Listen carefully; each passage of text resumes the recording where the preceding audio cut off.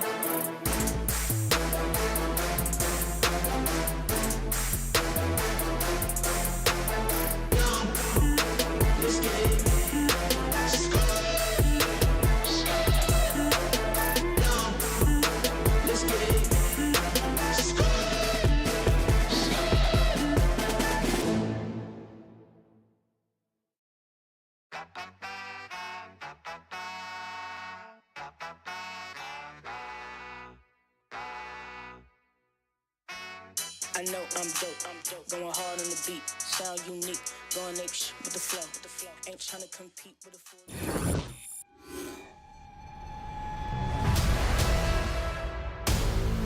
We back for another one. Here we go. Come on like that. We back for another one. Here we go.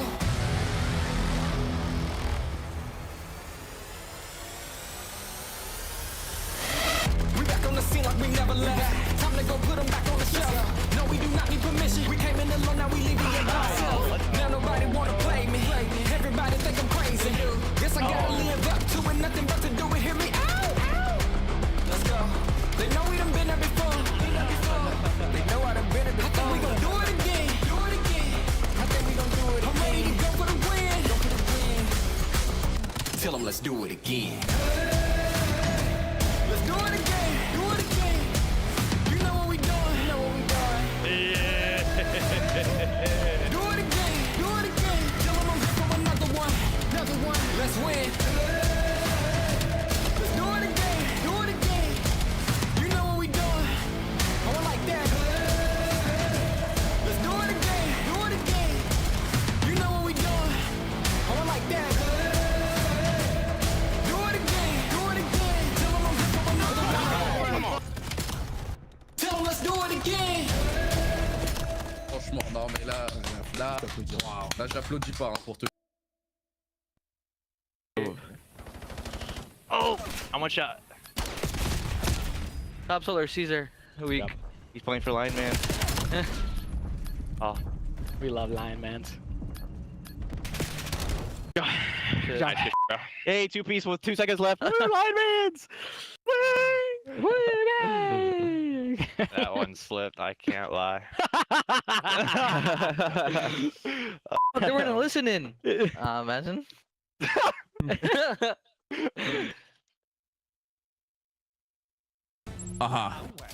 He said that he wants Envoy back for a BZ. That's what Why? he said. Why is it? Why? Now we just choked hella man ups. All good. Yeah, you're the one doing it.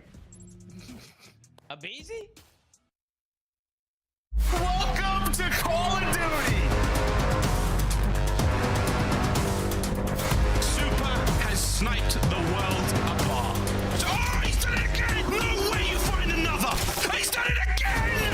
Super! Looking for back-to-back 3-kill rounds. He's a pop, and he's gonna fry Mamba 1v3. And this should be the capture Mercury's dominance. Nobody does it better. Good afternoon. Welcome back to the Call of Duty League. I am still not Puckett. My name is Goj. Excited to be here to hold it down. Puckett is still on vacation. Ali, nameless. Day 3 of week 5 of our Major 2 qualifiers.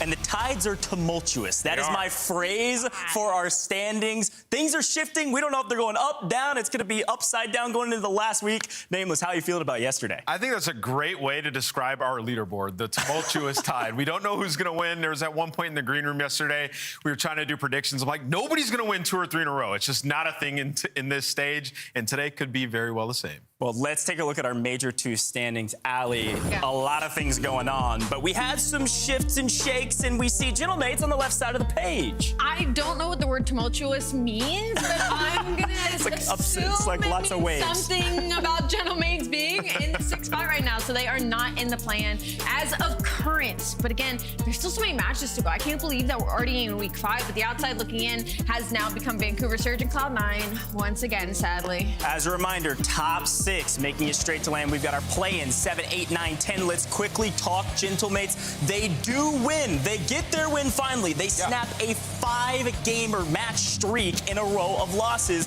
and they look a little bit more like those Major 1 champions. And their hard point seemingly back at least a little bit. In the match prior to that, they go to the game 5 against Optic, who they played in that grand final. The search looked pretty good, so we've seen some progression for them. And I think the interview that we had with Ghosty is a very good sign. He seemed very cool, calm, collected. He also had a really good performance. So Gentlemates in a much better spot now. They're 4 and 5, maybe avoiding at least. Well, they're going to make it to Birmingham. We could say that. They're not out of fire yet, Ali, but they still have a little work to do, but they're looking a little bit better. Going off that, I mean, Dan said, we all wanted to team together for a reason, and I think that's a situation maybe in the past. He hasn't really been in teams. There's been a lot of tension when it comes to when they aren't finding success, but for Paris Gentlemates, it seems now it is business as usual. They finally got one through the hoop, and for them, it's just about finding their comfortability again. So I'm excited to see what their next couple matches are. Well, I should pump the brakes on saying they're going to make it to Birmingham, because it's going to probably come down to their matchup against FaZe. Yeah, well, that's the big thing, right? They're playing FaZe next week, so they're done for this weekend. We've already seen them twice. Again, a close matchup against Optic. They finally get their win. FaZe next, and FaZe is a huge question mark that we have to talk about. It's the one team we haven't seen this weekend yet. Let's take a look at our standings again. Look at where they're at right now. 3-5. They pick up a win against LAT, which is one of our top teams, but they're 3-5. They're in 9th place right now, and they've got a tough road and a tough schedule ahead. Let's talk a little bit more about this roster and what's going on with this team. Yeah, so they're on a landslide. The way we were talking about Gentlemates after winning the championship, we have to talk about FaZe in the same manner. I mean, they're coming off of top 3, Ali. They have lost 5 straight overloads, 4-6 in S&D. It's a far cry from where they were during the Major 1 split. Listen, I understand it says 3-5, but I mean, it's just because their hardpoint hasn't been looking great. We saw FaZe Vegas and their search and destroy being unbelievable, and they got those big wins over Toronto, Vancouver, LA Thieves, and remaining, it doesn't look so bad. So yes, they are 3-5, but going up against Carolina, going up against Paris, going against New York, it's not necessarily going to be easy. There's still a lot of trap games in there. But, Ali, today is must win. You have to beat Carolina, because you go into that Paris match and you lose that. I mean, they're at 3 wins. All these other bubble teams have 4, the ones we were talking about. The tiebreakers are going to be insane next. Puckett's going to be in for another great week, by the way, to wrap things up. Carolina is a fun one. I think a couple weeks ago, we would have said, hey, that Carolina matchup's maybe not too hard of one. Now they're looking good again. This is looking like a return to form for Carolina. I'm really excited to see what they can do, and this FaZe matchup is everything for both of these teams. Let's talk a little bit more about this roster. What looks good? What looks bad? Go for it, Ali. Carolina has just been surging upwards. I mean, this is probably one of the only teams that are slowly making steps in the right direction. Oh, yeah. For them, it was like, okay, you bring in Exceed, you have this honeymoon period, things are great, and then you have a small dip, right? You go to LAN, you underperform, and then you come to online stage, it's a couple of woes. But the thing is, Lurks has been playing out of his mind in the past couple of matches. So you find some consistency out of him versus a team that already have a really good overload foundation and also have a really good search and destroy right now. And I mean, their schedule isn't looking too bad. Yeah, they just threw out a good team in G2. Gabe Belt, according to Craze. Yeah, Gabe Belt, according to Craze, and Craze had his 2nd best series statistically on the entire year. And think about how this stage started for them. Everybody criticizing them. Can you make your kills count? Can you guys play good team ball? Well, to beat a team like G2, you have to do that. Not only did they win in the veto process, which we'll get into, they won in the game schematically. So great job by Carolina. And they're at around 500 in all 3 game modes. So it's hard to find a glaring weakness on that squad. Yeah, that's a really good point. Excited about that matchup. We'll talk a little bit more about it later, because more teams on the bubble. Again, look at our standings. Team in 7th right now, Riyadh Falcons, just came off of a loss, and now an opportunity to figure out, whoa, we kind of got a strong schedule ahead of us. We got to get a win soon, or we might be risking, doing a play-in. There's a chance anything could happen. You could see Cloud9 pick up a couple wins, and all of a sudden, Falcons are in deep trouble. Yeah, Riyadh are in a weird spot because there's a lot of moral victories they're having. Exnet's having a great stage, as Allie's pointed out. And these guys 15-7 in Respawn, but 2-6 in S&D. They've just got to figure out search. I love that you pointed that out, because I was going to say they're kind of like in the Carolina Royal Ravens situation for me. Like, they have that lockup game mode. They're one of the best hardpoint teams in the game. Exnet find some great consistency, and we're finally getting some superstar cred maps, which I feel like we were kind of missing in the first stage. But their matches aren't easy. LA Thieves and Texas are not going to be anybody to see that in their remaining matches. So it's kind of like luck of the draw. You kind of put yourself in this situation. Win today or potentially be the 10th seed and be in a one and done. And that pressure is on the veterans on this squad, because you got to think, like, being put in such a unique situation in Birmingham, you got to start looking at players like Kismet, like Fred, like Cell, when their backs are against the wall, they need to pull out something crazy. And Cell didn't play well in the last series. Yeah. Yeah, I mean, it is really interesting. Also, there's a chance they could just move over to the left-hand side of our screen if they get a couple wins here. Like, anything could happen. Really quickly, we're going to talk about G2, though, because they've also been hot and cold. And I think the big question mark, even with that interview with Estrel, he said our floor can be so low. What's going on with G2? Ali, back to you really quickly. G2, what do you make of them right now? They got to get some wins as well. I still think they're a solid team. Yeah. I just think that was a really tough matchup for them. I 100%. just think, like, those exposures that gone in, I said it in that series when we first saw the layout, I was like, oh, like, you get Carolina going on some of these maps, you give them exposure 3 times in a row. I don't think G2 is going to be able to pull himself back into it. So I'm not like G2's out of the conversation, but with their remaining schedule, Boston, Vancouver, LA, I don't knock G2 from that loss really at all. No. I think matchup because of the picks and bans. Yeah, the picks and bans and match-wise just tough for them. I mean, I look at that series and it's one of those where on the side of Carolina, they're 0-9 on Colossus, so they get rid of it. Teams usually that, don't like Colossus, don't like Blackheart. So they weren't comfortable playing them if you're G2 on Blackheart because Carolina's just a unique team that like Blackheart but not Colossus. So they ended up playing Scar, getting rid of that Blackheart, which put them down 0-1 in that series. And we know how dangerous Carolina is in search. So I think it's a 3-0. It's not as strong of a 3-0 as I would say some of the other losses are, but G2's still in a good spot. I think it's just a tough match. They're 5th currently. I want to take a quick look at the bracket as of current. This is if we ended our qualifiers right here, which we're obviously not. Here's a look at our bracket. This is what it would be. Quickly, Ant, back to you. What do you think about this? Oh, my goodness, man. Imagine FaZe and Carolina round 1. Carolina's like, yo, we get back to land. Let's run it back. We get one match. I mean, all these matches would be insane. Listen, FaZe, when they do fall short, usually is the first day of a tournament. So it's also one of those, like, I don't know, maybe you could catch them. Yo, but land's different, man. Riot might like that. Hey, we still got a lot of movement, just a little tease. Here's our schedule for the day, though. It's going to be G2 versus Breach. All of these must-wins, it feels like. Surge versus Heretics, Falcons versus Thieves. So excited about that matchup. And then, of course, we finally get to see FaZe this weekend, folks, versus the Ravens. You're not going to want to miss all of our amazing matches today. We'll be right back in just a moment.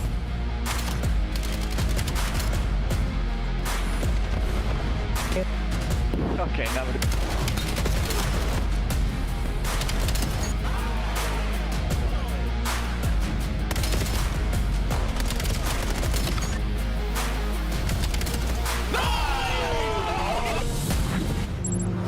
COD Champs tickets are on sale now. Come see the best teams lock in for this season's grand finale in fabulous Las Vegas. All 4-day passes come with early venue access. Head to FazeVegas.com or scan the QR code to get your tickets now. Look like the pros to play like the pros. The CDL team skins are available now. Scan the QR code or check out the in-game store now. Scuff, official controller of the CDL.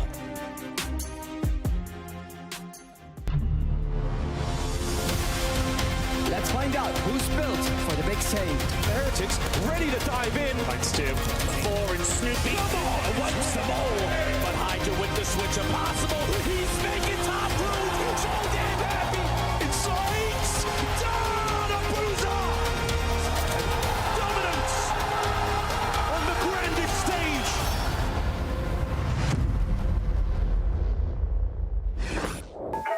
I'm a big stepper when I walk, money maker when I talk. Another boys on a mission, never put them in a box. Clawing to the top, jaws open while they watch. Yeah, I'm getting to the chicken, I ain't never gonna stop. I'm the life of the party, know it's going down. If they wanna talk about me, I'ma tell them how.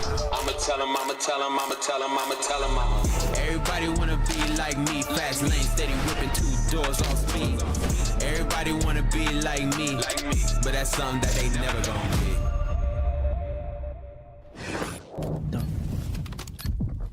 What? Wait, they can't am plant. I seeing? They can't plant. Yo, what? Bro. He knows it. He knows it. He knows it. Wow, 1 second left. They didn't even plant. Nothing of the sort from the other side. He win it too. He gonna win it too. He just having that type of series. Perch, do not ego challenge. Do some dumb shit. What the f is he channeling? Real, come on down. Why don't you come on over to the Boston Breach? Wait, 4v3 plant though? This could be winnable. Here for Boston. Unless Purge challenges dies. runs out in the open. Where's he going? In the middle of the Where is he going? Bro, where's Sam? What is he doing? I would actually be tweaking. I'm not even trolling. I would be tweaking the out. Whew, we got some good reactions to that moment there. I'd be tweaking too. Yeah, there was some crazy ego chows, I'm not gonna lie, but of course a fun matchup to watch. We got G2 versus Boston, folks, all right? Again, a big matchup for both of these teams. Boston desperately need this win. Let's quickly talk G2 first, though. We talked a lot about them just a moment ago. Let's kind of hammer home some points for what needs to happen in this matchup for G2 to look like G2.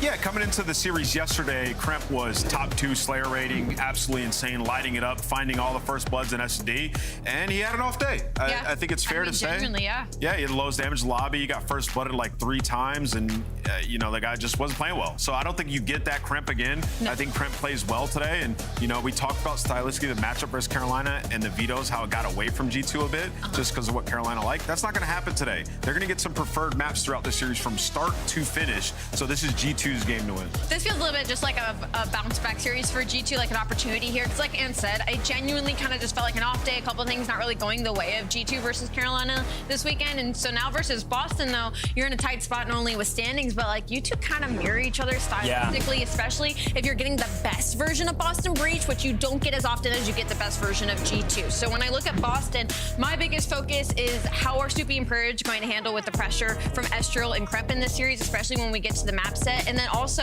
what Spark can do in Overload. They're going to get on exposure in that map number 3. And I don't know why, but I just have like a feeling that he could get not only very comfortable, but make a lot of big plays. He's very aggro AR. I think he could have a big opportunity in this. Yeah, the last time these two teams matched up was Major 1 Quals. Boston won in game 5, but that's a totally different team. They now have Spark, and G2's obviously looks different as well, Ant. Yeah, I mean, just when you watch Boston, they're just not doing any of the little things right, man. Like every small opportunity, 1v1s, 2v1s, after we get first blood, and on rotation, you just saw they just can't get it going. I know. The first couple matches, Spark was finding so many kills, it was making up for that. But yeah, I mean, they need to figure out the game. Talk to me about this, though. Obviously, we did a lot of green room talk. I say obviously, maybe the people at home don't know. What do you see here that is maybe obvious to you that's not obvious to the viewer? Let's go, Ant. Yeah, I mean, just looking at this one, you know, Boston go ahead and they're forced to ban Blackheart in this one. Carolina didn't have to do that, right? So now you look at it and it's like we're going to get Den and Colossus, the 2 hard points that G2 have preferred throughout this split. They're in a good spot. And then for Boston, they've played 9 series. 8 of those have been Den overload. So we haven't seen an exposure. And G2, they feel good about that map. So yeah, G2, huge advantage in the map vetoes here. There you go. Great breakdown from Nameless. We got to talk Scuff Pick'ems, though. I believed in Boston yesterday, and I was let down. I do think they could win this. I'm going to kick us off. I got to go back to G2. Unfortunately, I didn't see enough from Boston to feel like they could get this win. G2's a good team. Yeah, I 100% agree. I actually am even lower on Boston after that last series. Despite it going to game 4, them showing some fight, I got G2 taking this easily, too. Allie, you went G2 yesterday. What's going on today? And I hadn't picked G2 in so long. Like, I honestly felt like I was on G2 hate watch, and then the one time I pick them, they lose. I'm going Boston Breach. That's so crazy. That's crazy. Fans are going G2. Okay, so they're right there with us. This time, Allie, you stand alone. But we got to head over to our casters. Shift and Study to hear what they have to say. Is it G2 all day, boys? Hard to say, man. I think you guys evaluating yesterday's results is spot on. I think that's one of the things that recency bias can lead us to believe one thing over another, but I will say I was happy with some of the things that I saw from Boston yesterday. Wasn't as pleased with much of the stuff that I saw from G2, so I'm hoping Allie's right here, Jay, that was just an off day for Minnesota. Yeah, because I feel like that's been the story of Minnesota so far throughout this entire season. They give you hope, so okay, they go out there and get a 3-0 versus FaZe. Next week, you come out and get 3-0 versus opponent you're not supposed to. They just keep you on your toes, so hopefully they're able to have the bounce back here, because when you take a look at the maps and modes that we have in this, 4 out of 5 maps are heavily in favor of G2. So without question, they are the favorite to start this series with this opening Den, because you see the numbers there for Boston. Everything is basically dead last. They don't have a Den win underneath their belt because they can't figure out rotations. You can't figure out rotations, you're not going to win maps like this. not going to have a good day. Well, we'll see if they can find a way to bounce back very quickly as we got G2 Minnesota taking on the Boston Breach to kick off our Sunday. Let's get it on. And Sky's already given us an opening double. Has Minnesota already feeling pretty frisky, especially with Kremp's route, but it's red, it's dealt with. Estriel trying to force the issue forward to flip spawns around just a touch, and now it's just down to dealing with Purge, which they're not quite able to do, and things will stabilize in the 50-yard line. Yeah, G2 just soaking up as much time as they can. Eventually, Spart's going to fly on in, alleviate some of that pressure, but Kremp quickly filling in the gaps, lines up another 2, and Minnesota so far dominating all the mid-map pressure and this early P1. Now with only 20 seconds left, Boston Breach need to play a little bit slower because you don't want to flip all the way across the map, but you're losing every single fight, and now the task gets a lot more tough. Ooh, but Snoopy going to give you 3 from front couches. That will allow this string of players in the Breach to make their way over to P2 before the hard point opens, so no spawns in the back confirmed yet. Minnesota, longer routes being established, trying to establish control of that backside spawn, but Skies will drop. Boston still with the numbers inside the hard point, and Mamba can only do so much for couches, so G2 are a bit staggered. They've got spawns, but they're having a hard time seeing the hill. Yeah, because Boston are tight in their setup around this P2 area. They're learning from their mistakes yesterday versus Paris. Couldn't get any time off of this HP. So this time we're not going to take any risk to push out any of these cuts. Just bank on our tight setup and you keep on finding all the kills. Who cares if G2 have the backs? Well, they can't get into time. No, not at all. This has been a very solid hold from the front. Still 23 seconds to fight for, and finally G2 are going to find a couple of wins. Spark turned around, only able to find 1. Nasty, last one left, will be dealt with. So scrap time about 18 seconds go to G2, but all things told, considering Boston never held spawns, you'll take that if you're a Breach fan. No, without question, man, because usually Boston just break down off of those first couple of gunfights, but they were able to withstand 2 pushes there from G2. To get 30 seconds off of the P2 and now be early off the rotation towards P3. Just a battle in these fights. Trade fest back and forth in the kill feed, but Snoopy just holding down composition so his teammates can fill the gaps. Purge, good read over towards mid-cut. Well-cooked nade, able to find 1. Gun up for the second, that will work. Plus, you've got a little bit of a zone out front by Snoopy. So Purge, after the regen, looking for more. Able to get himself onto 3 in a row, and then 4. Huge play from Purge. And now Boston in a very firm position of control here at 3. Yeah, G2 starts working some of these routes, so Krebs gonna try to work his way through Dragon. He gets sniffed out by Snoopy. You haven't been able to get close towards his P3 time. Boston Breach, his setups is unbreakable currently. Now with only 20 seconds left, G2 have to cut their losses and start thinking about new. You're gonna have 2 players contested towards the Yo. They both win the gunfights, and you have players around the back, so this is a good moment for G2. Yeah, route from Estriel must have been up top through window because Boston had a member who was trying to block in the back through Jojo spawns, but not able to get the read that G2 had flipped across the map. But still, that told question marks about who's actually going to win these spawns as G2 are a little bit staggered again. Estriel trying to value his life through Dragon. Spawns for G2 through rooftops. And Snoopy comes up with another major double. So G2 just cannot be in a position to control these money hill spawns like they're intended to. And Boston are getting away with murder through the first set of hills. And this is one of their money maps. They need to start to lock this in because Boston Breach, a team who can't win rotations on Den, have beaches at a bunch the last 3 hard points in a row. So we gotta start to do the easy part quicker, and that's just being the team early towards some of these hard points. But at least for now, G2 are maintaining the hold from the front side until you get overwhelmed out of the pressure. Boston Breach get the break. Yeah, it's just another one of those moments where G2 is going to look back on the VOD for this and be like, man, I mean, timing-wise, we're hitting the right routes, we're getting the right positions, they're just not getting the numbers to dominate the spawns that they want. So in a little bit of a scramble mode through the first set of hills, and we'll listen to see how G2 try to get themselves back in this game. Gonna flank you too. Gonna flank you too. Other cross. Other cross. Left Eddie, guys. Left Eddie. Or left. We got behind the lobby. No, he's cutting the hill. Still front of me. I have you. I have you right. Come already. 1 bullet. Nice. Someone's cold. I got 1 bullet. I need help. He's out. Time. Time. Time.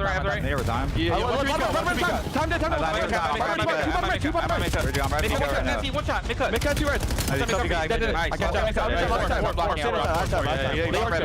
even out. I'm playing left. 2 bottom red. One can spawn 5. They can.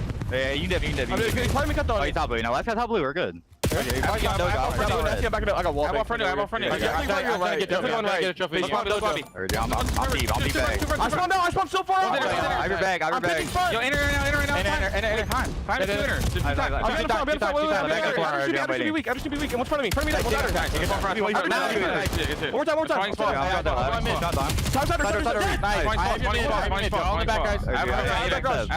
I'm pushing in guards. I have broken. Yeah, watch your lobby. Back garage again. Watch that back garage. In garage. 2 guards. Both there. Garage. I have lobby. I need to close weak. Last 2 were there. Too close. No one's weak. I'm lucky lobby. 3. Get time. Sit down. Make a way. Close. 2 Not right. I'm right safe. Yeah. Yeah, I mean, that's 3 times so far in this map, Jay, where honestly, if you're G2, you're just going to start claiming rotten luck.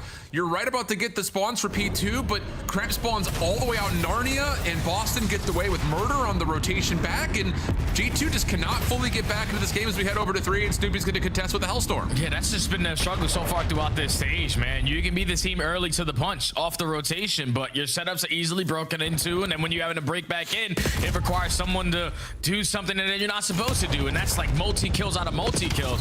So G2 so far, you have no idea what you're going to see when they spawn in on the map. Sometimes maybe good, sometimes maybe bad, but at least for now, Boston are capitalizing on all of it. Yeah, that's definitely taking advantage of small mistakes or just small mistimings for G2.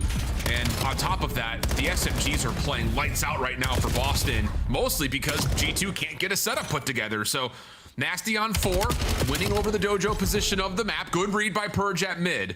That will stop an early rotation over to 4, but G2 are taking long routes, and Boston are going to get Spartan in position to try to shell that. Yeah, they know they're already in a position at this P4, so we can take our time. We have the spot towards the backside blocking these spawns. So it's just one break right here for Breach to potentially win us the game. Who's going to lead, find the opening kill? Everyone rallying through the back door, but it's Skies. It's the rest of G2 with the crossfires holding it down from the front. Yeah, and you get Mamba, who was watching over towards the rooftop side to get a read onto Snoopy's pinch timing over through small. So really good stuff there from G2. They're able to get themselves into a more convincing setup to receive this next hit. Although Nasty is putting some pressure down at pillars, able to find one before the trade comes out. Mamba now by himself on rooftops, only able to get a little bit of damage in, but that makes life a little bit easier for the G2 SFGs. Kremp able to firm the front line, and that's a little bit more like it if you're G2 through the first 40 seconds of the hill. Yeah, finally a good moment here for G2 in this game.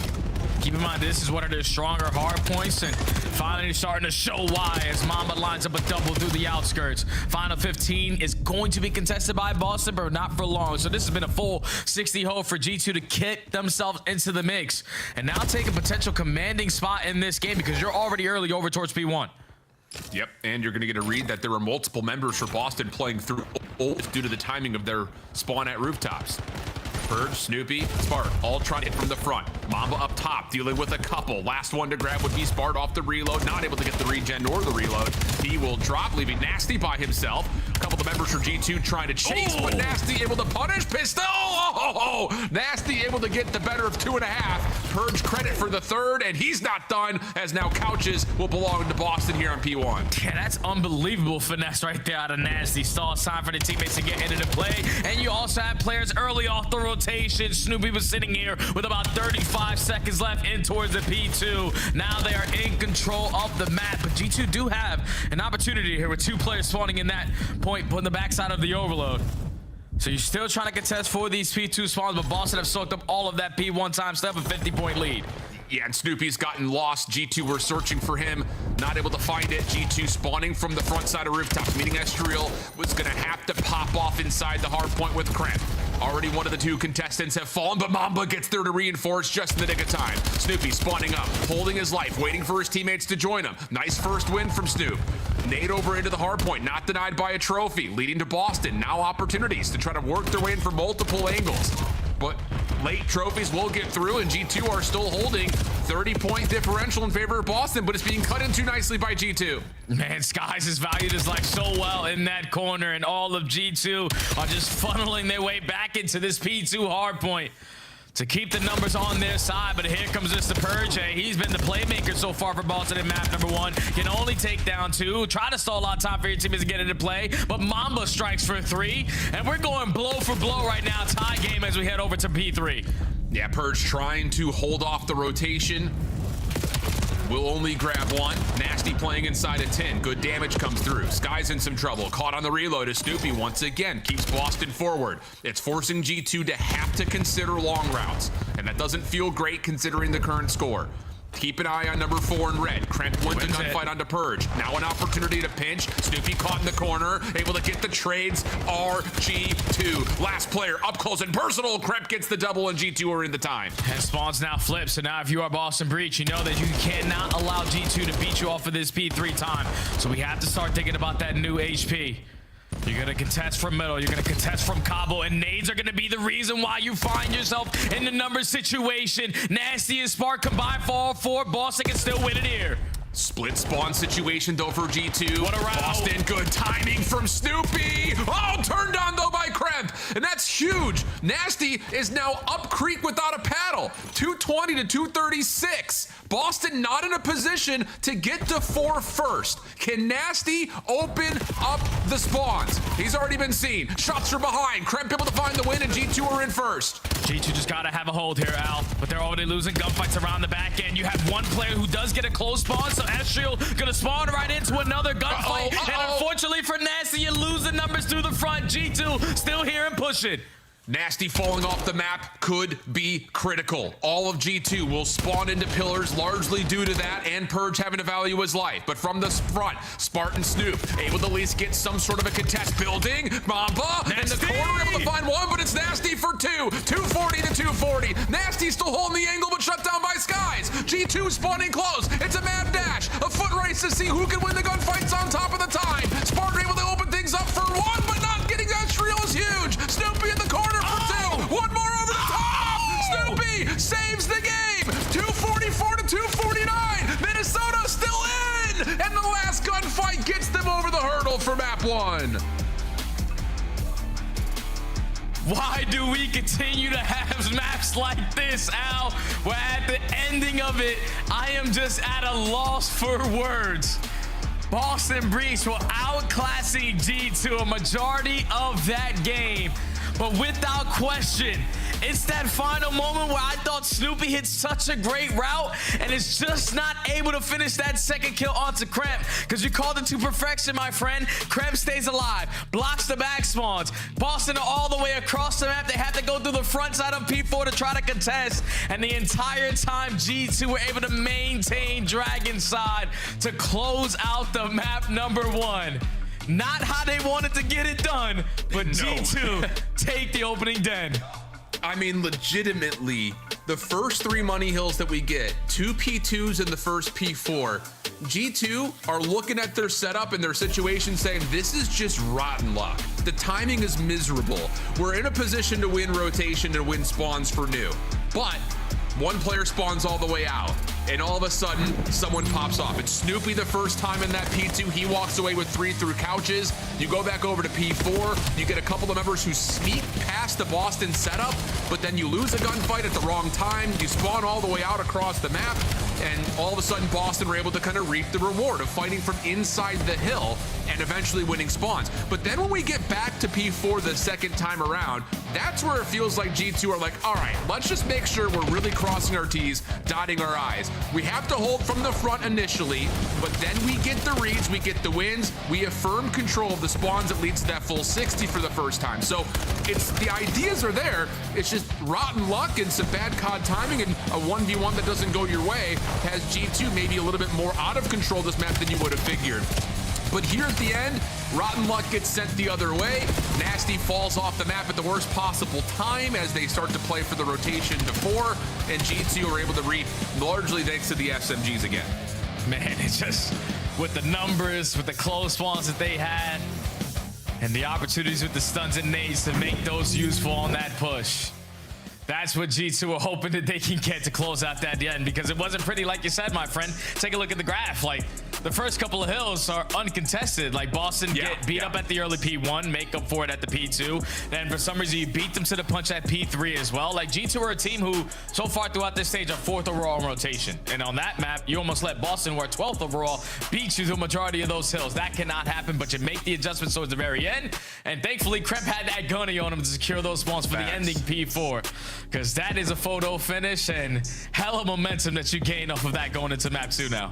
Oh, without question, G2 is going to need that as well going to Colossus Search. It's been good for them here in this stage. They've won it 2 times, both convincingly, one versus Riyadh, the other most notably versus FaZe. For Boston, though, same could be said. Did not play this map at all in stage 1 or at the first major, but have given this map a go 3 different times in qualifiers and are currently 3-0 on it. So a little late to the party, but hey, when they showed up, they brought the chips, they brought the salsa, they brought the beverages. They're looking pretty solid on the map and a good spot for Boston to bounce back, you would think. Yeah, without question, man. Definitely a good spot for Boston because this is the map that we saw them in a couple of their series throughout this stage where they're just playing with the utmost confidence. Okay, we got Purge, we got Snoopy. We're going to be the initiators over towards these gunfights at Statue. And so every time they played it, they have won a majority of those fights. But on the opposite side, I just remember this so fluidly for G2. When they played against FaZe and the way that they were able to manipulate the game and just use their advantageous positionings to their advantage was beautiful. They spot one guy all the way across the map. They completely disregard him. Don't waste any time and just bully their way over towards Statue. So you got to be aware of that if you're Boston, because if you're going to see one player from Minnesota challenge you, most likely all 4 are going to be in the vicinity. Yeah, I hear that. I mean, they really do have that whole death ball comp in a lot of ways, especially on the smaller maps. But here are your players to watch going into this matchup. Spart, since being added into Boston, has been instrumental towards a lot of the turnaround that Boston has had, and that has included what he's been able to do in Search and Destroy. Most notably, it's not just the KD, but he's involved pretty often in the First Blood battle. We're on the other side. Kremp, you know, he has been, I would say, one of the big parts of why this Minnesota team was so good at Search and Destroy early. Yeah, I mean, during Major 1 and Stage 1, they split the difference in Search and Destroys. Here in Stage 2, kind of the same thing, but they're 7-4 overall in the Search, and their losses have been tight losses, around 10, 2 round 11. So, I mean, they have been in searches on every single series through this qualifier to this point. Just comes down to, can they really affirm that this is a map that could be added to their pool moving into Birmingham? I feel like it definitely should be, because this is a map where Kremp can get loose. Even though it's Colossus, it's Kremp losses for a reason. The guy figure out routes that creates openings for early First Bloods. And when we saw him yesterday versus Carolina, he actually struggled in that First Blood category, because I'm pretty sure we saw it also in the stats. Like, he's the #1 Stage 2 guy in First Bloods overall. So yesterday, Carolina were able to minimize his play, take him out of some of these rounds and forcing G2 to be uncomfortable. I think you're going to definitely go back and do your homework if you are G2 to not allow that to be the case, because Kremp is your S&D star and he needs to be alive in most of these rounds. And let's be honest, like a map like Exposure that we saw yesterday versus Carolina is very different to how Minnesota like to approach a map like Colossus. I think especially just due to the fact that Carolina is no stranger of also running you at 4 players large, just trying to take away space and then spread the map afterwards. That was definitely a key for their First Blood success, which led to round wins yesterday. So I think it's just one of those things. We'll see what Minnesota decides to do identity-wise. Like, are we going to see them trying to find information by way of a scope first and then try to hit something hard? Or is it just going to be fast, furious, take away the space, force gunfights on your terms, see if you come away the victor of it, and then play off your numbers advantage if you still have it afterwards? Because we've seen them really kind of do both. This kind of depends on the map that they want to play. Yeah, it also depends on the style that Skies wants to play in Search and Destroy, because you see how quick he is to adapting of the play style of his opponents. All right, you're not sniping in the first 15 seconds. I'll just put mine away and hit you with a nade spot. So it all depends on what the tone that Skies is going to give you early on, because with the boomstick, he can give you information over towards B, can create openings for Kremp to get loose alongside Estriel. But if he decides to slow it down, run and gun with his teammates, then the M15, find an opening team frag. Like, this is just what G2 do in Search. And I hear that, but we are hearing that Boston, you may have noticed, they all got deer in the headlights frozen for a second, are dealing with some tech issues. So we're going to step away for a brief break, make sure everything's all good with all 4 of the players, and we'll be back with map number 2 right after this.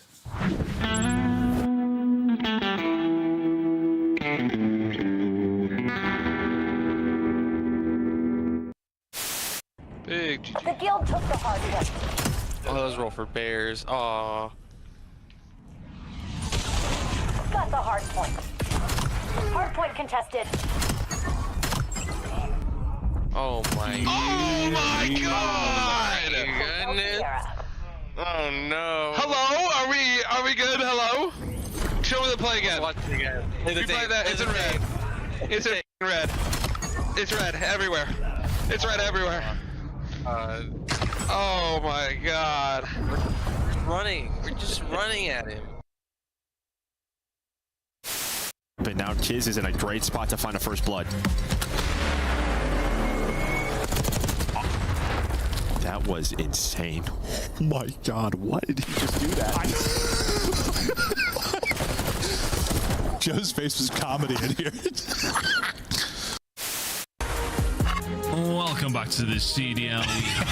Wow, what is going on? He's the master fight. This guy is that's unbelievable. Okay. I knew coming back to him. This is not what I was expecting. We were hearing you. Good grenade. Oh, he just ice skated on him. Yo, that was a skateboard move right there.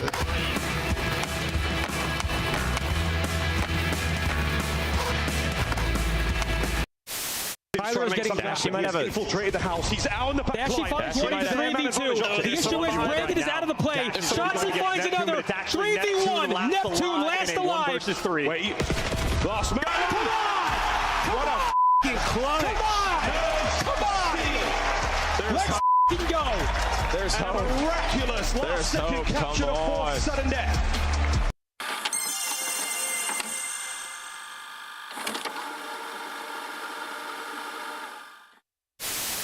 Listen, be careful with this one, all right, buddy? You guys shouldn't have. It's not double wrapped, you know. You should be able to get it in one go. Well, this is more for Chris or for the people at home. Oh, here we go. Young Christopher Puckett. 20-year-old relic. Can I draw some conclusions for y'all? I know some of you are about to take your senior pictures. I highly suggest the gamer stance. Put the elbows right there on the power thigh. Yeah, I mean, distant 90-degree angles. Girls, it drives them wild. All right, we have one more for you. You just have the staircase. We're gonna be getting punched. I have no ammo. I have to push up. Yeah, you just push up. Dead. Umbrellas. And just don't line up with me.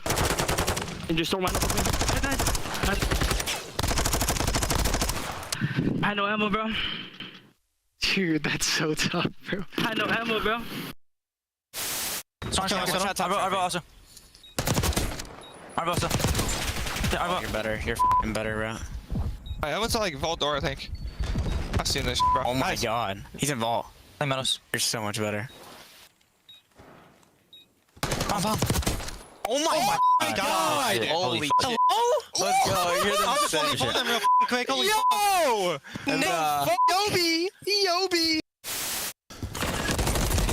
Can't win it on the point. Scrap and the boys get it done. Back on the f***ing desk, Clay. Back on the f***ing desk. You're f***ing dog shit, kid. Open time. Quinn is in. Real gets it. 5 for the win. Real holding it on. Lucky gets the final kill. And what a map.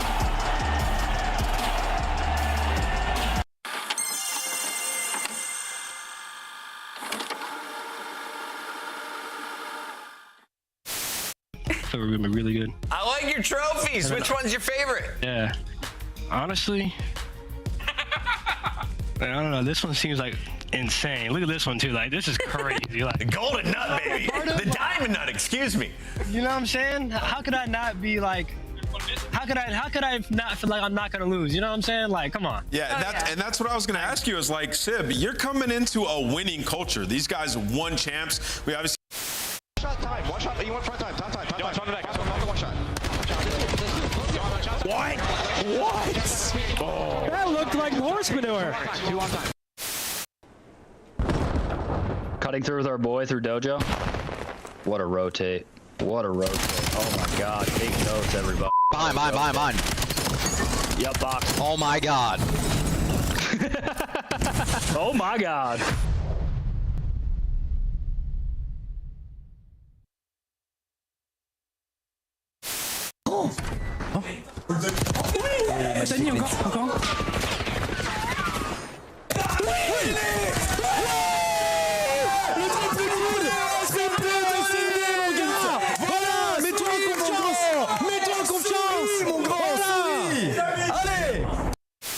backwards. Two in the mix. The Hero's gonna get. Go!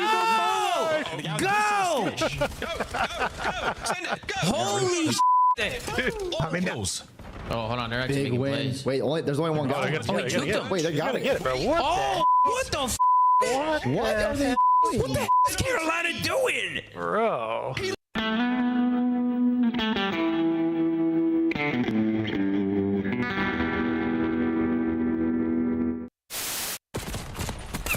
I'm not gonna know till I turn off my stream. I'm not getting off for a minute, so let me know, baby.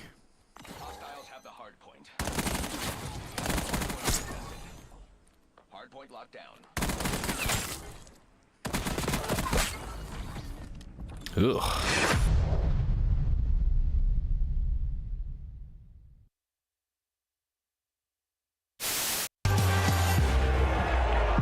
Creo además que Pitbull tiene unas palabras especiales que dedicar. ¿Qué les quieres decir a la audiencia en el día de hoy? I just want to say, I lived 2 great years in the league. I love all of you, even the Greenwald fans, you know, love all of you. We make COD so much special. It's so nice to have it aquí en España. Vamos a todos, hola a las familias. Vamos NFTs! Get back dead. White car, sell him. On the black car, one shot, sell them. Shit on you fucking idiot. Pillar, mid pillar. Mid pillar dead. Not playing, he's running that. He just got fucking shit on in finals for 5K. No, core, no, that car right now. The fuck up, get a haircut. Good. Mid-map. Come on now. Come the fuck on. Who's fucking with me? That's every single year. That's Zuma's tournament every single fucking year. Give me that 3P. I'll fucking out of here. Yeah, scrap. You want the Twitter me, big dog? I'm fucking tweeting it. Yeah, come on. All right, hey chat, watch this. All right, we gotta go play the game. Let's take a look at this bad. Go one by one. You gotta This is not how you play the game. AG hit front by himself. That's the How many times did we praise Optic for their ability early on in this game to understand how to challenge the good help from inside on the cross as well. Keeps him alive now. The regen. Look at the battle.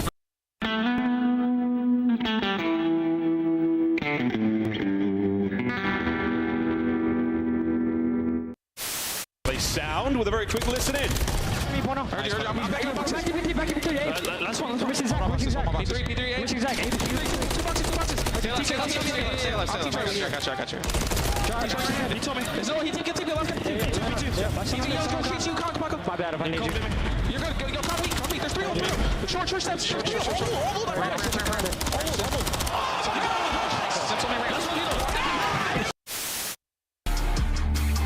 In the City of Angels, these devils have just torn Toronto. In the corner.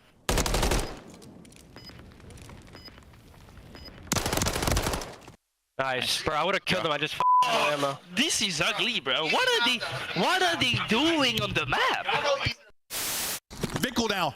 Last one up. He's got a trophy though, right? He threw a trophy out. Might do it. He threw a trophy out. I think this might be too slow. He's still there. He got it. Oh, he does get it. Yeah, it was too slow. He gets it. He just hops it right away.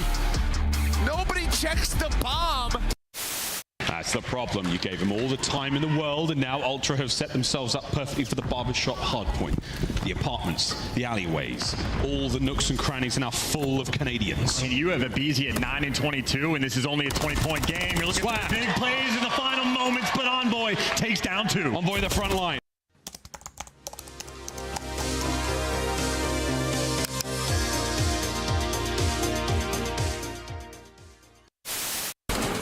Statue. Je le flanque en fast. Vas-y. Point stratégique contesté. Magnifique, encore un. Non. L'ennemi a pris le point stratégique. C'est de front. Point stratégique capturé. J'ai un Hellstorm. Mais ça a peut-être fait une route à... Non. Oh là là, t'es bon.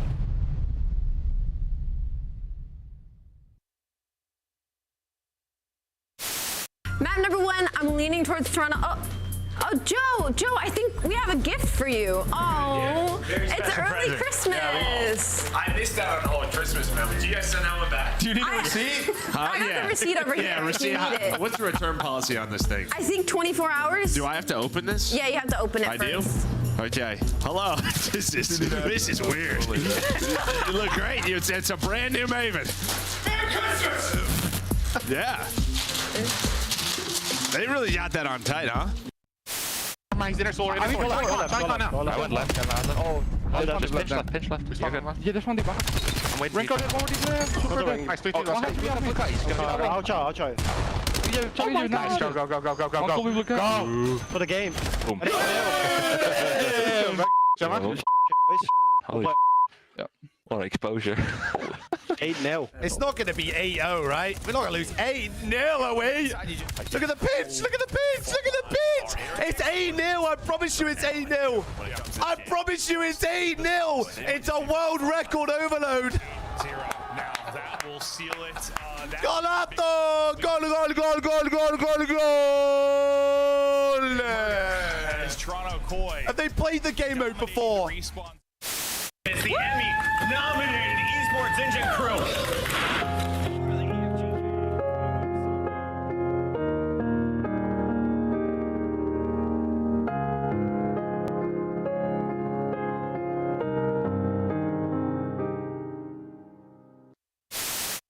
The pair slide forward. They're trying to play. Whoa! He gets one though. Can he get away? He gets one.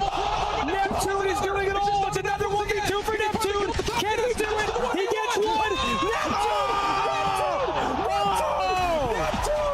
Neptune! We're not done. Round 11. We're just done. Neptune! I hear the music. What am I watching?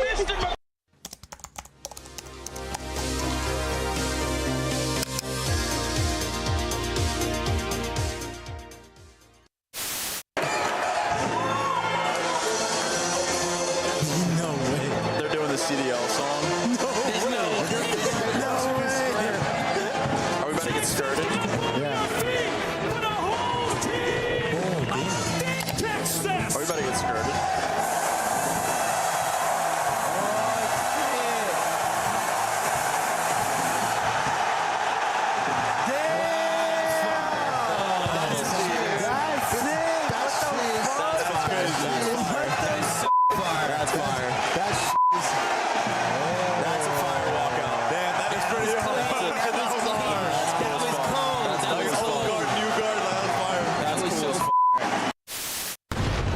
With you. One shot. You one shot P2 if you need.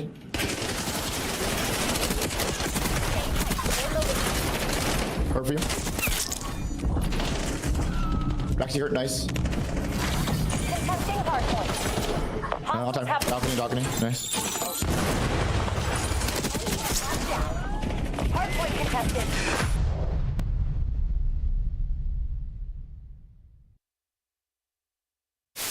We're in the middle. Run. I'll get bomb checks. I'll go top and get bomb checks. Hold pinch fire. Make sure somebody gets bomb checks. I'll get bomb checks. He can go third. I'll go. He's telling you. Back him up. Not weak. I'm upset. He said should be sent. He said something. What was that?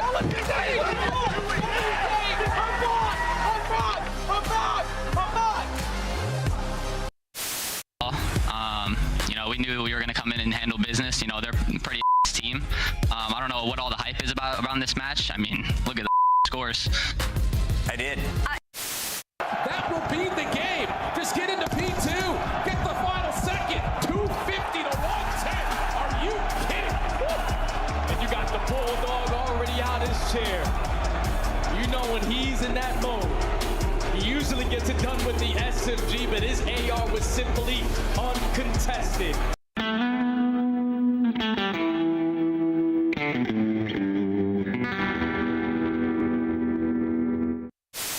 Billy, lie. But what the hell? What the hell is that? Wait, that guy's bowling. Wait, he's watching bowling. Look. You see, he's watching bowling. Yeah, what the fuck?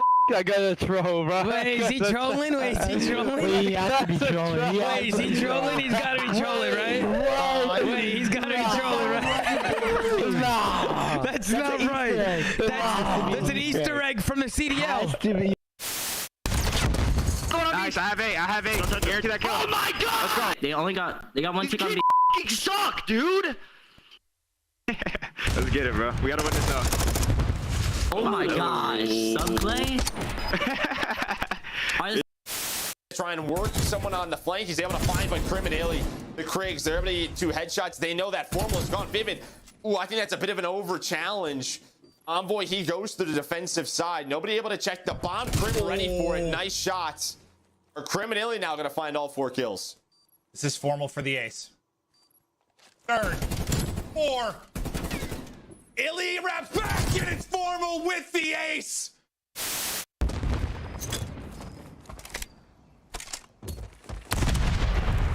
Iron Doge does it all now. Go big. Oh! Unicorn. Nice, good shit. I have it. Dead. Nice! Dead. Let's go, guys! Let's go! Let's go, Bruce!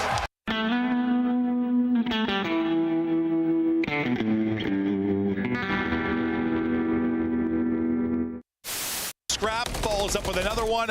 It's all going to be on to Brezzy now to make the play, and he can't do it. This is dominant from Ultra. Scrap just stood up, celebrated, took off his headset. You got another round, bud. He's locked. He said, my bad.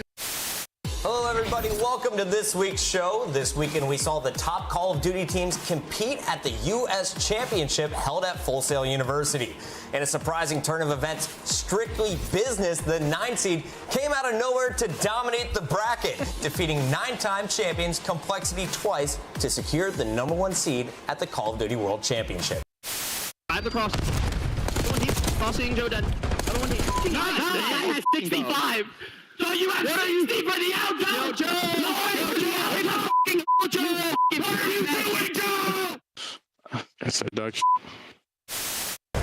Please, like, you're going to check it, right? You're going to check it. Oh, it looks one way. Envoy's on the other. The Magic Man continues. Envoy gets 2. Scrap gets another. It's all on Nasty 1v3. I promise you, he's in that corner. It's his corner. It's Envoy's corner. My God! The pleasantries exchanged between squads. It's wide open. 4-3. 1, 2. No! Oh no. It's real. Oh no. Oh my God. It's over. That's a G. Definitely no Rocket League. G2 just cooked them. Oh my God. GG, man. He's done. Wow, bro. Wow. Look at him. Look at him talking shit.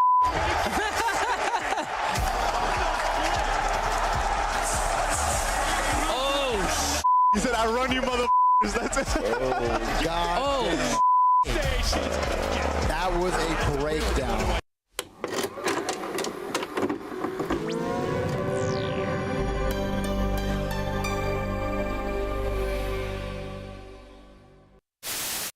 Listen, where am I looking here? It's Mother's Day, all right? Call your moms, all right? And maybe I'll call them too. They watched us play Searchlight that? Oh my God, they're shit. I got it so bad. Reset. I'm in. And we can. Front of me, dead. And we gonna head. One more, me. I'm mid, Dashy, one shot dead. I'm in, one shot. Dead. Wait. Muerto. Alright, push it. I'm muerto. Pink cross. Go one more minute.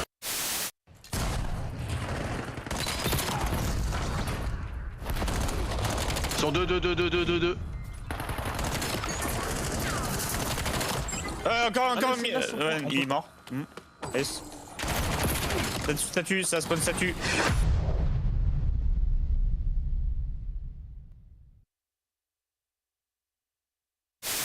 Ravens are a work-from-home team. Nero shutting down Hydra from putting together a very congestive spawn trap. I'm sorry. That's good.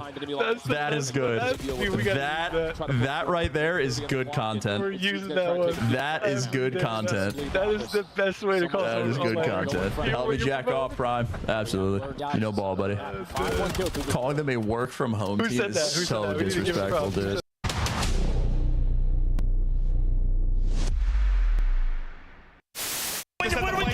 He's getting caught. 9 seconds to go. Just has to stay alive. Can he get back to it? I don't know. He's so close. He might have it.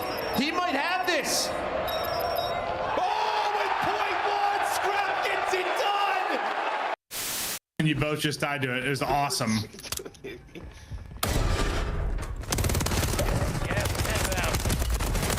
Oh no, mamma mia! Oh my God! Mamma mia!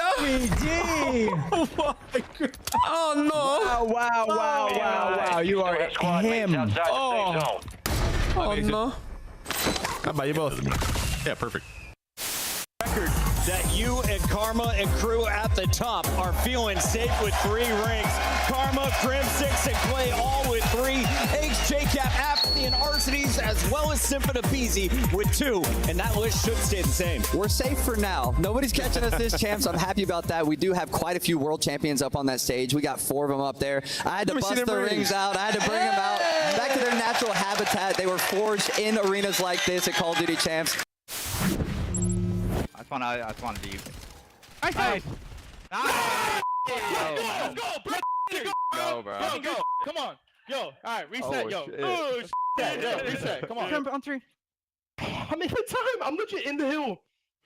Oh my God. I should have chowed him, bro. I should have just took the fight. Oh my goodness. Oh my God! This gunfight gets them over the hurdle.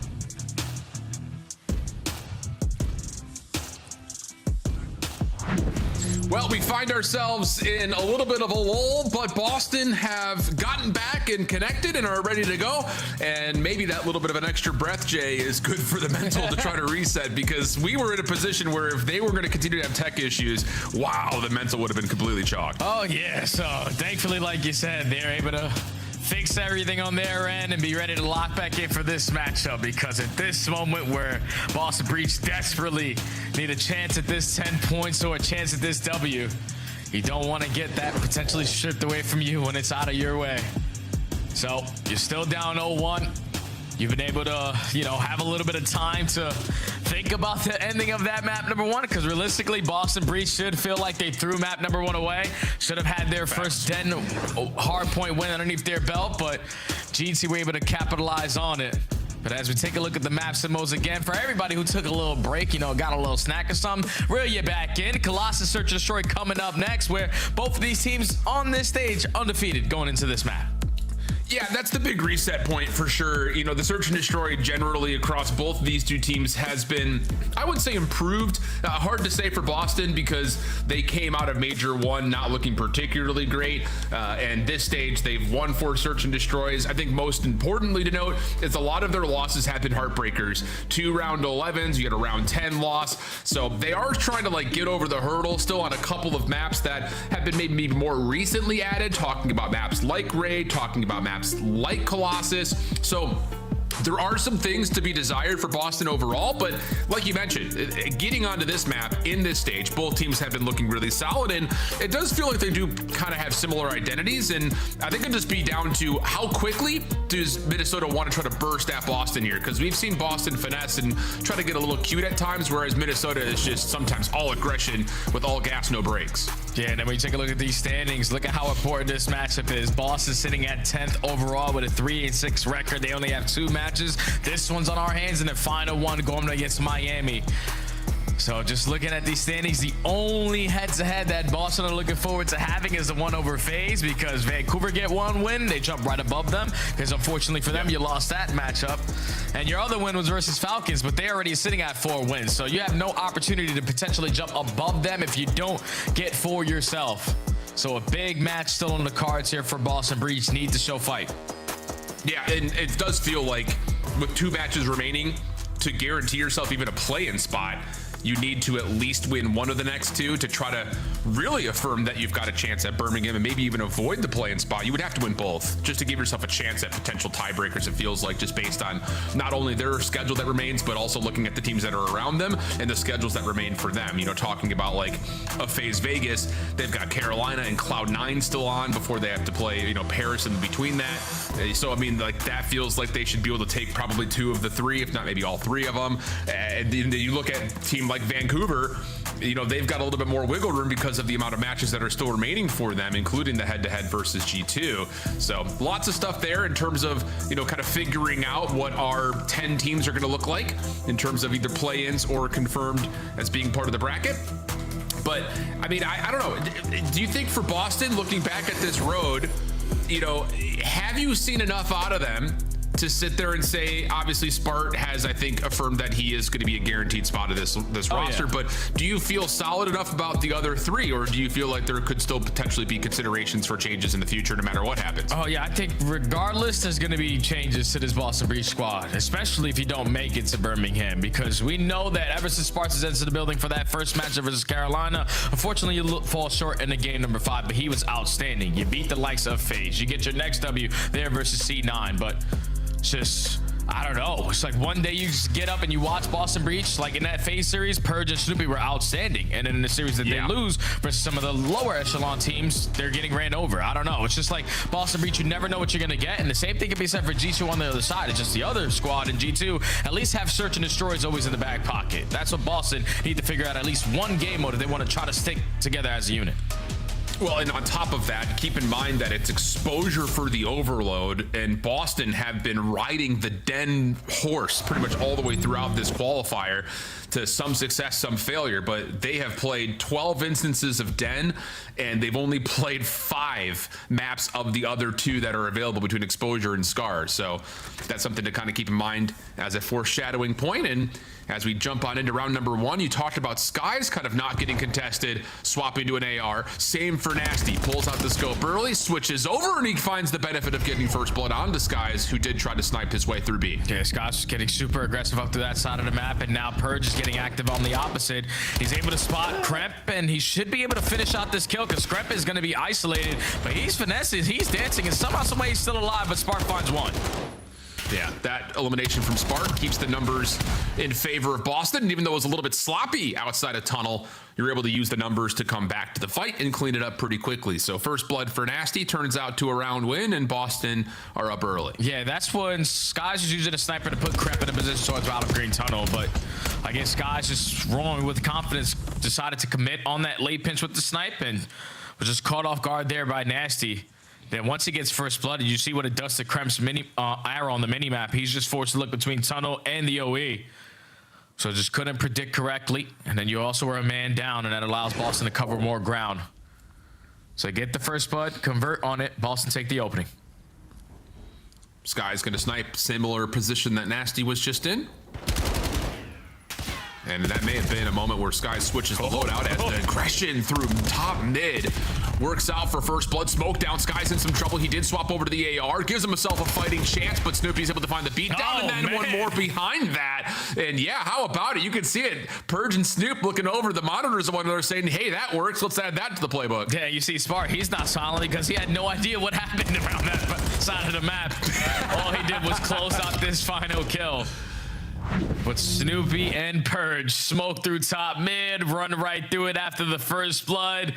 They have Sky's weak, so the beat down's good enough to clean up that kill, but just one with the smoke, one with the chaos is the breach. Quickly up 2-0.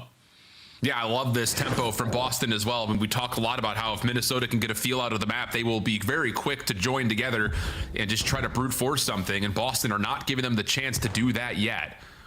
So first 2 rounds, convincing for Boston, only dropping Purge in the first round. So 4-0 for Snoop, who is your bomb carrier, and he's got eyes towards A. Late rotation for Minnesota, tagged up by nades, and Boston will use that information to reevaluate what they want to do as Purge almost gets another first blood this time at mid. But this frag could potentially find that opening. No, not able to bank off the wall the way that he wanted to. And now 35 seconds already golf off the round. Now G2, you see the way they're rallying everyone through the top mid. They were just bombarding with the gunny to use those to their advantage. And now they put themselves in a 1v3. Yeah. Clean stuff right there. Minnesota, again, Purge nearly able to get first blood by playing that top P1 position. But as soon as Minnesota realized, like, hey, he's still up there, he tossed a nade. Let's just win that position back.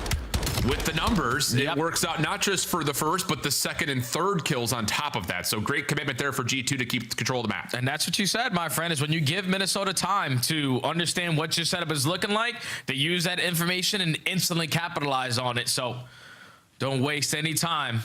In the 3v1 through top mid, you find the first blood, you walk away with the trades, and then just keep the numbers on your side to secure the first round. Now back to the offense you go with Sky still trying to scout through top mid with the sniper. Doesn't see anyone we have now, but look at how aggressive Boston are on the pinch. Yeah, and this is something that Sky's gonna have to keep his eyes on. And ooh, I don't believe he sees Purge on that long route. So Nasty, knowing that Purge has gotten through, will just watch the tunnel rotation and just allow the timing to lead to a very easy first and second blood. Snoopy now next one up. No problems there for Snoop. And the follow-up, well, maybe. Purge almost able to put the round down in a flawless manner, but Sky's trying to battle back, gets a 1v1 top mid stairs, and Boston will take the numbers and run with them. Yeah, Boston's just finding these openings, man. Sky switches up his spot instead of sniping through that B side, watching the OE. Switches up, watches top mid, and Purge, no hesitation on his play. Him alongside Nasty creates the opening, he gets behind enemy lines, and you couldn't find a free or two piece if you were looking all the way around the damn map there if you are Purge. No. Quickly up 3-1 is Boston. And that's gonna play a lot of mind games on G2, but in particular on Skies. We've seen him in 2 straight offenses take the scope out to that angle at B, put it away, then take an AR mid. He may have to hold that angle a little bit longer now, which may force him to keep the scope out. So we'll keep that in the back of the mind as Boston will enjoy the 2-round lead that they've already built for themselves. Little quick feel out for G2 through A. Cramp late nade. Gonna allow him to stay in this position with health, but no one's watching up top. Purge, good angle, but can't win the gunfight. No follow-up there for Boston. First blood confirmed for G2. And now G2's just trying to keep their numbers. Everyone's stacked over towards Statue side, but now you're not going to be prepared for this push out of Boston through tunnel. Nasty finds one, gets information into play, does jump the top mid, but Esther is able to get one and get out. Keep the numbers in favor of G2. This is a decent read, though, here for Boston. Maybe a chance for them to, take space at A, if not commit for the plant. Nasty backing up towards tunnel, almost able to win one onto Estriel. Snoopy looking for the trade, but seeing more G2 members will think otherwise of the opportunity in front of them. And instead will reposition. Time now being an issue. Decent shots. Has to try to force something in this 1v3. Back to full health. And a couple extra tags will keep him weakened.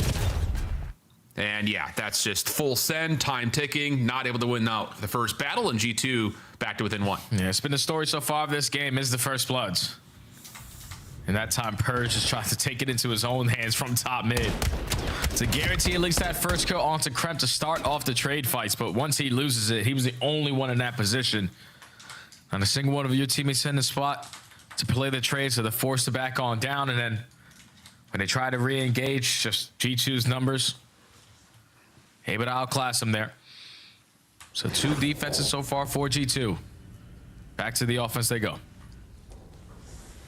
And this is where we're going to have to figure out what does Skies want to do after all this pressure's been established. Well, that makes this life a little bit easier. First blood by way of nades for Mamba gives G2 an opportunity to play with numbers for the first time early.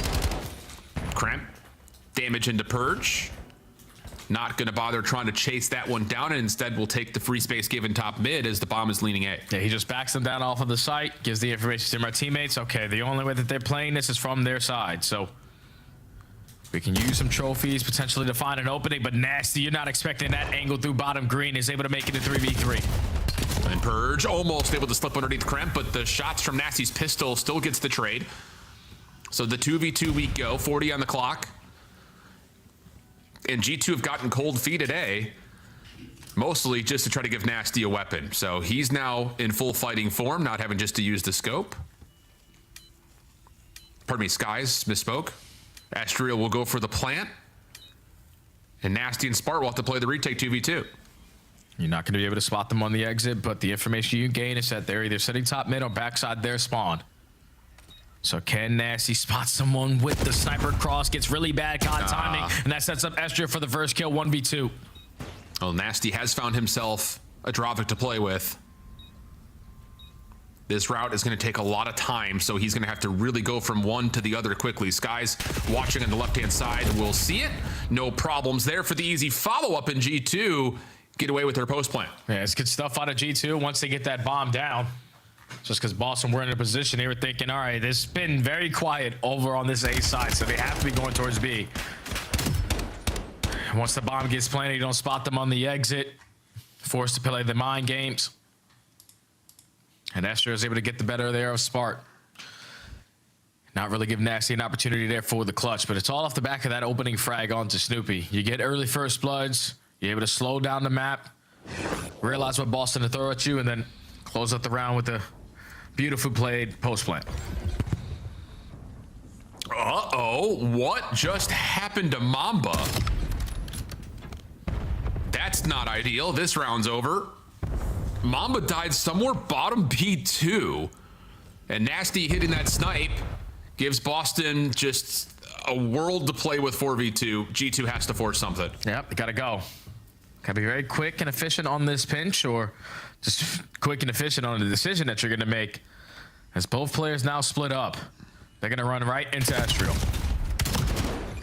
Was able to find one. Trade out for Purge is good. Bomb collected. Kremp from P1 for a 1v3. Ooh, able to catch some toes on the cross from Spart. But yeah, this is the big problem. It's Nasty right underneath you with the pistol. And yeah, Boston get a freebie there thanks to some weirdness out of whatever happened to Mamba. Yeah, I don't know what happened to the propane tank that he had over there at the P2 side, because usually you want to blow it up early into the round so it doesn't affect you as you set up on defense. I would love to take a look at that again. If like a frag or something was the reason why that blows up, because there's no way. That's a play that you do every single time. And Mamba's always the guy as the island player scouting over towards A. And somehow, some way he dives to propel the propane tank from his own pistol shot. So yeah, that's an easy round there for Boston. Up by 1, back on defense.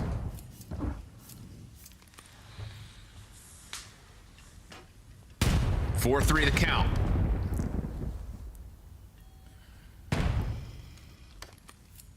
Patience for G2 on this initial approach.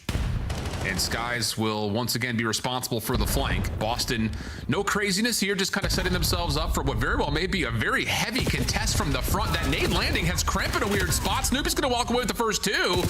Another weird moment for Boston as they just kind of force G2 into a weird spot and say, okay, we know they're worried about the flank over and over again. Let's just hit him with 3 from the front. That works. Yeah, that's exactly what that play call was for G2. It's been Snoopy and Purge just running down one of these lanes, so let's just have a spread map setup. Now when we decide to hit the go button on the play call, a nade is able to get a couple players weak. That's what gives Boston this slight advantage in these fights. Snoopy's just gonna fly on in for the first 2, close out with the final kill.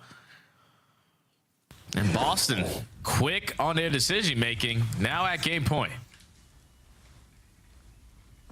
It's just so much variability on the defensive side that keeps leading to these moments that G2 just have no way to respond offensively because they're just getting stuck. So now we're taking a look to see what G2 want to do, keeping the gas down. Kremp is in a good spot, able to see his shoulder, but oh, he doesn't expect that. Snoopy's down below him. Mamba trying to work with it. Trade goes the way of Boston, and a chance to quickly close this map out. Yeah, you got the numbers. Just don't force any one-on-one gunfights. Can Snoopy scout anyone towards P2? He does see the player on the backside of the HP spawn, but Astri up close to personal does find one. Snoopy quickly on the trade, all left up to Skies. 1v2 situation, able to see Purge up top just bouncing for info, and it looks like Snoopy is going to commit for the plant, giving Skies a chance to isolate, and he's able to win the first.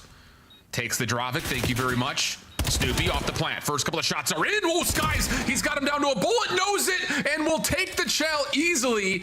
So a 1v2 for Skies keeps G2 alive. And they got the jump on both players there in that 1v2. Purge is saying, I just spotted him blue lobby. He should be in the vicinity. Let me just throw an extra couple of shoulders, but the movement there from Skies gets lost. Then as soon as that bomb is planted, you're able to spot him on the exit.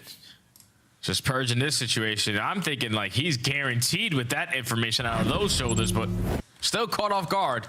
And G2 stay alive. Clean, clean, clean on the 1v2.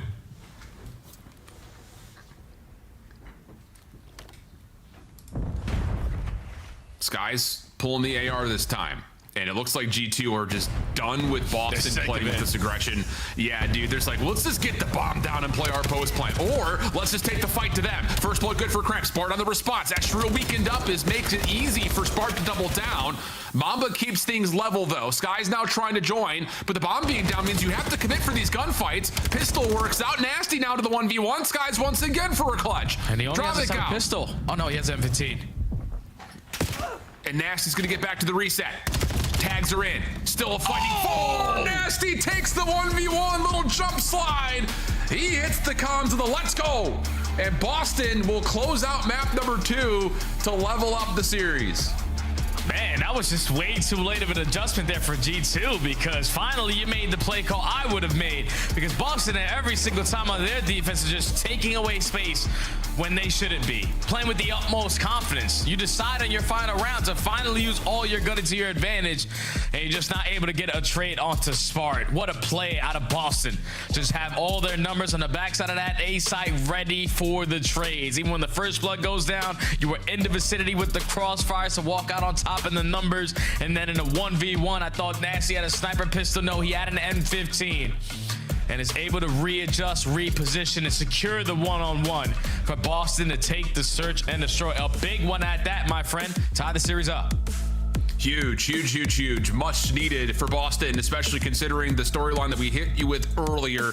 Overload next on Exposure, a map that really Boston have not tested out all that much. They have been hard forcing the Den Overload when given the chance. Not a part of the equation here today, so we're going 1-1 to the Exposure Overload. See what happens when we come back. Don't go far.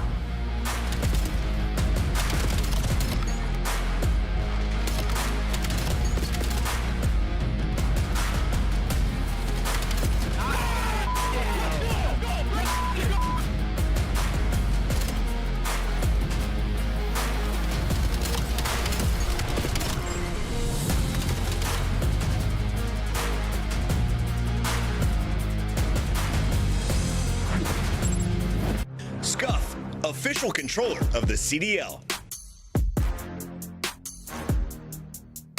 Monster Energy, the official energy drink of the CDL. COD Champs tickets are on sale now. Come see the best teams lock in for this season's grand finale in fabulous Las Vegas. All 4-day passes come with early venue access. Head to phasevegas.com or scan the QR code to get your tickets now.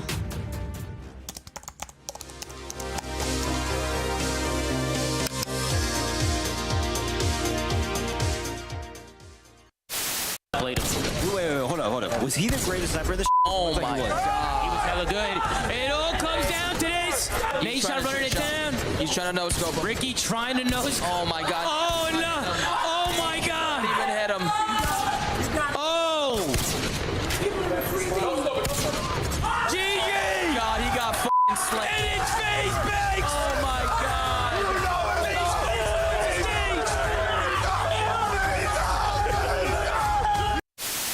As well, all down to the smoke play from up high. He's going for a joke.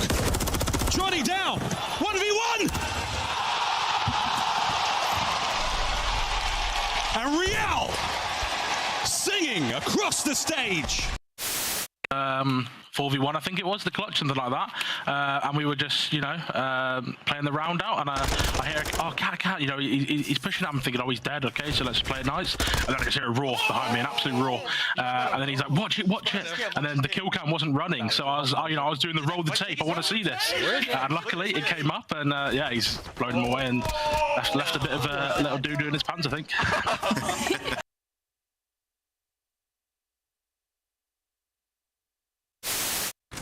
Backside, weak. Help me. What's right? Yeah, two backside. One shot. Nice! Let's go, baby. Come on. Did I get an ace 5-5? Hey.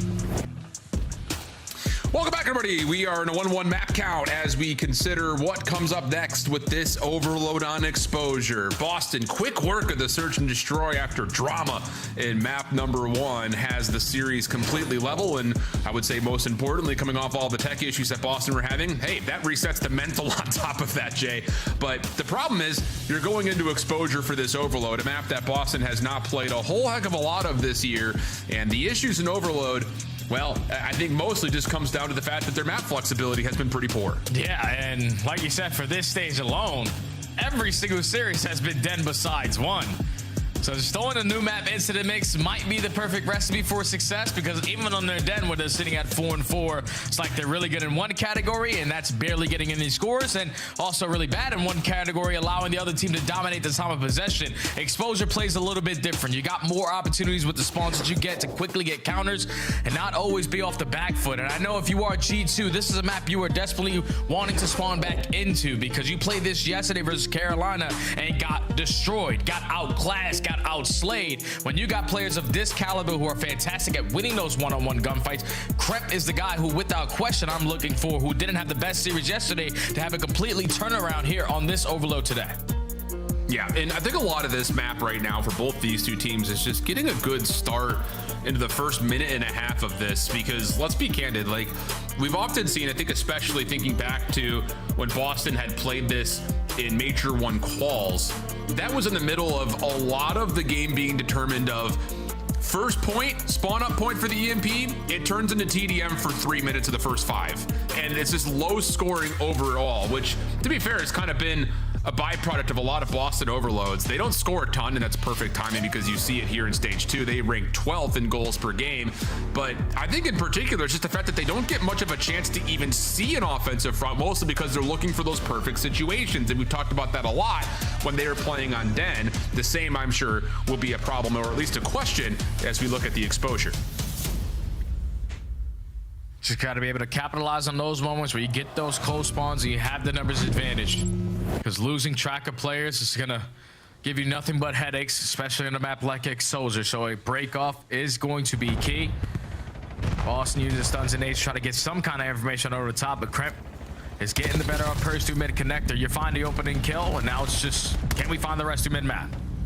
Well, yes, you can. You get 3. Sky's able to stay alive. He's able to turn that into 2 before dropping, so that will keep Boston from grabbing the EMP. Still looking for map control. Snoopy, a little route over through dirt. Good for 1. Ooh, the awning window keeps him from finding 2.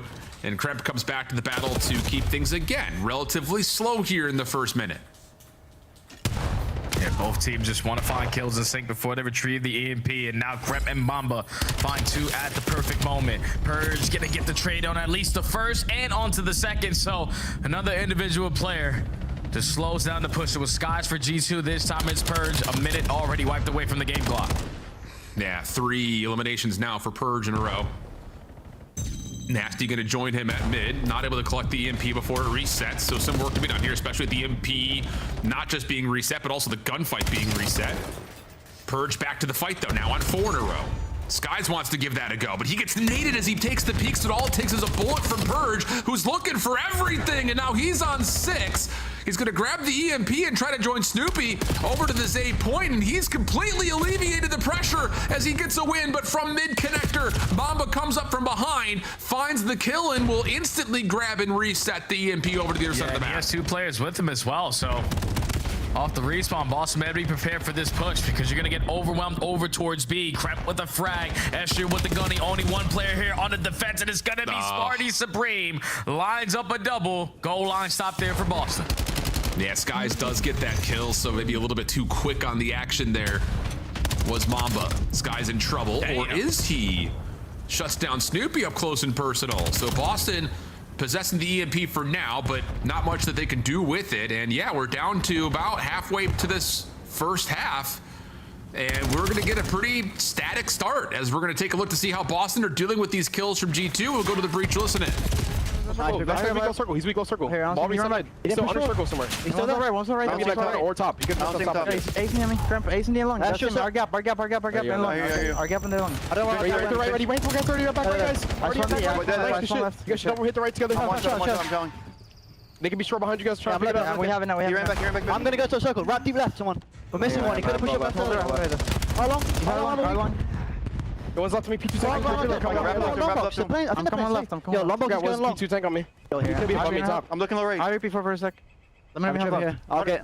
He can't pitch P4. He have P4. I'm weak, guys.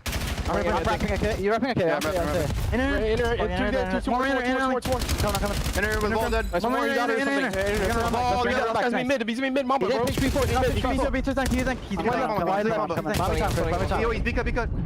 Bika, Astro, half HP. Tank dead. Maybe could be pinching. He ran away, Top window. Well, solid defensively for Boston. That's not been something that has been hard for us to say. It's just down to what can they do to actually get an offensive look besides the one that we had earlier from Purge and Snoopy. Yeah, it's tough because I feel like both teams are basically playing the same exact game of exposure overload, just on two different sides. You're hit up nasty with the communication. Let's just make sure we spread on out. Don't allow one player on the OE to pick us up. And the commitment of Purge to just hold down that angle. You're not going to give G2 any opportunities the same way Boston aren't giving you any opportunities. But now a minute left to go, and the score is still at 0. Yeah, we need to find something here if you're Boston. Snoopy not able to initially find Skies, but with the help of Nasty, they track him down. EMP now in the hands of Nasty. He's being chased. Spart able to cover. Cramp will drop. And look at the spawn being moved by Purge. Gives an opportunity here for Boston to run, but over the top of the platform.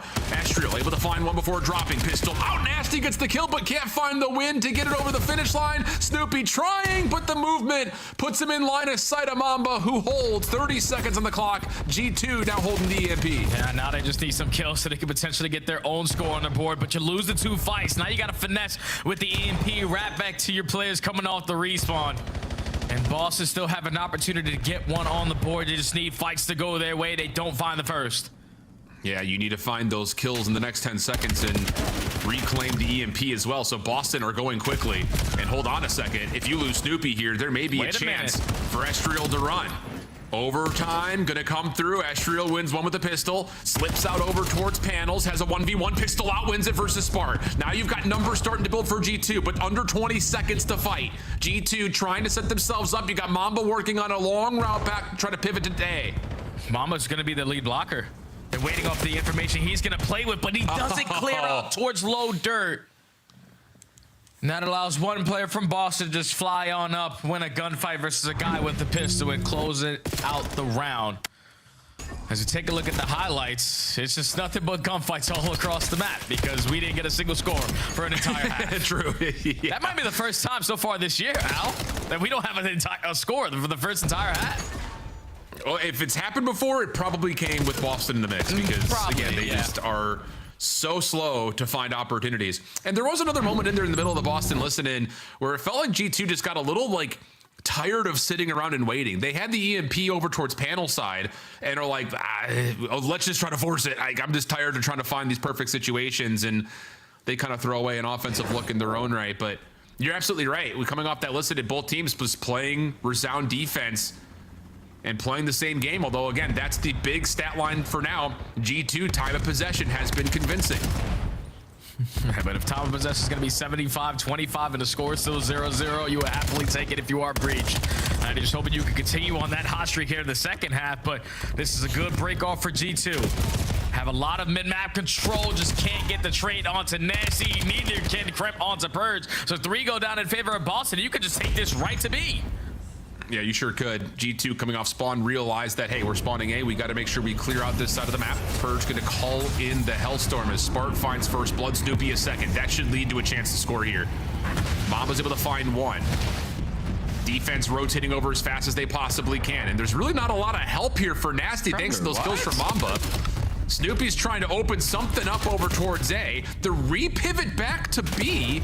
Nasty's down to a single bullet worth of help. Skies find the win, and that's a Hellstorm that really doesn't do anything at all. 3 kills here, though, and Boston could potentially quickly transition to A. Yeah, this might have been the actual Hellstorm with all the guns, because this could lead to potential score, but your lead blocker loses that initial fight, but thankfully the finesse god in Spart has wrapped it all the way back to B. Snoopy, the lead blocker, just needs to clear out the B point. Trophies are going to be down. You're finding every single kill in the feed, and finally, Boston are on the board. Holy cow, dude. I'm sitting here hands in the air like, what is it going to take for Boston to commit to getting through one of these 2 zones? But they do get the first score of the overload. 3:15 on the clock. G2 setting themselves up around P2. For now, it's largely just on who's watching the cross. And that's Mamba at the moment, looking to see if he can bully out Purge. Gets the better of him. Mid-map, Estriel's been read by Nasty. Tough gunfight for Nasty in close quarters, but he still wins it.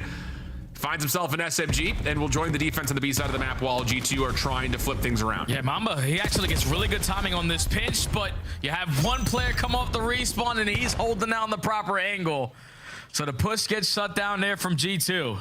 It's like every time they're trying to go on the attack, they're trying to set up like the perfect play possible.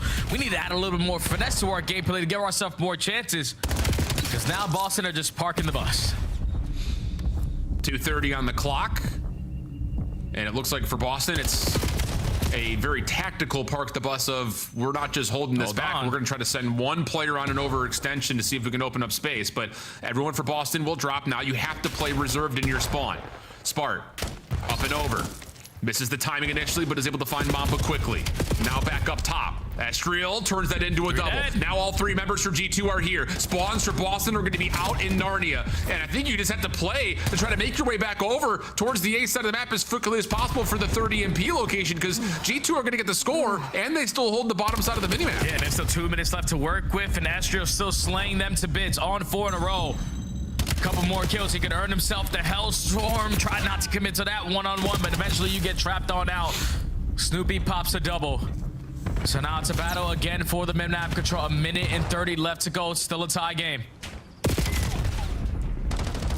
Very well may see overtime here, but keep your eye number 8 in white. Nasty, long route around the back. Able to find Kremp.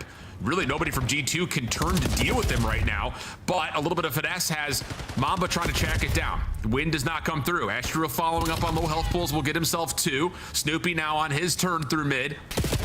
Will keep things really much just a even battle through the 50-yard line. Spart trying to change that big win, and Purge will take another one down towards third, turn that into a second. A chance to grab and possibly go if they can find Estriel up top. Yeah, but Estriel does find 1 kill, so all that's going to do is just slow down the play. He's able to give you 1 extra as well. And Purge falls, so 50 seconds left to go. G2 have the map control. Your lead blocker is going to be Kremp. He's able to find one through mid connector. This way you need to grab it and go left. Grabs another, but overchalls the shoulder. And as Spart is able to find 2 through bottom dirt, the EMP still stays on the ground. 30 seconds to fight. And with that kill from Snoopy, we may just see everyone battling for position right now to possibly go overtime, as Purge will grab the EMP and drop. Boston still have control over the bottom side of the map here. Hold on a second. Skies is going to have to win this battle. Otherwise, a lead blocker's already gotten through. It's on Nasty. How much can he do? May not make a difference because Sky's able to find the EMP carrier, and now Nasty drops. 8 seconds on the clock. Minnesota with the map control. And they're going to grab the EMP here to see if maybe Mamba can get through, but he drops just before overtime. We'll get a 4v4. Yeah, it's a good time to die right there if you are Mamba. Put the EMP on their side of the map, and realistically, you have the win condition if you are Boston Breach. 4v4. No one willing to scam. Reset back over towards low dirt. And both squads are just not willing to scam. Spart gonna be the only guy for Boston taking a risk. Mamba the one responsible to watch this OE. He finds him. First blood tallied. 90 seconds for Boston to get one back. Or more. So it's going to be on for Snoopy and Purge to try to clear out mid and look at this setup for G2. Everyone in tradable positions. They have to recover the EMP at this point. At least try to sniff out what the setup is looking like for G2, because you're going to take these risks, and Kremp makes you pay for it. 4v2. Yeah, Snoopy. Shots to Skies, decent, but no, there's Estriel down low. Last one left is Nasty. Would have to find all 4. Here comes the triple chow up top. Nasty, wait a second, almost with the pistol out, but help was there. G2 able to find the final kill and take the swing map 2-1. Yeah, and I don't know if that was like the best defensive overload I've ever watched, or potentially the worst overload I've ever seen. But neither team was willing to take any crazy risks. Even when Purge has a Hellstorm, it still doesn't lead to a score. Yeah, that's just one of those overloads where you just gotta chalk it up and move on to the next, because I don't think you can learn anything from that one. G2 somehow, some way get it to the overtime, catch Spart on the OE.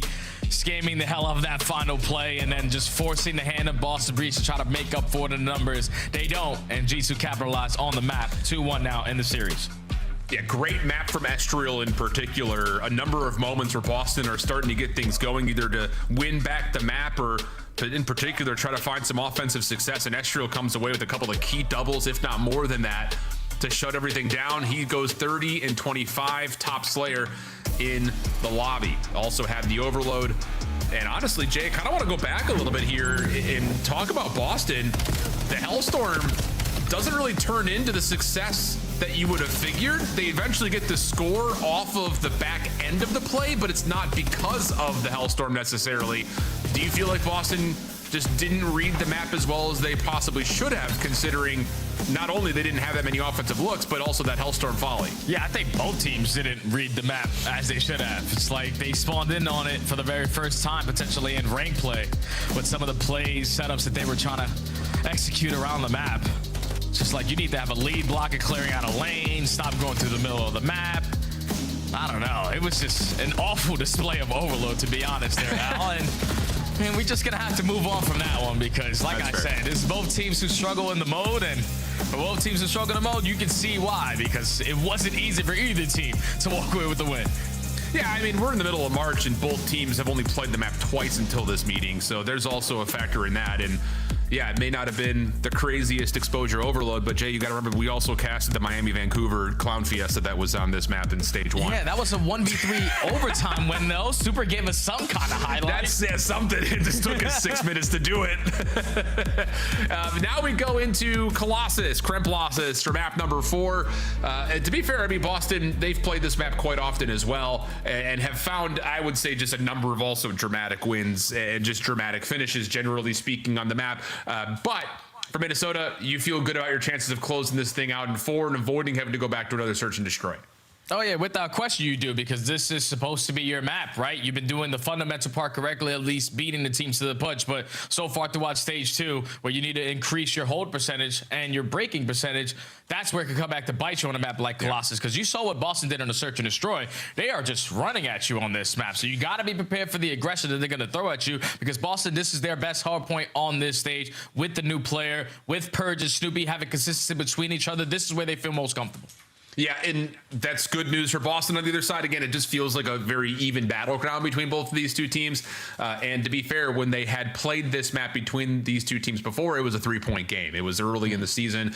It was stage 1 qualifiers. I think it was in December on top of that. And it was one of those games that's just like, brother, it was insane. So very well may have an even battle between both these two teams on the map overall. Again, the big news, though, outside of just whatever happens here in map number 4, for Boston, you lose this series, it puts you in some major trouble in terms of trying to get to Birmingham or the play-in at least, due to the fact that they only have one more match after this, and that would be versus a Red Hot Heretics team. Whereas for Minnesota, a little bit more forgiveness because you still have Vancouver to play and the LA Thieves after this matchup, so you've got a couple other series and try to build yourself into the standings. But honestly, I think if you're Boston, you kind of just have to come out swinging here early and see if you can force mistakes from G2, kind of like you did in map number 1. 100%, man, because the mistakes that you were able to capitalize on that map number 1 was beating them to the punch, especially early into that game. But as we take a look at the numbers from map number 1, it was Kremp always setting the tone with the aggression. 4K damage, 31 kills, him and Snoopy mirroring in the KD department. Just Kremp a little more active on the objective, putting down more shots, and those couple extra shots led to a 2-3 point lead in that map number 1. But on Colossus, I'm expecting Soupy to definitely match that pacing of what young Kremplossus is going to get loose on here with. Yeah, that's at least the expectation, right? So we'll kind of see how it goes. But you hit a really good point that I just kind of want to keep kind of teeter-tottering back and forth on. For Boston, they have played this map quite a bit in the stage. And even though they find themselves 3-2 on it in the stage 2 qualifiers, their 2 losses were 222 to 250 and 246 to 250. So again, just kind of reiterating the storyline that every time we see Boston and Minnesota, for that matter, on this map, it ends up being pretty electric in terms of how the finish goes. So after Den was about as tight as you'd like, it feels like we could be in for another electric finish here. 250-244 was the map 1 score. And again, if you're joined late, The big storyline there was G2 are making the right reads in terms of how to rotate around the map. They just kept losing out on their setups, largely due to some rotten luck on timing. So we'll see if Boston can again continue to build those mistakes and punish G2 on it as we jump on into map number 4. And it's all about this early statue control, as you see both teams putting a lot of focus, and Boston have a lot of their numbers reinforcing on this side of the map. They go 3 for 1 in the trade battle. They're already dominating all this P1 time, and they're in control of the map, forcing G2 to now just flood their way. Yep, and also have to respond to make sure no one gets through that P2 side of the map. Good win there from Kremp. Follow up with nades landing at P1 will allow G2 to have the numbers. Nasty trying to hold a bit of a shoulder. Pushed off. Estriel stunned, but had a little bit of help. Pops up. No, he gets stunned again. Nasty finds himself the kill. Mamba trying to hold off the rotation with 10 seconds on the clock. And G2 are once again having to kind of play a little bit of reception on the defense of P2 here. Yeah, they have the right side of the map that they want, but not the positionings that they want, because you're just forced to iron up off the spawn. But thankfully, Skies and Mamba combined for 3, so gonna alleviate that pressure from the front side of Sashu and beat uncontested for at least a good 10 seconds here. If you are G2, you gotta be prepared for Boston, because here they go through mid P1. Yeah, that's where they're set up for now. Try to jump down over the top of Skies. Mamba's able to punish with 2, playing a little bit of oversight on it. Good read onto Nasty, who was trying to push out of P1 on top of that. And now here comes a route from Kremp. Around the back, shutting down Boston from being able to hit from the front. And now he's got 3 from Kremp. Shuts down the play, but the spawns will move here. Skies have the eyes up. Spark good damage, but can't finish the kill. And now Skies is trying to finesse. Can't quite get into the reach of the knife onto Snoopy. And a late break is good for Boston. Yeah, and that's just one of those situations where it shouldn't look like that if you're G2. We know that Kremp is fantastic for those routes, but you need to be able to stay alive when he's making those kind of plays, so you don't give up this final 20 seconds to Boston Breach to keep them into the game. Because you cut your losses there. Now you're early to the punch over towards P3, but Boston already here contesting. Nice shots, nice damage from Skies. He knows it, has the pistol to try to finish off some of these low health pools. And he's able to get some help from everybody, as Skies will now be on 4 in a row. And G2 can now feel out where the next set of Boston spawns are at. Yeah, you know that 2 players who spawn over towards blue side, so all of Boston have to be breaking through yellow, but you're able to isolate onto Estriel for the first kill. Now stuns and nades needs to be felt. You're able to connect a little bit onto Skies, who is on 4 in a row, who's running out of ammo in the M15, and with the stun connecting the way that it did, he eventually gets taken down before a good cause, because now G2 flip spawns and it's still in the time. Yeah, really good defense of the P3 hill from G2. Take advantage of the favorable kill feed, move spawns to your favor. G2 running and gunning through the lens of Mamba. 13 and 7. Was on a big spree before he got shut down. Estriel's turn, having a bit of a slower start, but as he grabs 1, G2 are already worried about rotation, so they'll set themselves up with P4 to their back. A little bit of confusion, a couple of question marks for Minnesota. Did anyone sneak through? They eventually get to the hard point, but here come Boston with a 3-man hit from the front. They're right through the front door, and they lose the initial fight, so now Estriel and Kremp just need to play their trades. And that's exactly what Kremp is going to do. Just keep the numbers on G2's side, all 3 in a row. Take a little bit of extra space over towards Statue, and now G2 are in flow. Unbelievable. It's just every time we're here, Kremp gets the job done. Off the reload, has Snoopy in his sights. Easy win. Back over to Spart, who was caught. Oh my goodness. Kremp almost able to do it all himself again. Estriel's nade will provide the trade, and now it's his turn to move forward. Tracks on to Snoopy, damage in, can't find the kills. Boston with 13 seconds trying to crack the code for some scrap time, and they will get a little bit, but not a ton that would be worth writing home about. We'll exit the first rotation at about a 60-point game in favor of G2. Yeah, now this second set, Boston, there's just one thing you need to really focus on, and that's winning your rotations. Because it was P2, P3, and P4 all in favor of Rocket, or of G2, to be the team initially to start off at the time. Now it's all about these fights, though. And the second set, over towards Thatcher, you lose the first guy. Estriel just finessing with his life, allow the teammate to here to assist him, and you're trying to hold it down, but Nasty finds 2, so this should lead to a big for Boston. Yeah, Nasty actually catches a 3rd as well, finding Skies inside the hard point. Spart will take away the full ace for Nasty. Good read on where Estriel's coming from, but doesn't win the fight there. So Boston were able to find a little bit of time on P1, but the quick contest is in, and G2 still hold on to the P2 side of the map. Good wins, though, on the backside of that setup from Boston. Will now start to change the tide a touch. But Kremp's 1v1 win comes right before G2 spawns up, and with that, G2 will put themselves in position to contest P1 and most importantly, hold spawns for next. And it's Boston again, choking up the final 5 seconds, but need to get a move on it to try to flip G2 out quickly. Overwhelming them with pressure through the front door, but as Kremp again lines up with another multi-kill. He is just on fire here in map number 4. Still a 60-point lead secured. The spawns for G2, at least for now, if you get this trade on the Snoop, and they do. Yeah, but Kremp spawns out, wins the gunfight, but Boston will get a couple of players to spawn close. Still 35 seconds to fight here. This is great time for Boston's prospects. Kremp, 23 and 12, make it 24. Not done. Pistol out. Wants to try to force the fight as he has help nearby. Sky's trying to track things down. Not able to find the shots initially, but it's Estriel behind the play. Able to find a couple. Mamba keeps the middle of the map safe, and G2 will walk away with the back 20. And now Boston just got to cut their losses and rotate, man. G2 have won every single rotation so far throughout this Colossus and only have a 60-point lead. Let's see what the difference is if you're the team early to the punches. You're going to make it into a one-on-one gunfight, and a team kill is not going to help G2, so Purge going to be here first. Boston finally have a rotation in their back pocket. Yeah, and they're finding some nice exit kills from Spart here, slowing down the rotation even more so from G2. Snoopy in trouble. Tosses a Semtex to give the contest, but he will drop quickly. And now it's just on to Nasty. That is way too quick, way too easy for G2, especially considering Spart had the read on whatever was coming from. So gunfight wins don't come through. Boston in some trouble. Spart giving them a lifeline to recontest the hill, though. Yeah, big double to open it up. So still trying to contest at this P3, but it's Estria and Mamba in the response. And Snoopy not even having a chance to turn this corner because he's consistently getting stunned, and it can never go back up to 100 HP. G2 with the crossfires are making it difficult for them to even touch this, and they are just running away with this game. It's just another one of those moments, and I think you really see it in that last 90 seconds or so. Spart is doing everything he possibly can to give his team a chance, but there is no follow-up anywhere on the map. And now you're going to lose rotation to 4. 175 to 98. Estriel, who had the slow start, is now 20 and 17. He has had a lot of nades land too, and he's also got a Hellstorm. 6 in a row.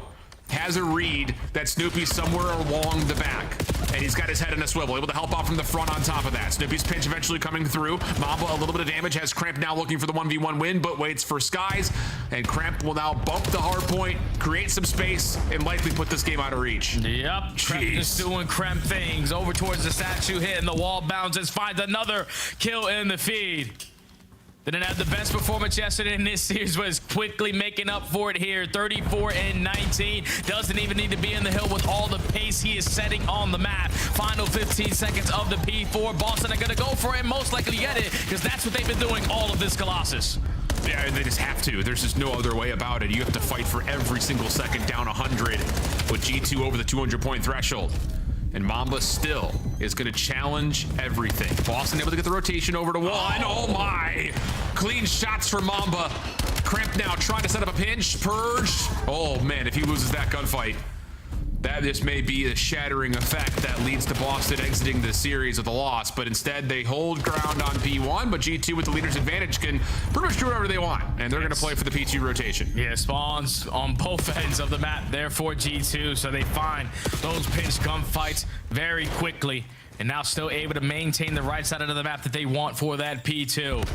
It's been all about the rotation so far in this Colossus, and G2 have beaten them to the punch every single step of the way, and now only need 25 seconds to call series.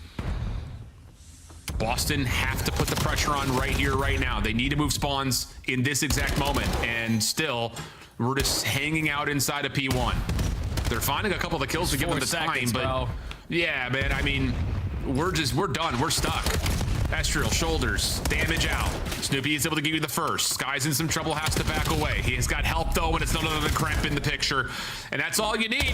G2 will lock down the spawns, reinforce the hill, and now Boston have to flood from the front. Yeah, now all it is one more wave of gunfights for G2 in this map, and this series is going to be theirs. Spark Arts opens up with the first. Estriel quickly on the trade. Estriel putting the finishing touches, and that is going to be the game. Unreal, man. It's just another one of those moments. You see G2 at a Colossus hard point in the series, and you know who you're going to watch, and he's going to give you a show. That man being Crim. So, like you called, Jay, the rotation game, key for the map, obviously, at this point in the season. But more importantly, G2 don't make the same mistakes that they had kind of follied on and misstep on in the den. They get the lockdowns, they get the spawns almost every single time, and they take advantage of it.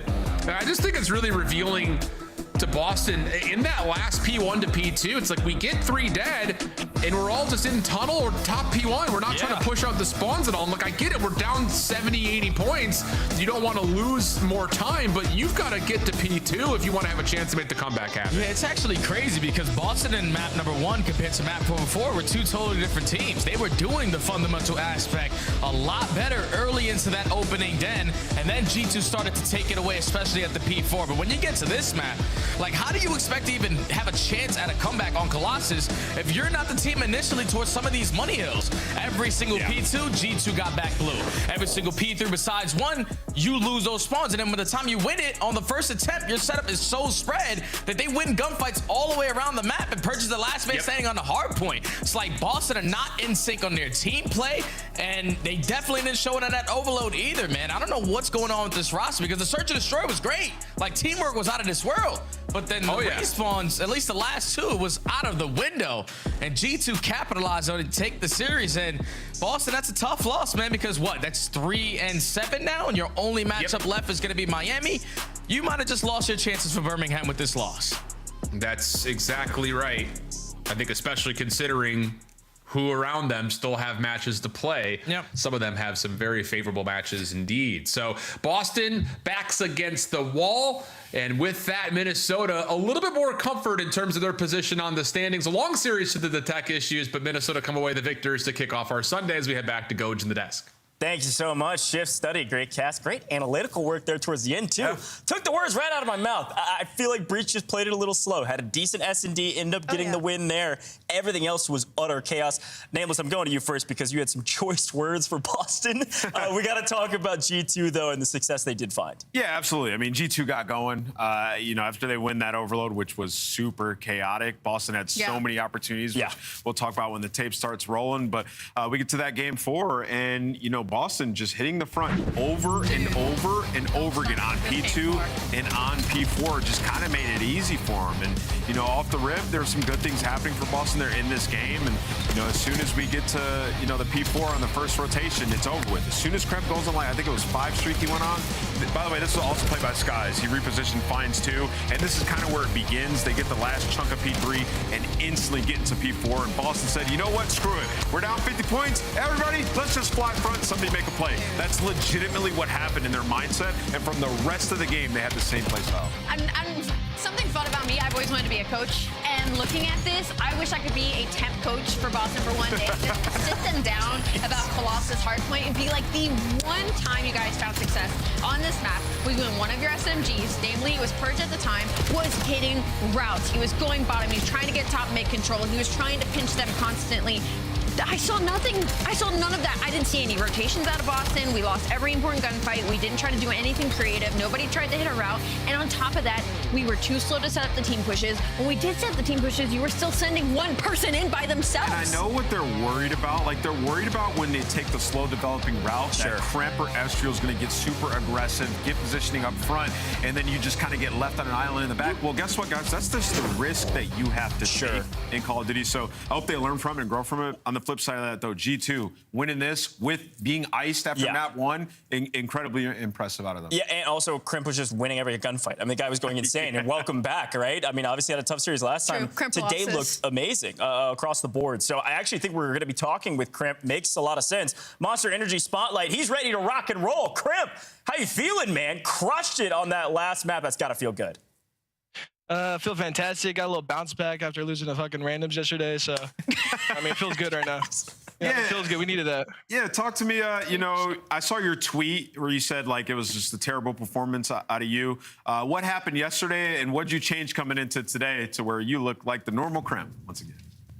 Honestly, I think when we play on, for example, the server we play them on, it's not like they have an advantage because we're all on, like, somewhat the same ping, especially with the ping tool. It's more so, like, I play very straight up, and I think I learned that, like, I need to play more creddy sometimes, get the free kills. And like I got exposed on like a 50 ping, so because I'm just challenging everything, so I look dumb. And then I had to learn from that. Let me ask you one follow-up about your team. So, you know, we talk up here a lot about Rookie of the Year and like who's going to win it. And lately we've been leaving Mamba out of that discussion a bit just because he doesn't light up the stat sheet. Can you talk to the fans and us about what he does for you guys and why he's so important as a teammate?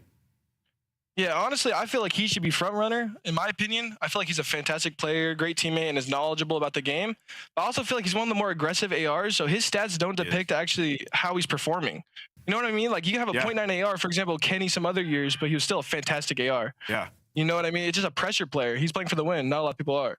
That is facts. I was about to say that kind of sounds exactly like what Ant has been saying about Mama during this entire time. And Crimp, I want to ask you about that map number 3, the Overload. Was it as uncomfortable to play as it was to watch? Because that might have been one of the worst overloads we might have had to see this season. Nah, that was actually atrocious. Actually a ball. We just move on, go forward, and we realize we got to learn from it. We already talked about it, honestly. So yeah, nice. Well, hey, obviously a fantastic win. A good opportunity for you. Talk to the fans of G2, man. This is a big win for you guys. Obviously, you know, on paper, it looked like you would win this matchup. But just from a stats level, looking at your record now, this is a huge win for this major that's coming up. Talk to the fans, people at home. I appreciate everyone from G2 for their support. Appreciate my family, my girlfriend, all my friends. Appreciate everybody. People saying we're inconsistent. I mean, the game's inconsistent itself, but I do think we're still one of the better teams, and everything else is outside noise. So stay confident, stay with us, and we're going to keep winning. There you go. That's Crimp, G2. Crushed it today, my man. Congratulations. All right, thank you. Thank you. Cheers. Another good interview. He's back. Good insight on Mamba, too. Yeah. That was some fun conversations we had in the green room there. Yeah, we'll have to keep his name I can't pick G2 anymore. This literally proved it. I said it. I was like, I felt like I was on G2 Hate Watch, so I can't pick him today, and they win. It's just whatever. Let's take a look at the Scuff player of the game. I believe this is the end of map 1, if I remember correctly. Oh, yeah, let's talk about this. Yeah, go for it, Nameless. Oh, my God. Yeah, I mean, it was kind of a wild ending. So directly prior to this, Snoopy had a huge play, right? But he ends up not finishing the final kill, and Kremp is able to sit back there, and they actually secure the spawns, and it's just a back and forth fight. At one point, it felt like Boston was going to be able to get in and hold it to the end. Nasty falls off the map after a sensational play. He found a huge kill, and you know, when you spawn in the back, you're just going to have numbers, you're going to have the pressure, so G2 able to close it out.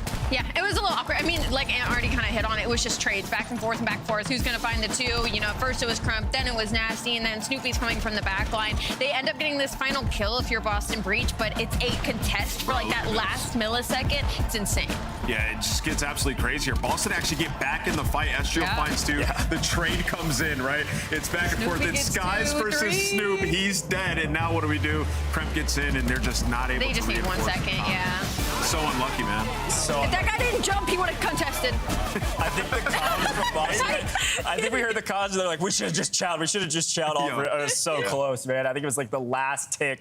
Crazy stuff. A good matchup. A big win for G2. Quick look at the standings and see where everybody's at, because yes, things continue to change. Tumultuous tides. Remember it. That's what it looks like right now. As G2 do jump up to 4th, technically over Koi now because of some tiebreakers there. 5 and 4. Nameless. That breach loss is so big for FaZe, like massive for them. Because the head-to-head, Yeah, because their schedule, they have some tougher games. So this match today is still very important. They want to avoid the play-in in general, but Birmingham chances feel a bit better if you're a FaZe fan. Yeah, 100%. Hey, we'll get to FaZe a little bit later today. We're going to Surge versus Miami next. Soup Snipes coming back. We're going to be seeing it here shortly. Let's see how much of a difference it makes.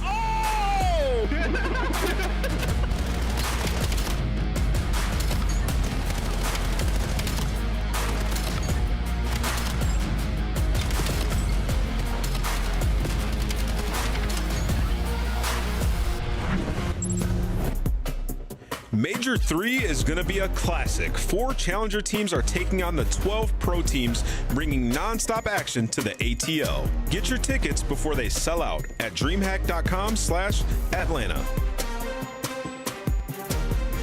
Dominate the competition on main stage with the CDL Major Hunter Tracer Pack. Collect your chip by scanning the QR code or heading to the in-game store now.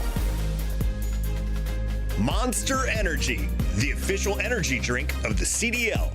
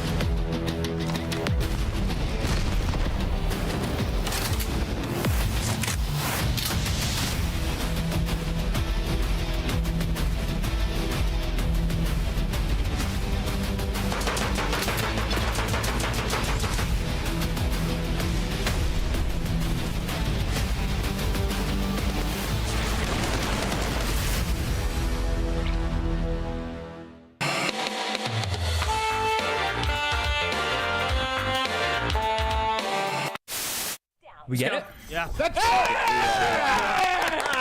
GG. Boom. Let's go. I want to say that I was not trying to curse us. I did not. I thought it was 250 kills. So when we were up 70 kills, I was like, "There's no way we can lose." Yeah. Now it makes sense. Solo season one shot. He's dead. That's it. They can go there deep. That's it. Yo, pinch. Nice. Let's go. Let's above you. He went down. Down. Absolute. My bad. He's one shot. You guys got this. You got this. Money for you. Way better. Nice! Let's go. If I lose that, then just take the Porsche away. All right. Another car. Come on. Yeah. I'm gotta go with the New York Subliners in this one. FaZe warmed up the Subliners. Vibe check, bro. Dang, man. Paco has carried me in a rank. I'm gonna go with the New York Subliners. That's crazy. Good job. They get these first 2 kills. Insight gets in the rack corner. Gets turned on badly. Oh my God. That's that ghost going off on the main stage. Oh my God. Oh, we got Fame here. Fame, how you feeling, man? I'm feeling good. Happy to be here. Fantastic interview as always from Fame. Wonderful lad.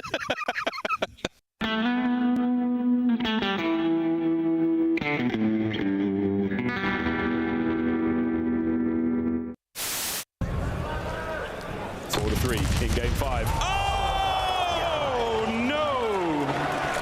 4v2.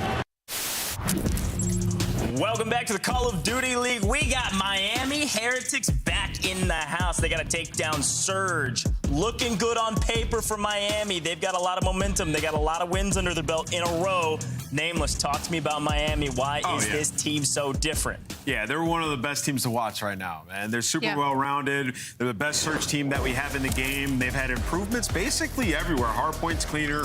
Overload, they've had a lot of improvement. 3-1 in the last 4, like top 5 in possession time, setting up some good plays there. So they're just a hard out. And then when you go into a series knowing that, like, okay, we can more than likely take both S&Ds, and we have the best search player in the game in Super, who's just going to be first blooding you left and right. You just feel like you have such a massive edge. And to that point, Super and Rancor 1 and 2 in overall KD to split. Yeah, no, Miami's been unbelievable. They're in that top 2 for a reason. Sitting right now, one of the first teams with 5 wins outside of Austin, Texas. Their S&D has been unbelievable. Not only do you have basically the strongest sniper in the league in Super, but you also have other players around them that are putting up insane numbers. Trace has been unbelievable during this split. Even Metals has found some consistency. I said it before, like, he has like a 0.7, 0.8 in S&D, but you don't need it when you got teammates like Rancor and Super putting up double digits regardless. So this, to me, outside of Optic Texas, might be one of the scariest teams in the league, especially 100%. With these final 2 weekends. If this is one of the teams left on your schedule, you're basically screwed. I mean, they're back in their BS. Last year, they became the best S&D team, and that's what got them through it. Like, who is going to show us how to beat them? Because at this point, it's like smoke him out and try to close the distance or pull the sniper out. Neither one of those have worked. It definitely didn't work when they played the Falcons. I mean, when the Falcons couldn't handle them at all. It was crazy. And to your point, Metals did pick up like a 1.52 KD, by the way, and map 3 to end out the matchup against the Falcons. So as we take a look at the Surge, they've had their ups and downs as well, obviously, just like everybody else has. And there's been moments where you look at a player like Gwen and we say, hey, you're a difference maker. Been a difference maker on other teams. Difference maker this year as well for this roster. The big question in my mind, Gwen's going to have to pull out the sniper and try to battle against Super Nameless. I don't know, man. Yeah, I mean, you look at the series and you just think, like, is there a world where they can kind of go toe-to-toe with them at hardpoint? And, you know, as weird as it is, I do feel like that based off the last 2 matches that Surge have had. You think about the Gentlemates one where they fried in hardpoint. And then the Toronto one, 2 very narrow HPs, and they lost like 15. First one was pretty close, and I do feel like there's some gas in the tank there. Also, to the Surge and short point, with Capsule, they're undefeated in S&D. And their defense in particular has been great, right? So realistically, we're going up. These are 2 insanely good S&D teams going up against each other. I completely agree. The only difference is I think there's a slight skill gap when I look at both these teams. I think Lunars and Gwen could definitely hang with Rancor and Super on their best days. Now, is today going to be a best day? I don't know. That's what we're going to find out. And for Vancouver, I kind of put them in the same area as Carolina Royal Ravens for me right now. They're making steps in the right direction, but it's still not enough to consider them as a gatekeep team, as a team that's going to beat a top team. They're just going to take them the distance. Yeah. And so when I look at these maps and modes, I'm already looking at that exposure on Miami Heretics. I see that as an opportunity for Vancouver Surge because they like exposure, but I'm also thinking about the aggression that Miami puts on a map like this that's this small. It's not going to be easy. I don't hate the hard points for Vancouver. Like, Miami been playing a lot of Den and Scar. Scar's out. Yeah. So Ali said the Expo Yeah. could be good for them. And then the Den is one where you feel decent about it if you're Vancouver. What about the swing? What about Den Overload? I mean, they're 1-7, I think. Surge is 1-7 on Teams Overload. are pretty at Overload. No, that's the game mode where Vancouver just have had no life. Yeah. No chance. That's what I'm saying. Like, so I don't know. That's a wash in this series. Like, they're probably losing that. You gotta steal either both SNEs or both. Yeah, it's not going to be easy. Yeah, it's going to be very, very difficult for Surge. Is it possible? Absolutely. We've talked both ways for a lot of our teams. We got to talk about our scuff pick'ems, though. I know where I'm going. I've been supporting Miami since I got here, and I got to stick with it. Miami all the way. And what about you? Yeah, I'm going Miami in this one. Until somebody shows me that they can take Super down, I'm picking Miami. That part, yeah. I'm definitely going with Miami Heretics. Miami, I assume the fans are with us. Yes, they are. We have to ask our casters.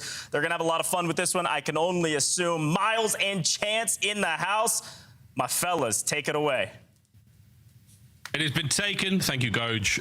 Okay, Chance. A red hot, stinking red hot, no touch, only look. Miami Heretics gone up against quite a tepid Vancouver Surge. Where are you going?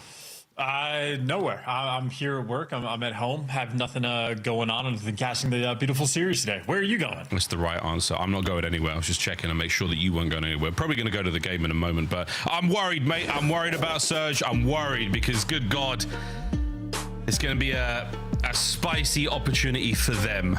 They've got to go big. They've got to go big. We've got to see the best we've had out of them.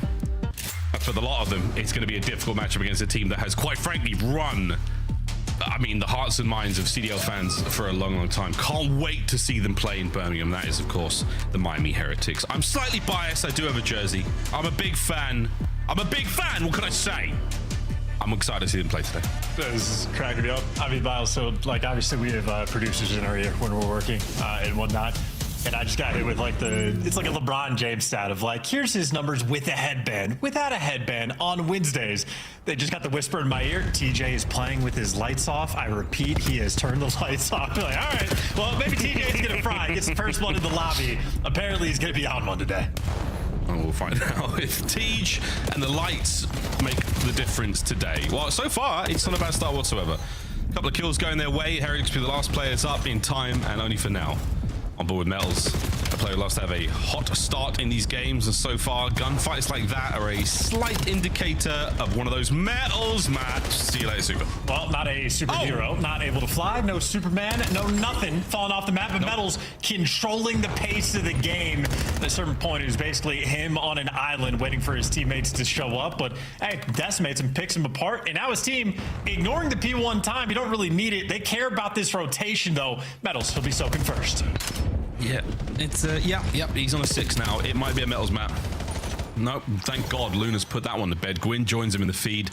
An opportunity there for the hold, Vancouver. Still, despite the shenanigans and the excitement, such a low-scoring game so far. Not a lot happening.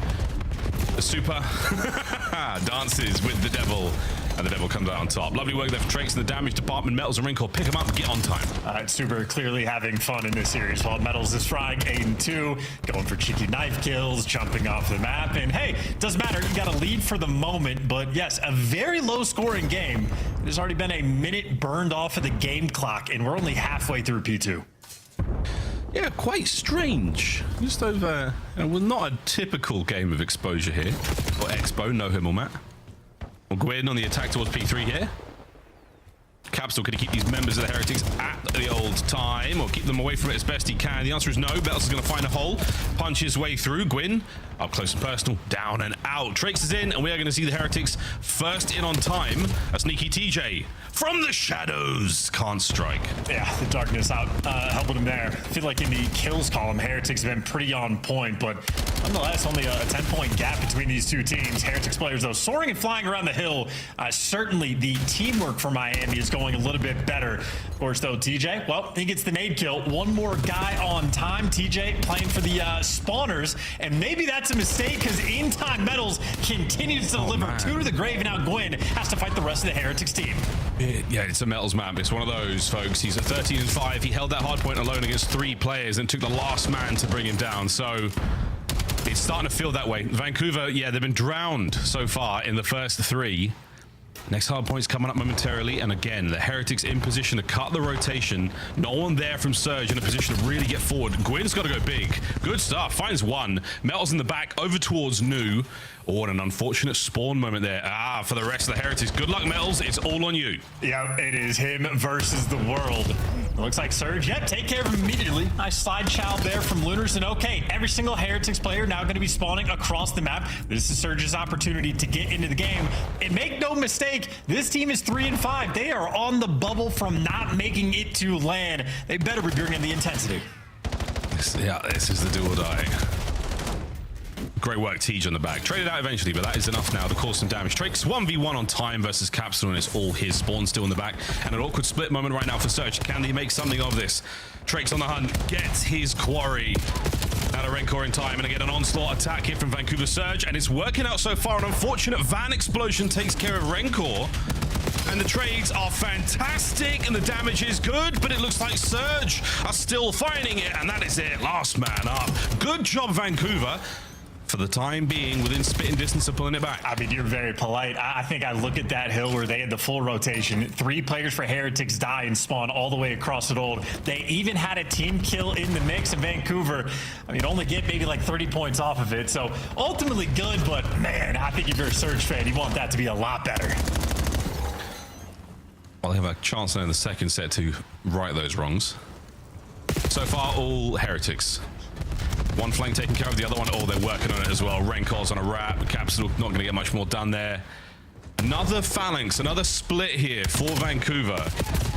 End to end, and there are members of the Heretics everywhere, so it just feels like you are constantly being shot in your back if you are Surge. A near perfect hard point here from the Heretics. And again, look, Heretics are not playing clean Call of Duty for the moment. They've had maybe 3 team kills, Supers jumped off the map. It's been a little bit trolly, and they still have a 30-point lead. So like Heretics, not dialed in, and it simply does not matter. The widest gap we have seen so far this game. Surge, for the moment, showing off why they do not have a win on this map in this stage. No, while first set comes to a close, Miami Heretics is Trakes and Metals, the big killers there for the Miami squad. Lovely nade over the top.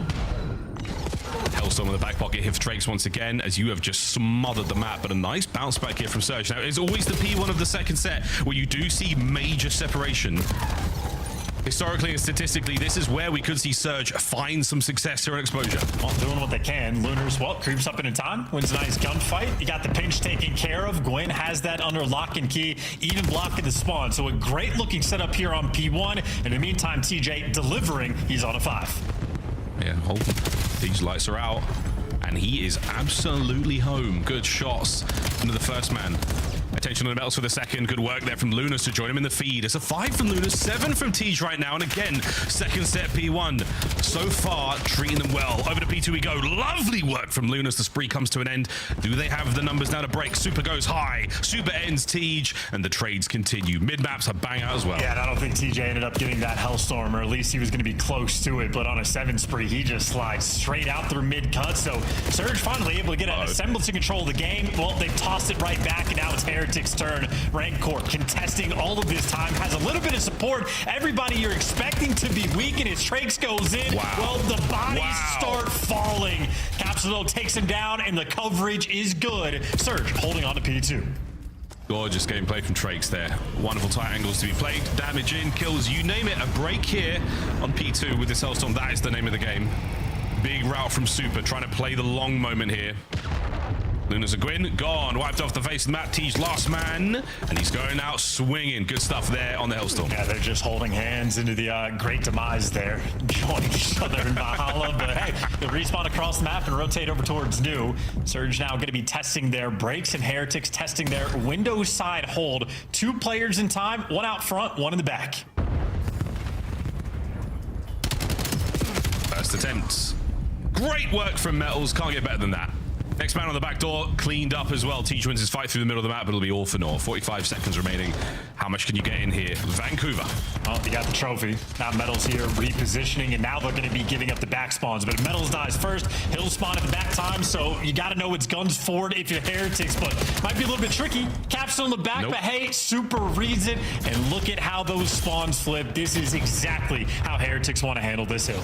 Denied. Another attempt on the hard point. Hellstorm now for Super. Trades are going to be over. Complete. Last man up, Metals. And a battle of the ages, making my hands hurt on this. One good shots out of Teej, and the trade complete. Scrap the consolation prize here for Vancouver. Once again, a P4 rotation that the Heretics win. And they got to block the spawns as well. Yeah, Trakes. I mean, he had to sprint to the back to make sure he blocks it, but he's successful. So that means everyone is by P2. Yeah, Super jumping over multiple players' heads, but as they're getting funneled into the left, well, Trakes is here for the pickup. Oh, he's got damage.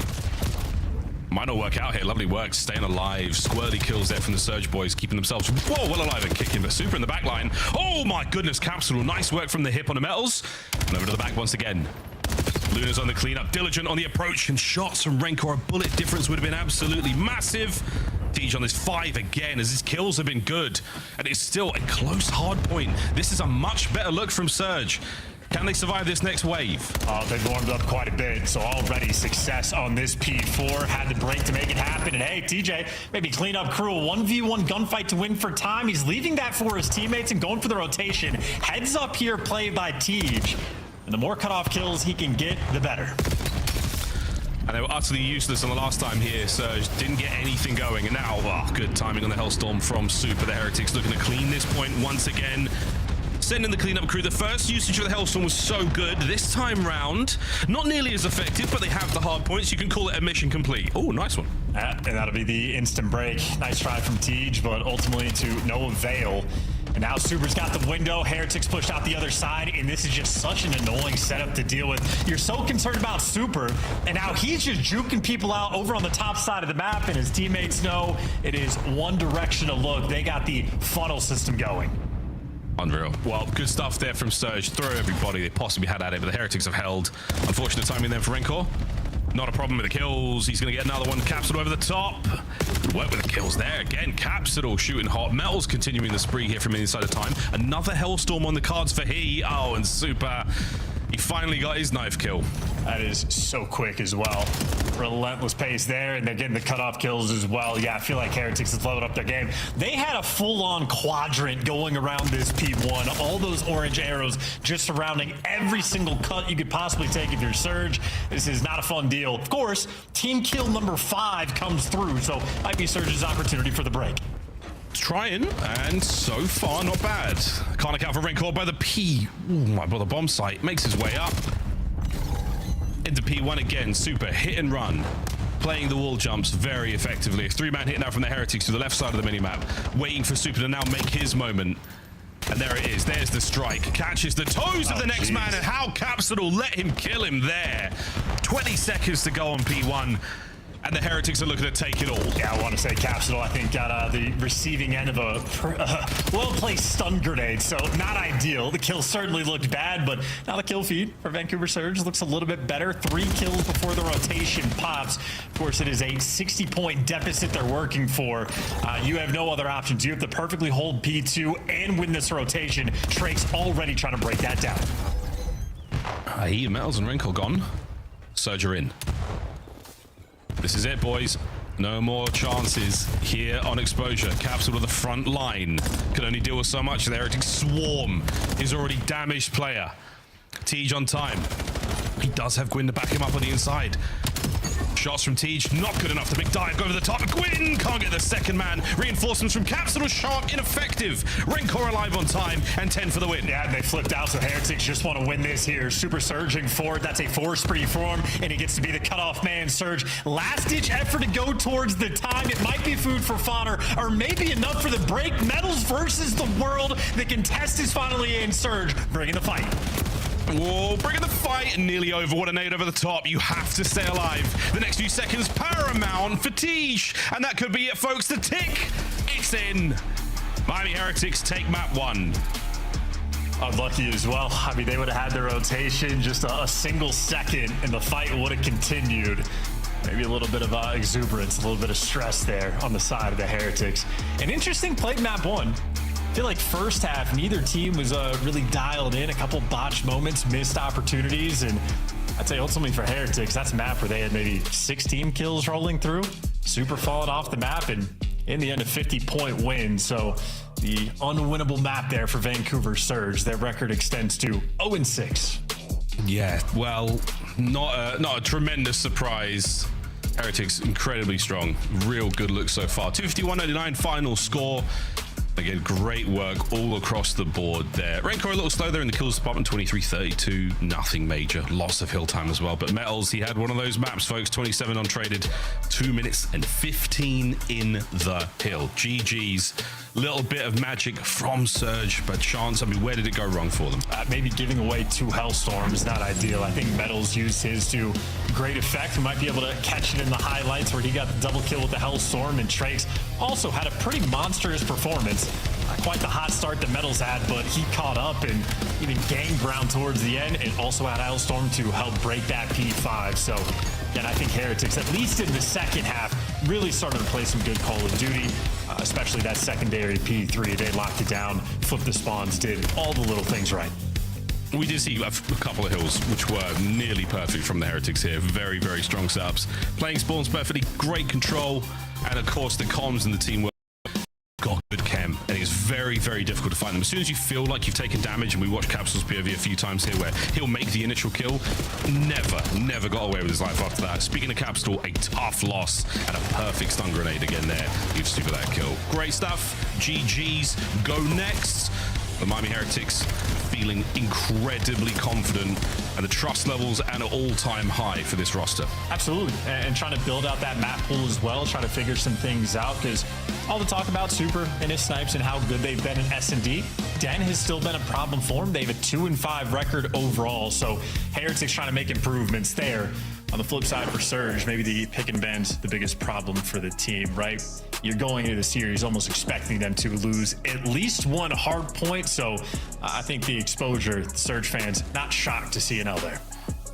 P2, P4, very, very strong for the Heretics. Again, Vancouver keeping it as close as they possibly could, and ultimately a close game until the very end. No legs there in the third set.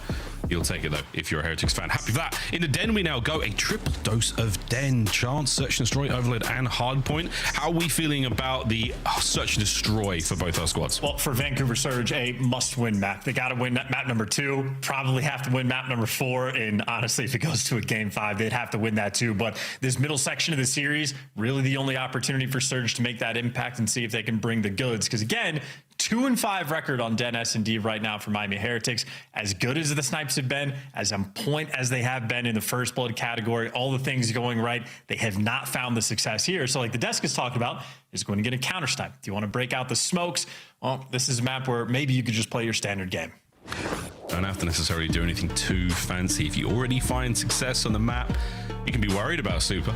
But this isn't, you know, the magical Colossus game we saw him play against the Thieves not too long ago. Again, it's just stonk standard stuff. Don't do anything too fancy. They don't necessarily have it down pat. The stats though, Chance, are amazing. The statistical anomaly there is Super right now. Mr. Sniper, opening win deal rate is 75%, spectacular. But again, predominantly down to the fact that he uses the snipe most of the time. 51 overall. Yeah, unbelievable amount of production and incredibly consistent he has been. This is not just this year. Last year as well, Super was that guy in S&D. I mean, he was walking around with a 1.7 basically the entire time since he joined this spot. So S&D is his. He has owned it. It will never change, seemingly at the very least. But nonetheless, as successful as he has been individually, again, the team on this map, not quite as much.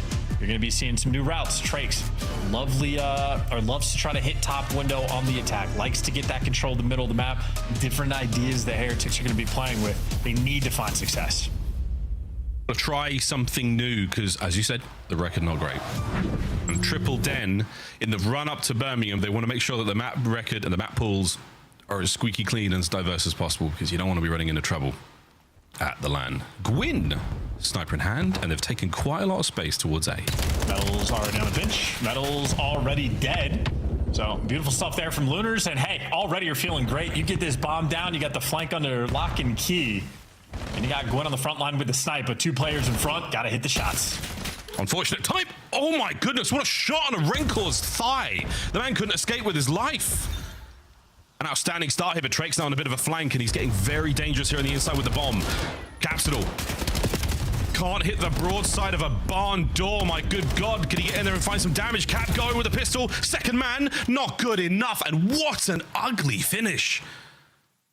But you'll take the round happily if you're the Heretics. That is start to finish. Everything is wild. And there you go. That is Trakes for the ace. Double kill with the pistol. And unbelievable stuff. Renkor with thighs so thick, they actually gave him the headshot there for that one. Oh, wow, it was a headshot. And none of it matters because Trakes killed the entire team. Yeah, good stuff, Trakes. We were praising the attempted flank, the reads from Lunars. It matters not. Yeah, let's have a Trakes POV. What's he going to do this round? He's got 2 players ahead of him to deal with inside Dojo. The triple cross towards the outer wall. Careful, the whole team. Careful, boys. Super. Oh, truly ineffective. But wait, Trakes is alive. Metals joins him. Metals now on a bit of a spree. And he finds himself in Dojo alone.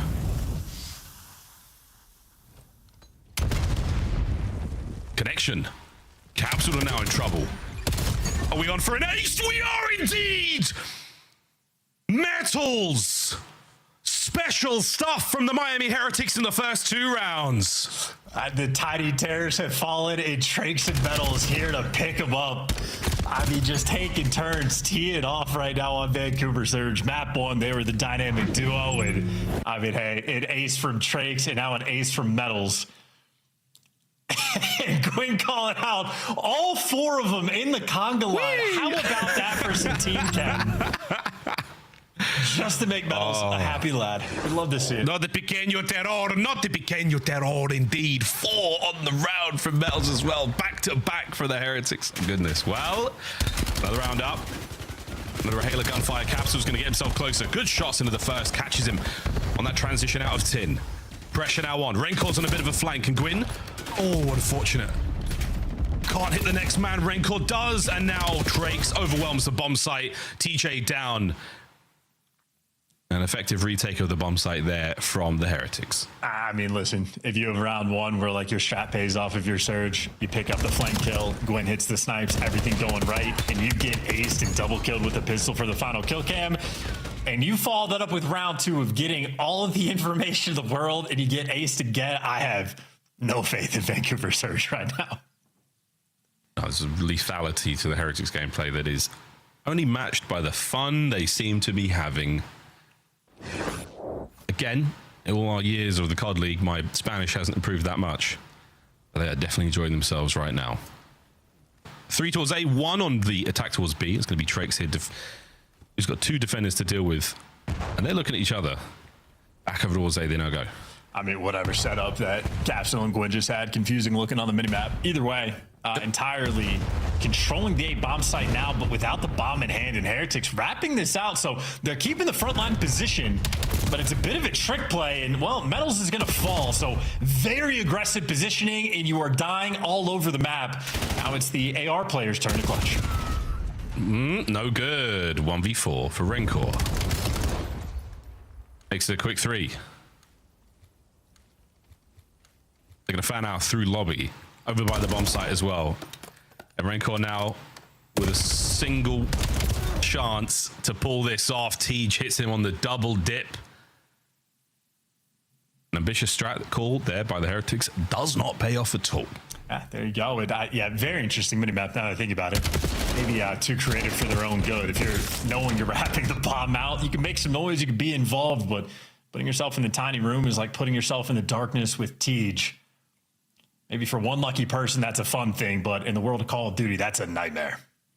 We had that generational run where we were calling out his relationship status, trying to get him out there on the market. We don't have to go back there, but it was a wonderful memory. All the fun and games here. Super hasn't done a thing. He's got nothing. 0-4. Hasn't hit a bullet. Useless. Win. Almost caught a player there on the hit. His teammates falling around him. Drakes gone. Super's on the board, and another clean round for the Miami Heretics. Yes, you can clearly see, though, that Heretics will, A, playing with confidence, and B, recognizing that Den has been an issue. Again, that 2-5 record overall. And this is the map where Super has had the highest level of production with the sniper. So now they're mixing it up. Instead of letting this cackling maniac get after it with the sniper, they're hitting the quad strat. Let's 4-man attack the A site. Let's do this weird stuff on the attacking grounds. Either that or they're straight up trolling. It can be tough to tell. Well, that's the thing, we don't know. We just don't know what magic is going on in the camp there. Coach methods. I mean, they're putting Super in a corner. They're just... He's spinning in circles back there. 3-man hops in towards 10. There's a strong defensive showing here from Vancouver. The nade goes over the head. Oh my goodness. Over the head of Capsidal, and Metals takes the head of both Gwyn and he.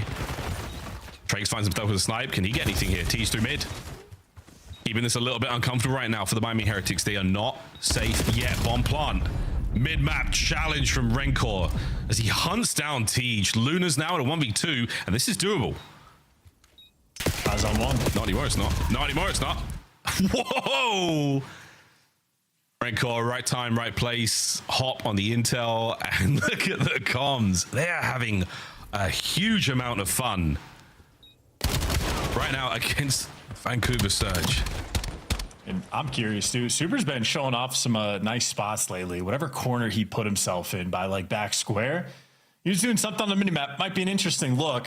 I don't know if you saw it, Miles, yesterday on like the scar and like the little back corner behind like red steps. He had a great line of sight to like see into like the overload spawns back green. So Super's working on the bag of tricks. Might be 1-5, but Heretics are working on their game in perfect counter strat call.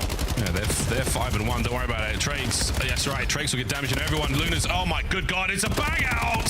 It's a 1v1, and Super. You can finish out this map 2-5. Luna's does not want that to be the case. The bomb is down on the rooftops there over by the A site, and Luna's now patience to avoid the embarrassing scoreline. Well, this is Super spot, so if anyone's going to check it, it should be number 3. And Super now knows to clean house, check out the bodies, get himself another weapon. Oh, and Lunas goes upstairs. Good God, if they could hear us now. The check is good enough. And Super, that dumpy, sticking out a little bit too much from the corner. Lunas gets it. And the map continues. They're having too much fun, baby. Can't lose too many rounds in a row. I mean, again, I don't know if when it comes to Birmingham, if we're going to see Heretics and just 4-man hit stuff on defense and offense and run it down in a conga line. We'll see if that's how they're going to play Den in the future. Right now, it looks like they were just watching some Advanced Warfare VOD. And went, hey, the better team can just play like this, and it's fine. Well, not there in that round. Lunars. Good there in the clutch. They're working on, of course, though, a 5-2 comeback. No, it's definitely a viable strategy, at least once or twice in a map. Super there, unfortunately flagging 2 of his teammates. Doesn't want to pull that trigger in the hope of the collab. Metals, yeah, spotted out by Gwyn. There we go. Gwyn not good enough for the second. Over the top, Drakes, what a second. He slams Lunas. Smoke and the reset right now. Heretics control of the A-bomb site. Yeah, huge shout for Trakes for Rookie of the Year, potentially. He has been on fire and under the radar because of his teammates' success, but that is, I mean, extremely good movement there. And there you go, bomb planted. Right core was dealing with 2 players on the pinch, but he managed to get out of dodge, go across the map, and meanwhile, Team Cap have just now made it through P2. Yeah, he's eyes on the first man, and he will have eyes on the second momentarily. Rencor, if you could take one with you, that'd be ideal. Surge should be in position for the trade, but no, Super backs him up here. Plenty of shots into Tej, closes it out. A 1 pump and a done, and there is the sniper to close it down. Wow, Heretics. Efficient and dangerous work on Den S&D. Very excited. Obviously, S&D has been a focal point for this team. When they go to Birmingham, we know they're going to be a threat. Excited to see if anything that we just saw displayed will come back again. Maybe so, maybe not. Nonetheless, Vancouver Surge in the dark, down 2-0 in the series.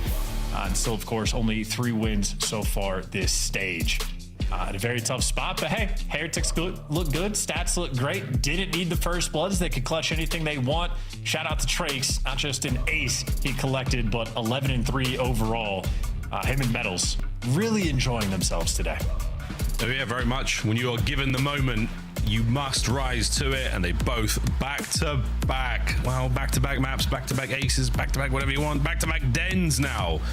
Well, how will the Overload treat our heroes? Vancouver Surge, again, an incredibly important position for them to be in right now. A loss is going to be devastating, and they are on the precipice of one right now. Quick break, folks. We come back. Den Overload could well be the end of the series if the Heretics have their way with Vancouver. We'll be right back after this.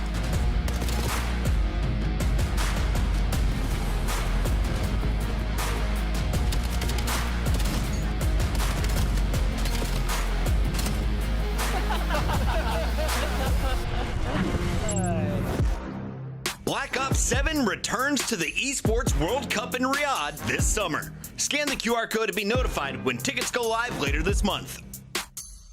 Start the season strong with the 2026 Call of Duty League Pack. Grab yourself the CDL operator by scanning the QR code on screen or check it out in the Call of Duty store in-game now. Scuff, official controller of the CDL.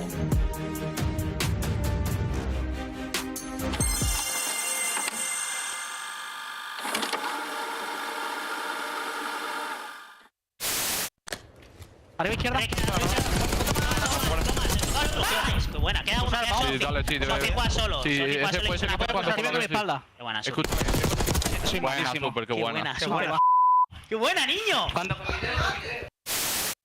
Would you rather stack a point and just get that extension? Because they don't even have 2 ticks done yet. Now they will, as Formal, he gets pushed up into wood, and they're just playing around these spawn kills. They're looking everywhere. Only 1 death in this round for Optic. Oh, yeah, this has been a clinic. An absolute clinic. Weak. One shot low. Rug was weak. He was weak. I'm just holding the iron. I couldn't get him. He's one off a street, Teach. He's working bomb quick. He's playing confident. You saw him. You can't get on till 8. Oh, frag. Wait, what? All right, we got to regain. He's one off a street. Come on, Teach. Let's go. All good. He's one off a street. Ain't no other frag on, bro. All good. Insight's not going to see it.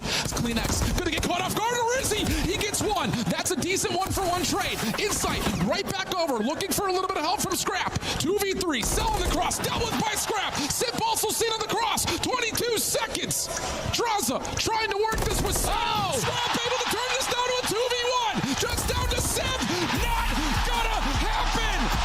Shut your mouth. Toronto in the grand finals here at home. And backward. Oh my god. Oh my god! The paternity test is in. I am the father. Hello kids, welcome back. We've got some very exciting news for you folks. That's right, Major 4 announced now. La Défense Arena, you will be able to grab tickets March 27th. Make sure to check out the Gentlemate socials for more info. Major 4, June 26th, 27th, and 28th. Be there.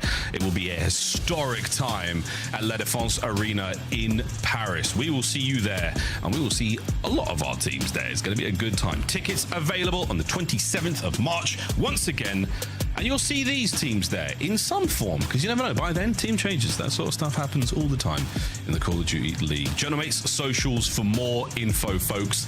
Get over there, and we'll get over there too. In the meantime, we're going to go over to Den. Welcome back to the Call of Duty League. My name is Miles, and this is Chance, and he's going to tell you how this game of Overload is going to go. Well, for the Heretics, by God, are they going to enjoy themselves some Overload. It is a mode that Vancouver Surge very much struggling in, and Heretics, listen, man, confidence is key in any competitive environment, really in any competitive endeavor of any type, especially so in Call of Duty. These guys now have all the confidence in the world.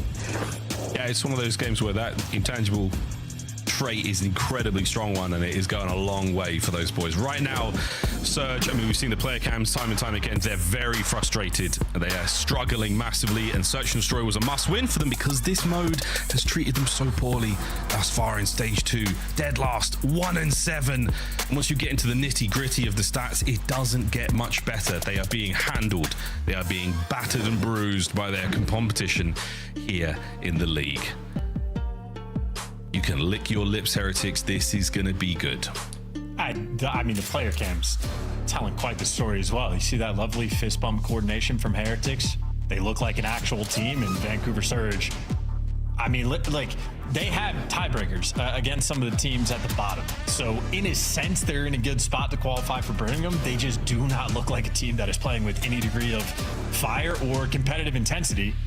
And that is going to spell disaster potentially on this very map, because not only were all the stats dead last, they're also not getting kills. Even in the KD department, they're not finding success. If C9 can do it, anybody should be able to do it. Overload's a complicated game mode, but some of these new guns are looking ferocious on it, but try to carpe the DM. Heretics certainly have. Well, Gwyn seizes the first blood. Deej joins them alongside him, so we've got a slow approach through mid. Heretics have yet to fly forward, and as I say that, it's a one pump from Super to get a couple of kills for Trakes as well. So back over to square one. Everyone respawns up. So he's still vying for control over the mid map. And in spite of getting the first 2 kills, you got basically no map pressure at all. But hey, go. Gwyn's there for 2, and Super's here for a good time. And that'll be the play of the game too. So wow, that's, I mean, enjoy, gentlemen. That's a 3-piece. That's all dead. That's right back to spawn. That's tremendous damage. Big pickup going over towards Dojo. Trakes will be the point man here. Can't find the kill onto Lunas, but the damage was good enough. Is it enough to get in there? The answer is no. Red Core will be stopped here. A little bit of tags in the capsule will slow things down, but that will be the play done for now. Device towards the bottom side of the map. That's where it will respawn after a capture as well, so the Heretics playing for the second. Super lying in wait. Trakes here for the coverage. TJ crossing the middle of the map, wants to make a play in the long term, but the rest of Surge not approaching, and as TJ falls, well, the play is going to get absolutely stopped in its tracks. Capsule, good for 1, good for 2, and okay, he dragged enough to the grave with him. Heretics won't get a score just yet. Not just yet. Raincore, you find another one that would help a lot. Spawner's going to be up close there on the B portal, the B goal. For now, Raincore is still, the dance is on. The quick swap now, the crossover towards Aiken. Metals get it in time, and it's through. There we go. Trakes actually the carrier. Metals on the kills. Bottom side of the map we go once again. Heretics, they will be winning the foot race towards the new EMP. And you saw Vancouver Surge really relying on TJ to make a play to try to get that score facilitated. Meanwhile, Heretics working together really well as a team. 2 kills down the feed, pick the device up, and just run. I mean, you're winning every single gunfight. This should be an easy get. That should be it. Yeah, right on through. Surviving man, he's going to be a Heretics player. He will be in the orange jersey. Now he's on the attack towards spawn. Very awkward spot to be in right now for Vancouver. Will they identify this play? Top side of the map. Good save from Gwyn and Tej. That helps a lot. You've still got Trakes here with possession, technically, of the device. And now the continued pressure from the Heretics towards the B goal.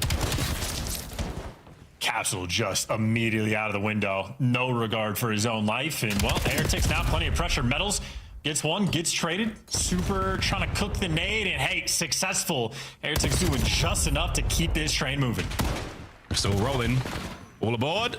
Red Core pumps the brakes momentarily. But right now, oh, nice save, Lunas. Metal's unable to get there in time. He might be able to catch a few more players here on the cross, but no, that's going to be the device outbound now. Through the middle of the map, we've got an APB on TJ Haley, who's trying to go big. He's trying to go all the way across, and he has crossed the map. Trakes, though, in position. Not enough for the kill. Next man up, Renkor. And he's down as well. TJ, he's good for goal. He's good to go. Run, Tej, run. He's putting it home for Surge. The Golden Child, and that's a Hellstorm as well. Not only a good route, but won 2 clutch gunfights. Who needs lead blockers when TJ can do it himself? But hey, needed that. Minute and a half left to play here in this round. And I mean, Heretics, they picked the device, and they are gone. Gwyn just lets them through. Possession change now. Heretics still with a slight lead. Great defensive line from Surge. They're reading the play through mid as well, but they don't want to give up too much space. Yeah, Tej worried about the flank. The battle taking place off camera right now, but we've still got Capsule winning it through mid. Oh, he holds. He's got to turn now, though, through Dojo. Now the next wave, a potential goal once again for the Heretics. They line up for a second. Drakes is here, over the top, goes for goal, and it is in. Heretics 3-1. Oh, that's brutal. Oh, just some nasty, nasty kills towards the end as well. Insult to injury. And now 44 seconds left. If anybody's going to score, it's looking like the Heretics. This mini-map, they are crawling all around your spawn. Rancor, an easy route right into time. And that is an absolute beatdown of a first half. And keep in mind, what these players are right now seeing on their screen is Super's three-piece, where he took a man from behind. And now anyone that missed it on Vancouver Surge, get to watch that from his point of view. Yeah, that's unfortunate. Yeah, that play... so dirty, so filthy, as these highlights will be indeed so filthy. The bacteria died of an infection. It is disgusting work, as the Heretics, again, good stuff in that first half. A couple of desperation caps again, and it comes down to the last possible man that Surge have to kill, and they're just unable to do that. TJ, with the miraculous run alone, does get the job done, so at least they're on the board. Second half is still a very, very solid mountain to climb. You know, TJ had a nice run. I feel like the series has been TJ's trying to make good plays, and they're just not having a lot of success off the back of it. Unless he does everything. I don't know what else you say to that other than, unfortunately, maybe true. Wow, nice big 2 here for the boys. Surge fighting in. And we are finding kills now. On the attack, Vancouver Surge. We're going to see what happens here. Sweet child of mine. Just go to a Heretics listening quick. Quick. Muerto. Puedes pillarla, me estoy por lobby, muerto.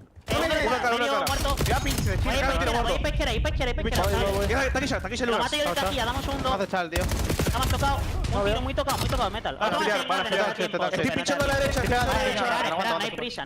Pueden estar en con, pueden estar en con. Con. Aguanta, super. Y otro son dos de frente. No, izquierda. Sí, pero no puede. Muerto uno. Mata TJ, otro más. Me pushé. Pueden estar en Garden, Estoy pinchando Garden ya de vuelta. Tengo uno spawn. Tengo dos muertos, uno más. Otro spawner más. No puedo. Está en spawn. El otro de derecha, la Sigue spawn. Está en la ventana, me hable metal. Tienes tiempo, metal. Estoy esperando. Van a pinchar a la derecha, Han ido dos spas, son dos spas ahora. Vale. Una por medio. Otro más, Garden. Vale, estoy pushado. Lo han pillado. Lobby, sale para con. Solo con lobby. Toca los dos. Ahí no pushó, va para roto, uno. Van a correr. Estoy abriendo pedo yo. Va para roto, van para izquierda, creo, Sí. No hay info. Por la izquierda. Fuera info. Están colados en el balcón. Uno en el Info. China, último. Hacen derecha, matarlo. China, toma un segundo. Está muerto, super. Hacen derecha, ¿vale? Me gusta. Tenéis Garden, ¿no? Ahora tip izquierda. All right, well, with the Heretics about to... Oh, no! Maybe get another score, but a wonderfully dominant position to be in. Let's go to Vancouver Surge for a listen-in. Back. Can I help you, bro? He's in smart room. Right here. Get back. Done. Upper mid. One's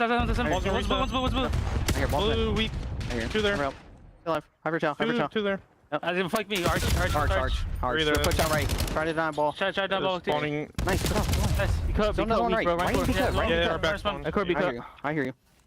Rex is running around our back. Trying to eyeball, bro. Yo, on me left. Low mid metals. I hear you. Tricks on our spawn. There's two in our spawn. Looking for one out. Yep. Metals is front up on me. I got nade. Rancor's be cut. Nice. One is down ball. He1 dead. Nice. Yo, try to get ball control, bro. I can street. He's top blue. Okay. Top blue, load up. I hear you. We can load up. He want tricks. We're watching bench from blue. Top blue, Top blue, wait. He's low couch. Front couch. Couch to me, Trade, sweet. In our spawn. He's in just top broken, probably. Got one. Wish I got spawn. I hear you. I'll see him. Okay, right there. The death throes of Vancouver Surge in the second half, 2 minutes to play, and it would be a miracle. They've got to somehow find the gas to pull it out. I straight up, just for what it's worth, had a better understanding of Heretics listening than I did Surge's in that moment in terms of like direction and flow and what was going on. So that's not good. I'm not bilingual. And of course, if you are down 3 goals in overload, if you're Vancouver Surge, you have to move and attack this device. But they're playing like it's a 0-0 game. It's not ideal. Rancor, he sends it. The pickup from Metals is there, and it's going to be number 5. It's in, and it is off the back of a 2-piece. Now a 3 from Metals, finding another next man capsule at least. has the courage to send it and find that kill. Once again, oh man, it is just everywhere possible. The Heretics are causing problems, and Drake's making a case for at least the push. Good God, he's always there trying. That was on the hit towards bottom side of the map. You got coverage. The damage is superb, baby. Oh man, Super's up next. Drake's is gonna get it. A minute to go. Vancouver Surge will be sitting at 3 and 6 in the standings. This has been one hell of a series from the Miami Heretics. Like, we can't quite tell it's Super scared because he's just playing in the sunlight, but even in ranked wars, when you go to him, they're legit just laughing. This is one of the more disrespectful series I think we've seen this year. Heretics, it is just, they're doing Trakes on it here. 5-1 lead, enjoying the victory lap, clean shots coming through. Trakes having a field day. Yes, they're doing tricks on it. It is definitely going in the book for a later date. Lovely work, team. Lovely work, everyone. Vancouver Surge, a very tough day in the office. They have been dealt with. The last sign of life, the final push towards the A goal. It will be 5-2. Oh my God, it nearly wasn't. Shout out Tej, getting it over the line. And yeah, bottoms up. Heretics, enjoy their libations, enjoy a drink, enjoy the rest of your Sunday. What a dominant display from them. I don't even know if they warmed up today, honestly. It feels like they took the first half of that exposure just to get the guns flowing. And yeah, well, jubilation on one side, pain on the other. Not a fun spot to be in for Surge, but for Heretics, maybe the main focal point for that team is probably working on some new den strats, figure out maybe new ideas for the map, and boy, did they ever. 4-man hit things, just run it down. Offense or defense, doesn't matter. Let Super snipe over you and just get active. Trakes and Metals had one hell of a series. MVP? Probably Trakes for me. Overall, maybe a little bit more consistent, but both of those players, absolutely outstanding work today. Well done, lads. They enjoyed themselves a happy Sunday. Well, GG, 17 assists there from Mel's. What an effort he put in. And again, the spawn traps. We saw it again yesterday. Trakes, his POV against the Falcons, I believe it was. And again, he's so good on Scar. The spawn traps in Overload, he's very much got it dialed down. The whole team knows exactly where they want to be to guarantee those rallies, guarantee those multi-cap situations. Their set pieces are brilliant. On all the Overload maps we have seen so far, Search and Straw and Dent look pretty damn good as well, 6 and 2. They get a testament to whether or not Vancouver Surge had it today or not, or whether they really did come prepared. Maybe they did, but the execution was not there, quite frankly. My God, the Heretics, simply too much. Back to the desk. Vamos, Miami. Holy cow. I think they warmed up in the first map. The first map was kind of sloppy from them, and it didn't matter. They still won by like 51. Yeah, I mean, it was like, on the side of Vancouver, it was desperation anyway, because like both the P3s were controlled by Miami. It did get a bit close. They had that nice break where they double slid in P4, but in the end, like Miami in this series, you heard Chance say it, they're laughing the entire time in their player cams. They were playing with their food. Vibes were immaculate. And I mean, it helps when you're slamming your opponent. Yeah, it helps when you're kind of winning 6-2 and then you get into the Overload and it's like 5-1. Like, yeah, it kind of helps when it feels like you're just playing ranked with some bros. Well, and I will say, this is, you know, Miami's the second team now besides Optic to reach 6 wins. Yeah. They feel in complete control. They've also broken what feels like a curse at this point. Nameless, you were going to the green room and you're like, I'm scared they're going to lose this series because I just remember they've won 3 in a row. Yeah, I'm like, dude, it's just so hard to chain wins together in this league now. But, you know, Allie, we were talking about like Rookie of the Year, and we brought the Mama question the last series, man. Every time. He's so good. He's making it so hard. Yeah, you know, unbelievable. At first, it kind of felt like all the rookies were in the same little pool of like, all right, none of your teams are really doing that well, and you're not putting up big numbers. But then Miami Heretics, these past 2 weekends, they have hit a completely other level. He has hit another level of comfortability with this team. And also, you couldn't pick a better time. I mean, technically, we're heading into a UK event. We're going to be a little bit closer to Spain. And, you know, we've got this full rockstar Spanish rock lineup for Miami They'll be there. So it's going to be a big fan base for them over there in Europe as well. Yeah, the biggest takeaway from this series, though, if you're a Miami fan, seeing like where they're at, is their Overload has gotten so much better. And that's going to be huge for them as they're gearing up for a championship run. Like going through a Sunday and getting to a final is where they look to be at in their game. The search is absolutely on point. An exposure win is massive for them because now it's like, okay, we got that in our map pool now. So you have 4 comfortable HP maps. Miami's game right now is probably the best it's ever been. Yeah, all the pieces falling in line quickly, by the way. Surge does drop 3-6 is their record now, which puts them still at the bottom, tied with Breach down there with that loss. So a lot going on at the bottom, but at the top, we've got Miami, and I believe we've got the Monster Energy Spotlight, our winner spotlight. It's Metals joining us, my man. Can I just ask a quick question? The vibes were insane today. Were you guys just laughing, having a good time? What were the comms like? I mean, we weren't even coming, to be honest. Like, we were just having a good time and laughing, so. Jeez, man, you guys ran them over. Your guys' game is on another level. And I remember when you guys, got to Final Form last year. How do you feel this team kind of compares to the level you were at last year? I think, like, we have the same potential as we had last year. Like, we could be, like, top 3 potentially the whole year. And I think this year we could do exactly the same, so. Yeah. Metals, big question I want to ask you is where does this game land for you in terms of comfortability as an individual? Because I think this is not only some of the best numbers that we have seen from you, but also the most consistent. And we've always said it. When you're playing well, dude, Miami is like the best team in the world. Yeah, I mean, our Rancor and Super, they didn't have like a good day today, so I have to step up for them. What? When they are not like trying, I have to step up for them and otherwise. So they come into practice and it was like, Metals, it's on you today, dude. I don't want to. Literally, it was like that. It does feel like you guys have put a ton of work into your Overload. I mean, I think you're 4-1 in your last 5.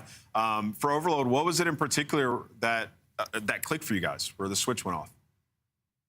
I think it was like learning like 100% about the spawns, because sometimes I think it's random, like on, for example, exposure. So we have to learn those. And after that, like, we are playing like pretty good.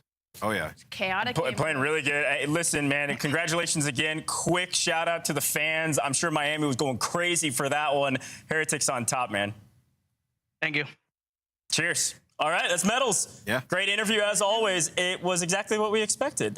They were having a good time. Yeah, they had a great time. That one point we weren't even coming is insane. Yeah, let's take a look at our scuff play of the Bulletin game, though. board material. Yeah, and see what it was all about. Metals on top, team on top, team diff, and this was a very fun matchup to watch, especially at S&D. I loved the search and destroy, especially with stuff like this, and I even said it because it just felt like they knew Gwen was going to have the sniper, but they knew he was going to play aggressive with it. So many a times when you see somebody these shoulders checks and stuff, they're not even shoulder checking, they're jumping over, they're trying to create it, make it more difficult for Gwen to hit a shot, and it worked out in dividends. And the fact they kept just blind countering on this A site, I mean, it was just a trade battle that Miami kept winning, and that's what's going to be dangerous is the pace that Miami plays. They're able to become creative with search and destroy. Like, they are a terrifying team right now, dude. Yeah, they're hard to game plan against because they have those types of plays in their bag, and then they can throw anything at you in S&D. And even in the first 2 rounds where they're losing the trade battle, only the first 2, they're still like 1v2ing, clutching, acing back to back. A very, very fun series. If you're a Miami fan, this is a good time. Yeah, it was a really good time. It was a lot of fun to watch as well. The vibes are really high going into the rest of our qualifiers. But we are not done today, folks. LA Thieves getting back into the mix here, and they got to take down the Riyadh Falcons if they want to maintain a position at the top of our leaderboard. Folks, a lot on the line. You're not going to want to miss this matchup.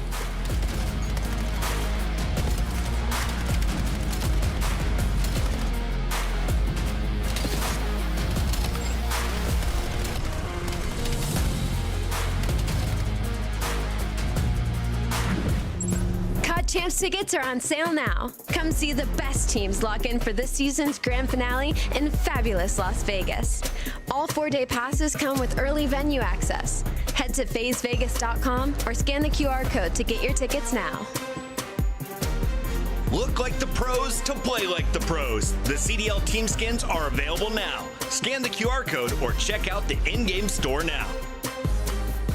Scuff, official controller of the CDL.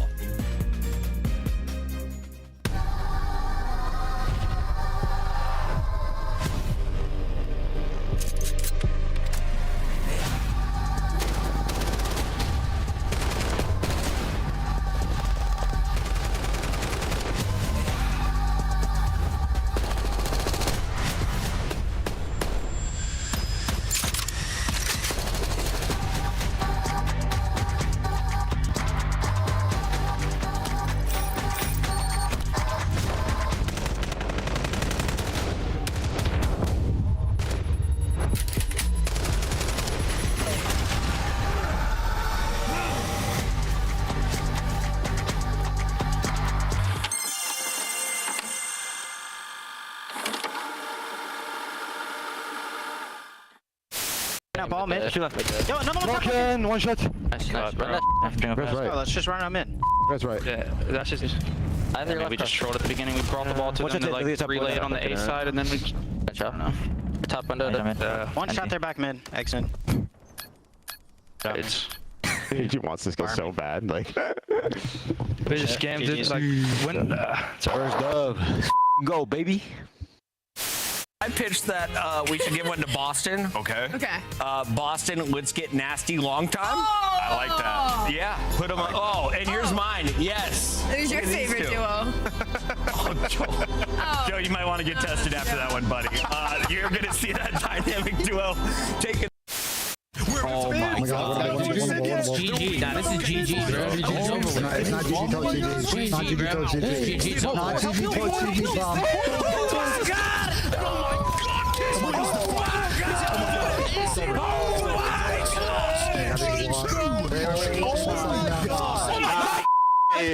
Caesar! Caesar! Holy let's go. Holy shit. I just jinxed the Falcons. You just jinxed him, Tom. I just jinxed the Falcons. I just jinxed them. Well, Hex is claiming this is going to be the best champs ever. Well, for these two, it absolutely was. Just a moment ago in the venue, the green wall and the rest of the venue, of course, giving the congratulations to that lucky couple. Heck of a way to set a proposal up, I'll say. What a fantastic weekend, man. Like, it's all about the love, man. Congratulations to both of them. You know. Army. Army, and that's Hide. I hit him back up. Nice. Hey, that's Army. In the back. Nice. Army in the back, boys. One level back, I think. Yeah, probably one. Yeah, Army. Dead. Nice. Nice, that's guys front, P2. Nice, guys. Come on. Good job. Good HPs, bro. Yep. Come on. That was good. S&D was absolute dog shit, but that's all good. Yep. I mean, the S&D, I was just fucking uncomfortable with. Fun. Thieves versus the Falcons. Statistically pretty equal, but one team's got an edge in our record. The Thieves ahead in the seeding currently. A big game for both teams, but Nameless, the Falcons need this one. They've got Optic next week. Yeah, they got Optic next week, and you definitely want to avoid being in a situation where it's like, okay, we got to beat Optic to avoid the play-in. Riyadh played super good in the respawn throughout this split, but we've been talking about their search and destroy and Exnid's ability to stay alive. That's the storyline here for both these teams. Who is going to make the improvements in S&D? Yeah, Ali, I mean, as we begin to zone in on LA, we saw them what I called taking care of business against Cloud9. It was very kind of mathematical. They went through every single hard point near flawlessly. S&D was a little weird, but they learned along the way. So talk to me about this LA team. What do they need to do right against Falcons? For LA, this is such a weird situation because both these teams to me are incredibly similar right now. They're both finding strengths in the hard points and the respawns. Search and Destroy has been their problem child throughout the entirety of this stage. And for LA Thieves, they're still #1 hardpoint team, 10-4. They have a really, really strong backbone. If anything, it seems like they're taking steps in the right direction versus them falling short like a lot of our other top teams right now. But my biggest thing is not only S&D is rough, but like the SMG duo of Abizi and Hydra, it's like we're still waiting for something to click. Like we're getting little moments here and there, but we're waiting for something to click between these two because for LA, their ARs have been doing fine. Scrap's putting up the same damage he always puts up. Niam has been great for this roster. He's been filling his role incredibly well. So now a lot of the eyes are on the SMGs here for LA. Yeah, Hydra's having a good stage in respawn. I mean, we talked about the S&D, you know, going into yesterday of all qualified players in opening duels, it was 41 was Abizi, 52 was Hydra. So like, yesterday, Paco got 4 first bloods versus C9 in the map loss, but like these guys, those are the demons in your face early. But in terms of respawn, both these teams have been solid. The one knock you would have on LA is the strength of schedule. When they went up against FaZe, Texas, and Miami, that stint, they went 1-4 in hardpoint across those 3 matches. This is another formidable hardpoint team. So, yeah, I mean, I feel like they've been solid at respawn, but still a lot to be desired versus the top squads. Yeah, a lot of those matches were close to, but they did lose them. So a good note. Well, we got to talk Falcons as well. I think the big storyline, they end up losing yesterday, or rather Friday. And I think the big question with the Falcons is, are they going to be able to grab an S&D win off of LA, or are they going to trade wins in hardpoint? Like, what's going on? Especially quickly to you, Nameless, Celium. didn't have a good last series. Yeah, uncharacteristic from him, right? He was the lowest damage in the lobby, minus 16. Allie, what do we call it? The Celium Index? Celium Index. He doesn't do that often. No, and so like it's weird to see, especially even the start of the season, like he wasn't topping the leaderboard. And we're like, what's going on with Riyadh? But another interesting stat for Celium, he has a 0.6 right now in Search and Destroy split. That is extremely uncharacteristic. So for them, for Riyadh, same story as LA Thieves. They've got to figure out S&D. They're bottom 2 in almost every statistic, except for they have some good attack clutches. But I mean, that's not going to get you very far. It's like with Xiaomi, it's where you're leaning on your star players to make these 1v2s happen. It's so difficult because they don't have a sniper. Kismet is way more effective when he's maneuvering on the map and taking space. And Exted is just prone to the first death. It just happens. When he started to stay alive on that raid, he's playing safe. He ended up going on a streak and winning them that map against Toronto, which ultimately was huge for that series. So yeah, that has to be the primary focus for Riyadh. Good thing for them is though they're going up against LA Thieves, who I just told you sucks at getting first blood. Yeah, there's a lot of question marks around this matchup. Again, very statistically similar, but looking at our records, not the same. 4-4 after their loss. The Falcons are a bubble team. They are in the play-in right now. They would love a win here to push them up into the 5-win club and potentially be on the left side of that sheet going into the final week of qualifiers. Nameless, I think the one thing we haven't talked about, we talked about them being similar. We haven't talked about Overload. Is that swing map, is that going to do anything for either team? Is a team have maybe a slight lead in that category? Yeah, so let's pull up the maps and modes because it really just comes down to what we get, and that's kind of what you fear if you're Riyadh. So they like exposure and they like Scar. Problem is, LA is unreal at Scar. Al, you got the record? I do not have the record, 3-0, I think. Unfortunately, but yeah, I think they are undefeated on that one with Neum. Yeah. And so for LA, they have a strong Overload as well, and that's why when I went into this, I was like, these two teams mirror each other incredibly well. The respawns are going to be a battle, but the S&D is going to be the most important in this series. And to be honest, I see that raid S&D, and I'm leaning LA Thieves low-key. They've gotten kind of creative on those Search and Destroys. I think we haven't seen them play it in a while, but I think LA did a good job in the vetoes here. Yeah, it's also a weird one because I think I saw Riyadh vetoed Colossus because we've seen LA be pretty solid at that map, which is uncharacteristic for Riyadh. They like the Blackheart and Colossus, so we get a Den and Scar here. Yeah, this should be a banger, man. We deserve a Game 5 of this. Yeah, I hope we get a Game 5 finally today. Now, I think the big question mark, too, with S&D, we saw LA. They struggled a little bit in S&D versus Cloud9, but reminder, Cloud9's a good S&D team. They're a strong team in that category, so this really could go either way. It's time for our Scuff Pick'ems, though. I'm not sure what the fans are picking right now, frankly. Nameless, let's start with you. Scuff Pick'ems. Do you stick with the Riyadh Falcons, or are you going LA Thieves? I mean, there's really no dominant sniper on the side of the LA Thieves, so I'm going to go with Riyadh. I think Riyadh can split the hard points and take a search in this. Okay, Allie? I'm going to go with LA Thieves. I think I like the map set just a little bit more from them, and I think we might see like Scrap or somebody pull out the snipe. I'm liking LA Thieves too. I think they've got a really good shot here to actually maybe take it in less than 5. Fans are going LA as well. The fan base going crazy for LA. Nameless, you stand alone. Let's head over to our casters. Shift in Study. Take it away, gentlemen. You got a banger on your hands. Yeah, it definitely feels that way. I think the setup is perfect in terms of why that is. We've seen for Riyadh, the respawn looking pretty positive, really struggling in Search. But for Thieves, it's kind of like, which LA Thieves are we going to get? Are we going to get a top 4 Thieves or are we going to get a bottom 4 Thieves? So it's just hard to say, I think, with any certainty how these two teams would square up on any given day just due to those kind of inconsistencies we've seen from LA. Well, I can guarantee you this, though, Al. Every single respawn is going to be a square up, and the S&D is not going to be because, like you said, both teams have had a lot of similarities throughout this stage. 14-7 in respawns for Falcons, 16-6 in respawns for Thieves, but the S&D has been the thing holding both squads back. So that's what you are definitely going to have highlighted in this series because you're expecting it to be a battle. But the only thing that threw me off, Al, when we talked about the veto systems going into this series is the fact that the hard points we have threw me off guard because Falcons formidably are known throughout the season to have either Blackheart or Colossus in every single series.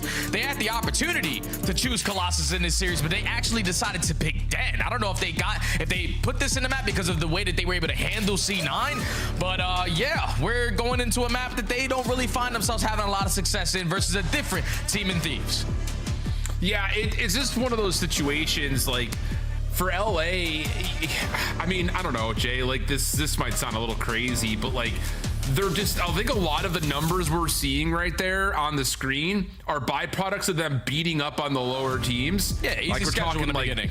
Yeah, for sure. And that's where a lot of the wins had come from when they were on that large hardpoint winning streak, 6 maps in a row. And a lot of them were like 100-point games. At least that's kind of what I remember. So it does feel like for LA, take care of business when business comes your way. But can you find ways to, you know, at least hold up against another strong Respawn team? We're about to find out. We're on dead hardpoint for the Riyadh Falcons taking on the LA Thieves. Let's get it on. And the best way to basically capitalize on hard points versus the Falcons is by beating them in the fundamental aspect. When you force them to be on the back foot, to break some of these hard points, that's when you can catch them lacking. So Thieves need to be a step ahead here on the opening den. 20 seconds remaining at the P1. You cleared out house, you dominate all the mid-map control, and this time technically is going to be yours because Falcons are hitting the long routes for P2. Scrap's gotten a read on this. He saw Exit cross through tin already, and that's going to confirm that position. Kismet out of top window, though, does find a win, forces Hydra's hand at couches as he's trying to hold spawns as best he can. Great stun gives him a chance at an even gunfight versus Kismet. The tracking is just a touch better. So now LA will get a rooftop spawn before P2 opens, but they've got numbers. Falcons going to take a little bit of a pause, hit a beat, and see if they can just come up, spawn up, find a way to break from the back. Yeah, this is what LA are good at on den. Being the team when they are set up, basically unbreakable. Abizi with the frag finds the opening kill, but it's Exit and Kismet flying on in, getting the trades to at least apply the pressure in towards the P2. Last man standing in Celium, and Falcons get the break. Yeah, really nice moment right there from Riyadh. That little contest that you saw on the staircase had LA kind of all panicking, like, oh, they're hitting through couches. Wait, no, they're not. Where are they? And that moment of split indecision allows the Falcons to crack the code, break on in, 20 seconds to fight. But now from the front, LA, 3 straight eliminations, have them with the numbers, and they will finish off Celium, the last Falcon standing for the scrap time. So great P2 for LA, and a 50-50 rotation over to 3 on the way. Yeah, now Falcons have the numbers off the rotation because Kismet finds the first gunfight. So now you want to overextend a little bit in towards Dojo, but you don't clear out those corners, and Hydra makes you pay for it. He's able to pop a double, but it's still going to be Falcons off the rotation in the time early. All of these spawning towards Dragon need a break. Yeah, Xnid tagged up on the way over through mid-cut. Nicely cooked nade, shuts down Abizi on this attempt for LA to stack up from Dojo side. Pred gonna wait for one more point of contact before the Falcons try to take over Dojo. What are we waiting for? And a little bit of caution, I was about to say, it's just they're anticipating the LA hit. Finally, it develops, and that's 3 straight eliminations for Riyadh. They should push this out now, and they will. 2 more players will spawn pillars, actually 3 will. Bit surprising, I would say, but Celium's got himself set up with a trophy system to receive this next hit if it does come for LA. Yeah, and that's one of those plays right there from the Thieves that definitely caught me off guard, because you had Neum just basically put his controller down in the middle of the map, had one player spawn right next to him, and then eventually you go for the push, and it gets shut down. So perfect plays don't sometimes work out, and now Falcons are going to make you pay for it. They're chaining the ending of that P3 now to the P4 because they had the roto. Couple of kills though from the front, shuts down the outer rooftop and the interior small room play. Kismet is in trouble, has to back away. Very wisely values his life and will rejoin the Falcons over at Dragon. Hydra will be isolated. 4v3 now over to the top of the hard point. Neum the first point of contact here for LA. Scrap shut down the pinch from Kismet, so the numbers will turn back over in favor of LA for a moment. 3 in a row for Neum, but the spawns are close for Riyadh. Trying to set up one more break attempt, but Neum's got the perfect angle. He's on 4 in a row, and the Falcons are scrambling with 30 left in the hill. Yeah, even with the spawns, you can't get in. This crossfire's being set up out of the Thieves and way too strong for you to apply pressure through the back door. So now you're banking off the respawn. Stuns and nades can make this job a little bit easier, but you still haven't found Neum in any one of these engagements. The trade goes in, but Hellstorm already earned, and Thieves have been able to manage a fantastic P4 hold for the front. You usually don't see that, but they keep themselves into the mix now going into the second set. Yeah, really back and forth affair. Both teams showcasing moments of brilliance through this first set of hills. And we'll rotate back over to P1. Shut down onto Neum as Cell is able to own over towards mid-cut. Scrap trying to pick that up, but has to watch multiple things at once. Exnid just diving forward, able to find the first kill, and that will turn the hill green for the Falcons. Neum looking to open up space through mid, but that's shut down, and that's a perfect feed for the Falcons, now earning some good time on P1. And look at the information that Pred is giving. You know you have Kismet in a position hard blocking towards Dragon, so you know you are forcing Thieves all through mid-cut or through Broken. And this is now going to draw Neum's hand with the Hellstorm. Tries to give his teammates some space to work with, and that space works out to perfection. Scrap, Abizi, and Hydra light up the kill feed. The break is good for P1 time. Celium still keeps his 4 spree alive until Neum's able to get the read, take the shutdown. and forced the Falcons to hit through rooftops. Kismet had the first shots onto Scrap, but Exton was there for his trade. Nice shots onto Hydra. Exton continues to impress on these really key 1v1 fights. He's had a great stage so far for the Falcons in Hardpoint, and that will allow Riyadh to own the spawns and the opening time at 2. Yeah, they have it basically on a lockdown setup because look how far pushed out their players are. You have 2 players from the Thieves working around the back lines, but the other 2 are going through the front. But it seems like no one is watching couches, so Hydra just walks on in for free. You're going to overwhelm them with the pressure. Cellium still finds a kill, but it's the numbers for Thieves, the spawns for Thieves, and the break, and the hill time also their way. A very odd moment right there for Falcons. You had someone who spawned up a little bit outside of garages, went over towards the overload point at the bottom of the map to rewrap the staircase at Arches, and all that focus over towards Hole and Couches allows LA to find a couple of straight kills and turn that into a spawn flip, plus now the hill. 20 seconds to fight for. Hydra able to shut down Pred in the corner through the couch entryway. 1 more to grab. Falcons scrambling over towards P3, and as Kismet drops, LA will hold the lead with 10 seconds to soak a scrap. Niem off the rotation, but he can't find the opening fight. Abizi quickly trying to play the trade, but bullets go down. Team Fire set him up for Exton finding his second kill. So rotation again in favor of the Falcons over towards the P3, but the initial fight goes to Scrap. But the setup is all from the front. Falcons will spawn Dojo side. Have Exton watching the long pitch. Everyone else just holding lanes from the front entryway. Pred in some trouble here. Gets turned around by Abizi, who's responded to by Exton. Last one to find, and his Scrap was low on health. Exton will turn that into the final double to keep the Falcons in the hard point. 30 seconds to fight. LA trying to set up. A big moment in this match is we'll see how the Falcons calm through it.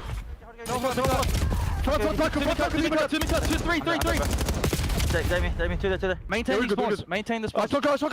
I spawn out. Back dragon on me. I'm dead. 2 dragons. Oh, dead. Go shot in the back, bro. That's blue. Yeah, all that blue. Obby jump, bro. Dojo, Scrap. Dojo, Scrap. Dojo, Scrap. He's backed up. He's shine. Hit him. Send deep. Wait, he's here. No blue. He's 1 shot. 1 dead. Nice. I see him, patio, guys. Close to Abizi. Abizi holding patio. Abizi, he's here, because I'm trying from. Yeah, listen, have spawn. Slides, 1 shot. Niem back up. I don't see him. Still. Dead. Small, 1 shot Abizi. Small, 1 shot Abizi. Small, dead. I'm on the He's on the tree. One's out, one's on the tree. I need one top. Nice. Nice, IG. Back dead. Yeah, go. Back door. I need back door. He's dead. They're flipping. Flip, guys. Have Hydra one weak front. Go dead. I'm getting in front. I'm blocking the back. I'm blocking the back. I'm in the Have spawn. I'm doubling Tommy kids. Dying on her. Outer weak. 2. I need help, guys. 2. Hydra and a BZ. One shot. Absolutely 3. Nice. Last guy. I'm looking for Ernie. I'm gonna wrap her big cut. Love blue. I'm wrapping mid cut. Let's go mid cut, kids. I'm going deep. We should maybe all pinch, bro. Maybe one go top blue. I'll pinch. I'm pitching tickets. I'll leave you 2. Yo, Ernie's on time. He saw me. Top blue. One guy's on the left. Ernie on top. Nice. Could be outer. Get on. Spawning, I think. Where we spawning them? Nice. 20 P2. 10, bro. 10 Niem. Really cool moment at the end of that listen and kind of hearing the comms like maybe we should all pitch, and all of a sudden Cell says sure, I'll go rooftops, you guys head over towards Dojo. Exton's the only player from the front and he takes down 2. So yes, LA is still in the hard point, but the macro play from Riyadh works out as executed. Yeah, I'm loving the communication on the side of Falcons and the quarterback play from Ped, because he was the guy who gave them an opportunity to get any time off of that P4.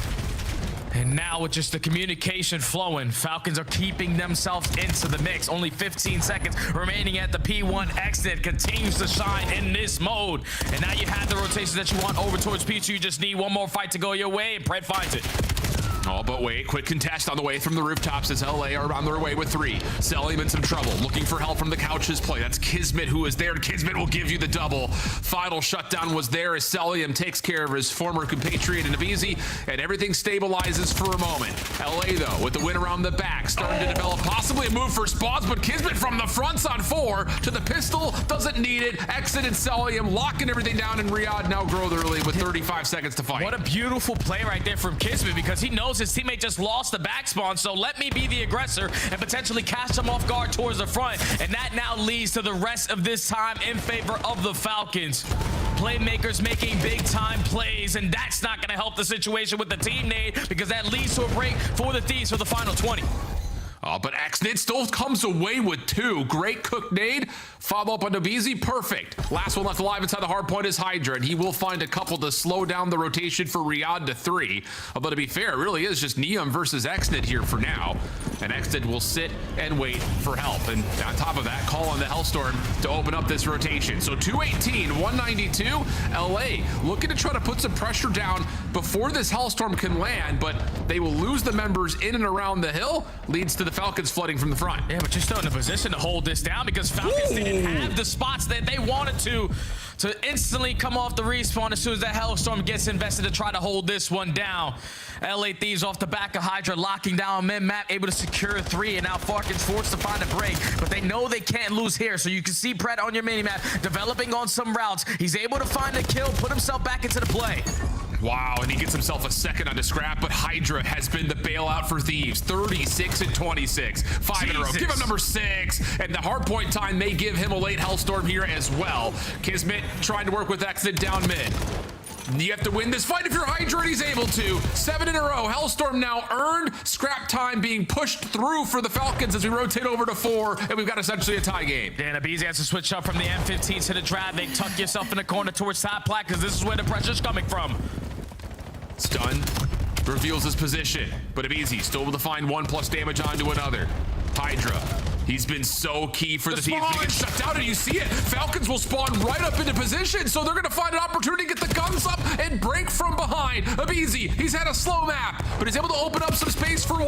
Hydra following behind. Good damage, but doesn't get Xnid completely taken care of. Scrap looking for the kill. Not able to find Xnid either. What a double from Xnid. Abizi shut down. Neum's got nowhere to go. Pred going to try to chow him out with the SMG. No, not quite. It's Hydra's going to call the Hellstorm to see if he can pause the game at 240 to 244. And no one trades Neum, so he's able to find 1 impactful kill. And unfortunately, a team kill goes down with the Hellstorm, and Falcons still have the spawn. They take the lead. They can win it. Hydra not able to bail them out this time around. Kismet for 3. Pistol out. He's going to find the final punch, and it's the Falcons taking map number 1. Try as he may was Hydra, but the Falcons, the heads-up play to rotate around the back at that final P1 to get the P2 spawns, make great use of it, and then that late push through P3, get themselves into 4, take care of business, has them up early in the series. Man, what a hard point between these two teams. I was questioning why Falcons put Den at instead of Colossus as the map number 1, and that is the reason why.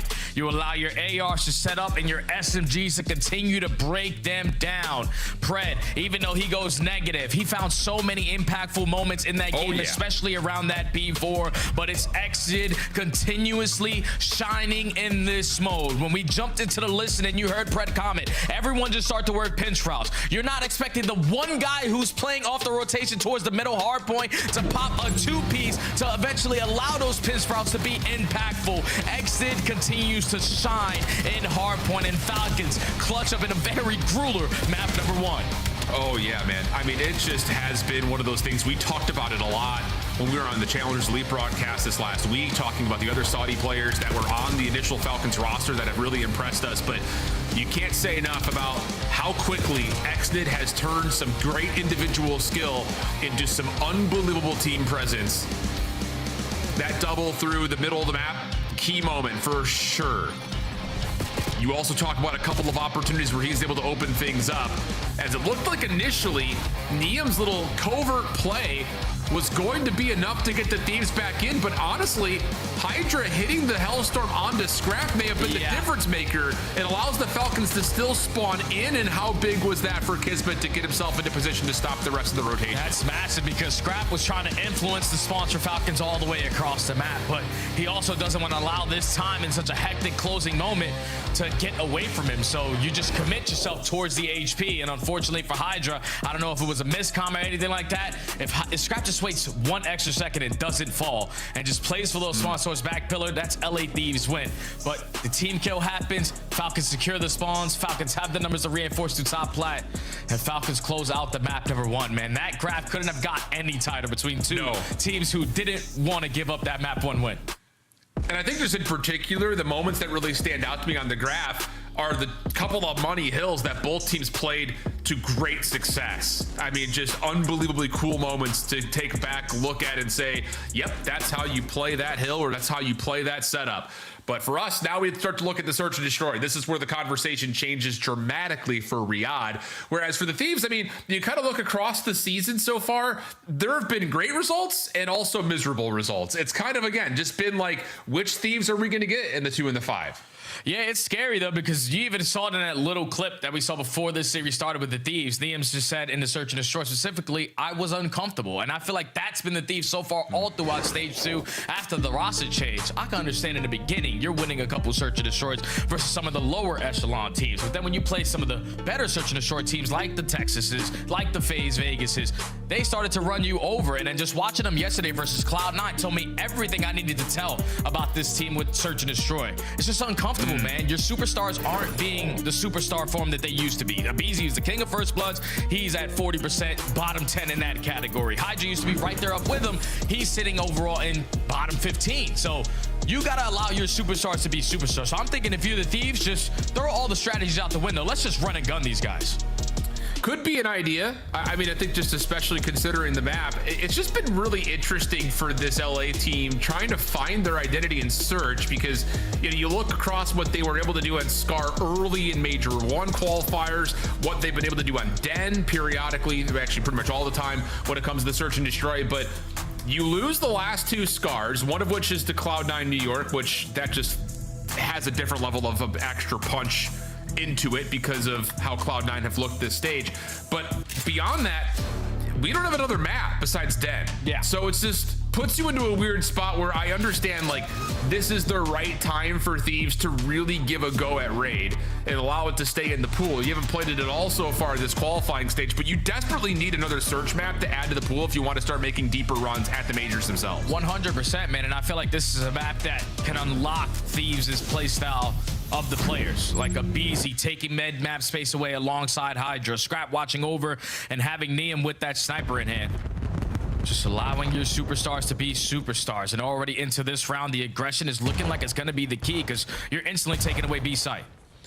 Yeah, but look at the route that was hit by Pred. He clears out, well, most of mid, and that should have been enough information to say that, nope, they're not going A. It should be a B play, but the extra route into Art costs him his life, and now it's a 4v3 post plant quickly for LA. Yeah, no need to give someone an opportunity potentially at a kill. And Celium, yeah, he doesn't really like to use the snipe, and that's because the easy shots are sometimes the most difficult. 30 seconds left to go. And aBeZy is just playing whack-a-mole inside the pool off this post plant, just seeing if anyone's going to try to chow around the backside. Xdid gets through, finds himself one, but the pistol out for Neum will shut things down. So quick round for LA. Also the benefit of shutting down the early aggression from Riyadh, mostly out of Pred, trying to play through mid, gives them a very advantageous 4v3 post plan in the first 20 seconds of the map. Yeah, it's just easy when you go to one side of the map and you don't spot anyone. So you just get the bomb down at for free, and then Scribe, watching the late pinch, is able to catch Pred with his pants down on the OE. We know what Raid is like when you find first bloods and you get the bomb down on that bomb site over towards bedroom. It's easy to hold your post plant setup. So Thieves successful on their early attack. Falcons now looking for the response.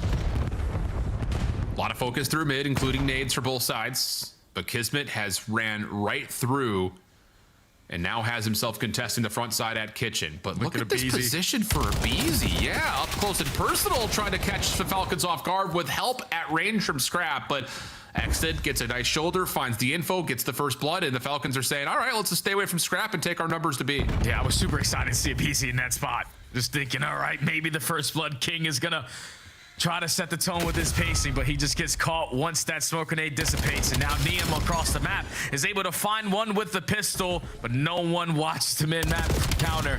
Kismet with the flank finds a double. Now Scrap technically in a 1v3 makes it a 1v2. Yeah, that's a big first for Scrap. Gives himself a chance, but the post plant is set up for basketball, so this becomes immensely difficult for Scrap to break down. Holds for a moment to see if he can catch any info. None to be gained. And now we're on for the Michael Phelps breaststroke. trying to sneak up the challenge basketball. This first one is everything. He's able to find a lot of cell, but doesn't win the gunfight, and Falcons have a quick response. Yeah, and that's sort of like the similarity of the previous round for Thieves. It's just, instead of catching Pred going aggressively through Art, you catch a Beezy sitting outside of it.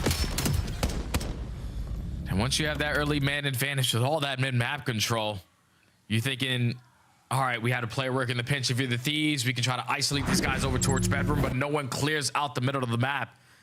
And that's what allows the Bulldog to strike in his playmaking ability. Finds a double through water steps. And just an easy round once you get that bomb down, tied at 1.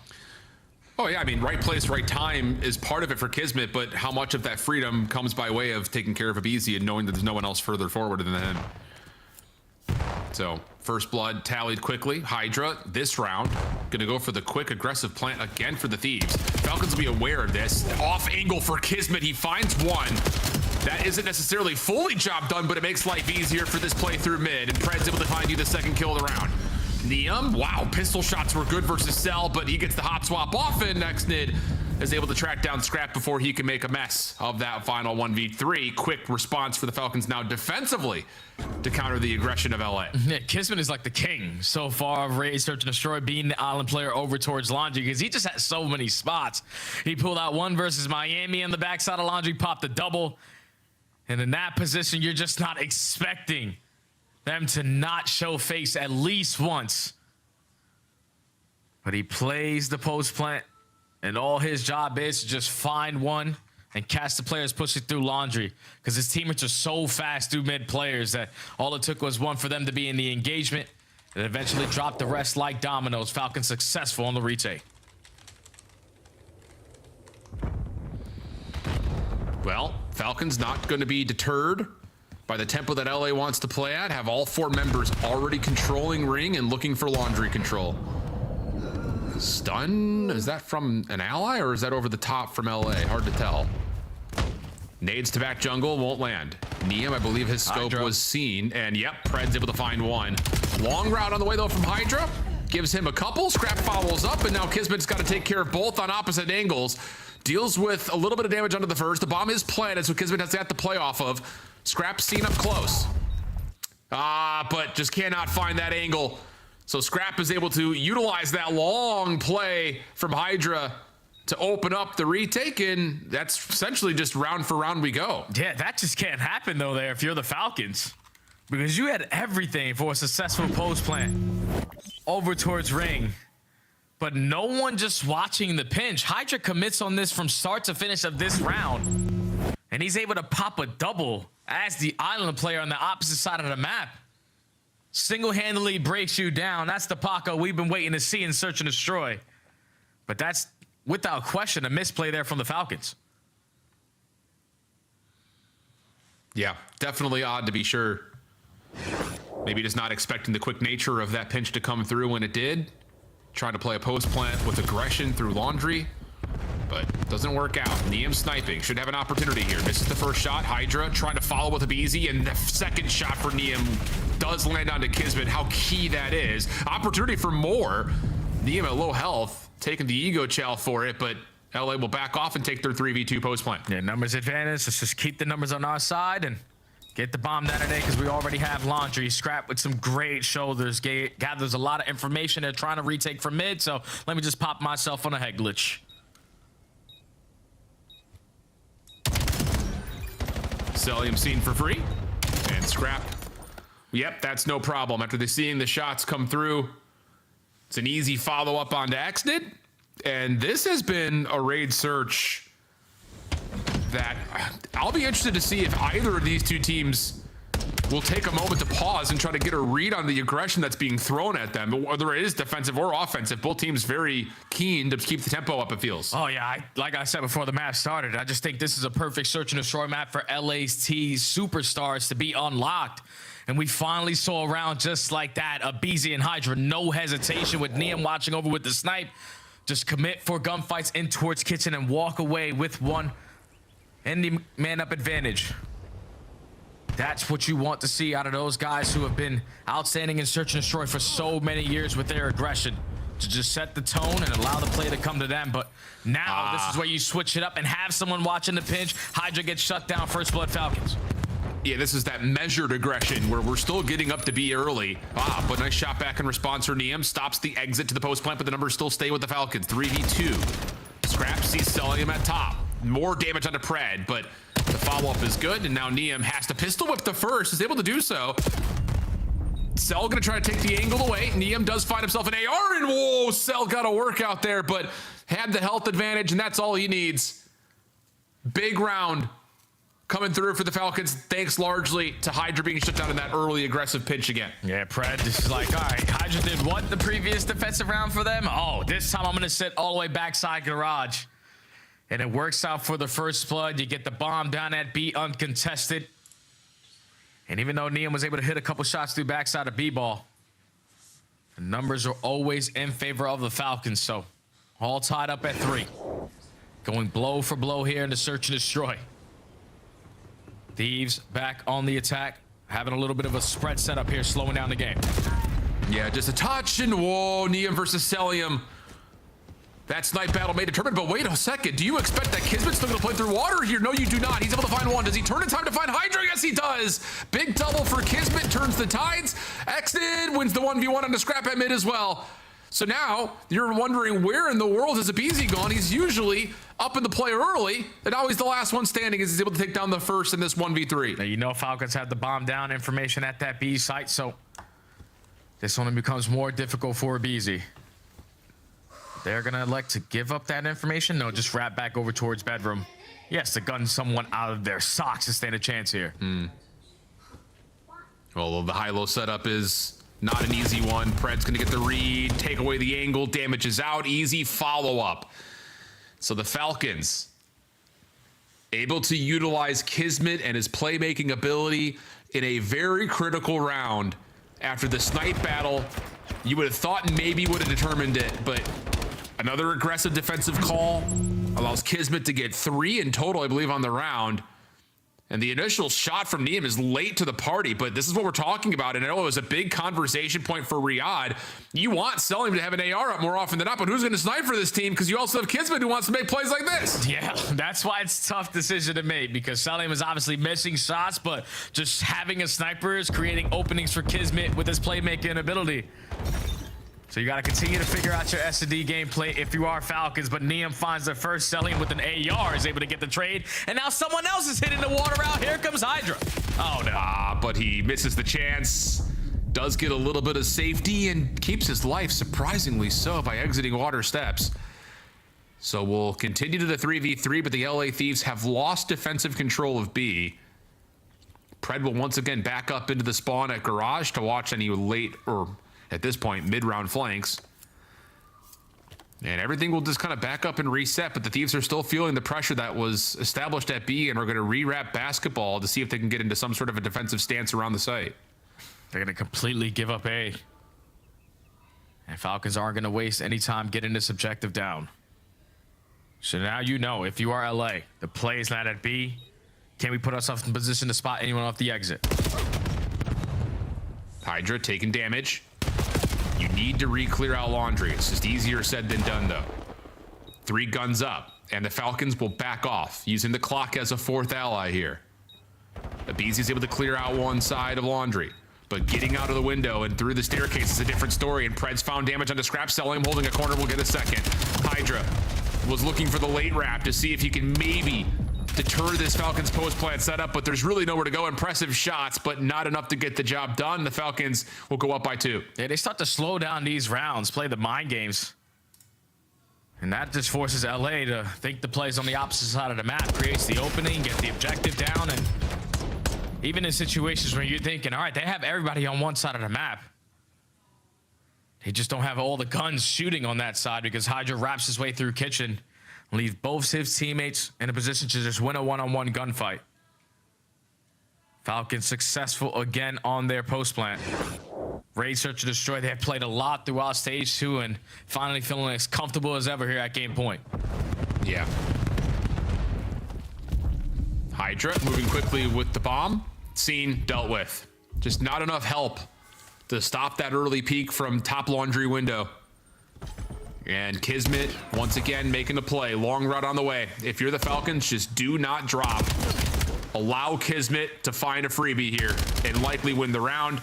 Oh, damage out, but doesn't finish the kill into Neem. And meanwhile, Scrap does get the plant off, so this gives LA a chance in the 3v4. Yeah, but someone has to bail them out. Because their setup right now is just relying on just one player popping a double. Abizi, unfortunately, is going to get caught 4v2. Yeah, and Scrap, he's going to have to double down, and he does, but Solium is able to get one with the pistol. Problem is, Neem's attention was turned, and it's just an easy collapse there with the full rewrap of the map as that battle for Laundry raged on.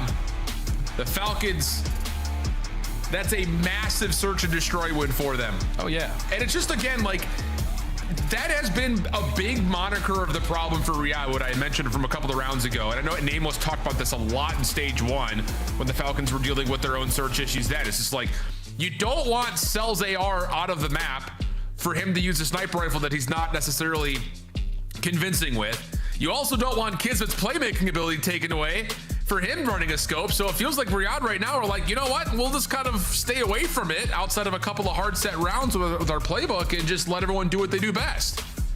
Yeah, I feel like Falcons, without question, were the better team in this search and destroy. LA Thieves early into this SD, when there was about 3-3, were having teamwork. But then after that, it's just like 4 players spawning into rank play. I'm going to solo hit a route here. If it works, fantastic. If it doesn't, I'm giving up my blood early, and now you guys got to clutch them in a 3v4. That's not how you play search and destroy in this game, man. It needs to continue to be teamwork makes the dream work. If Hydra's hitting deep pitches, it's because your teammates are doing something on the other hand to influence it to create an opening. Just like right now, all these guys are on their own page, and they have to figure it out very quickly because S&D wins you championships. It's cool to have respawns here and there, but if you want to try to win tournaments, search and destroy needs to be a lot better because your respawns aren't always guaranteed, and now you find yourself down 0-2 in this series. However, the good news for Thieves fans, they have been great at the upcoming Scar Overload, and they are 3-0 on the Scar Hardpoint this stage. So, still early, it feels like, in this series, but the Falcons have struck first in a major way. A nail-biting finish to map number 1, followed up with some conviction finally, and the search and destroy has the Falcons up 2-0. We'll go to break. We'll come back with the Scar Overload.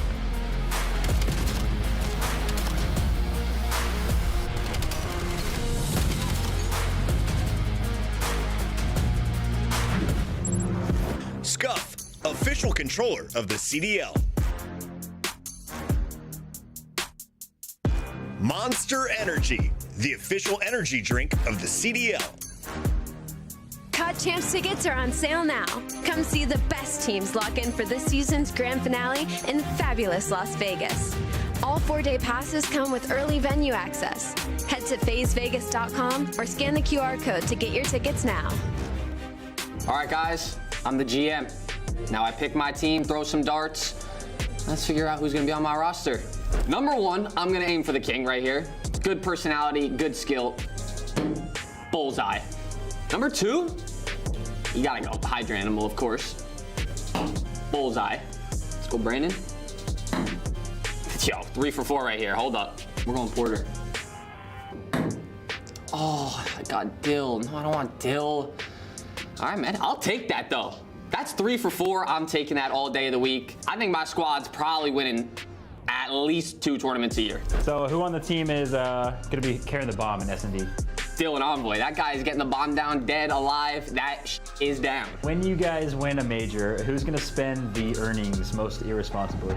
Probably Brandon. Guy bought a $250,000 Porsche. I know he's got something else up his sleeve that he wants to buy, so we're definitely going Brandon. Current net worth of the team, we're loaded right now. We got Seth, probably 20+ mil. Brandon, probably like 5 mil. Dill's a millionaire. Paco's close to a millionaire, probably a millionaire. Oh, I didn't even see Formal down there.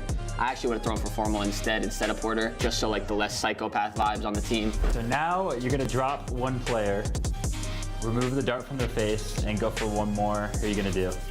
All right, I'm gonna drop Dill. We're gonna go to my last pick, and that was Formal. Oh my God, don't give me Puckett. Don't give me Puckett. Don't give me Puckett. Don't give me Zin.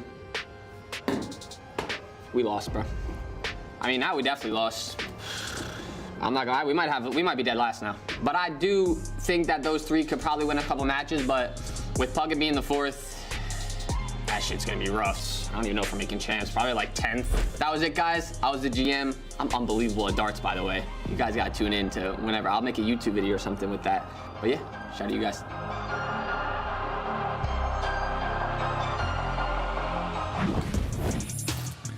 Damn, man, Puckett catching mad strays, but he ain't lying. I mean, I'll say facts are facts.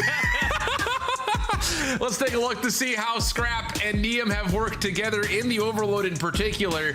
It's been good. It's been very good, actually, to be honest. And that was, I think, one of the biggest things we talked about when it came to this LA Thieves team. What were they needing, you know, when it comes to improving their overall stature? Their overload was less than convincing in stage number 1.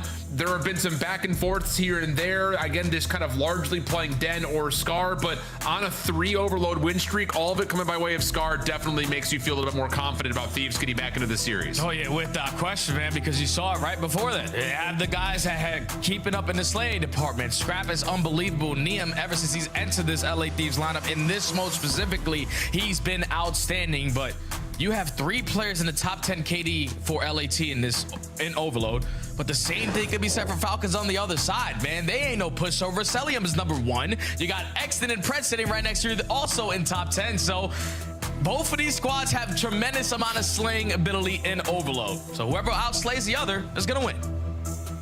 Love that. Okay. Well, we'll kind of see how things unfold here because, yeah, I think for LA, you're riding a little bit of a high on what you've been able to do on Scar in particular after just face smashing Den all stage long to this point. But for Riyadh on the other side, no strangers to this map being added into the pool for them or trying to be added into the map pool for them. It's been a big focus for them overall is getting their overload into a more consistent spot. And up until they lost to the Heretics on this map, you had mentioned outside of Optic, they were looking like the second best overload team probably in the game this stage. So there are some question marks raised by the dramatic and convincing loss that Riyadh had to Miami just earlier this weekend, but still, it feels like both teams are putting a lot of dedicated practice and focus on adding this map into their pool. So this should be a good square up is really what I'm getting at. Oh yeah, without question, man. If you're LA Thieves, you're 100% thinking we should be able to force map number 4 because we're 3-0 with Niam into the mix on Scar Overload, and every time we spawn in, the guy's averaging a 1.2.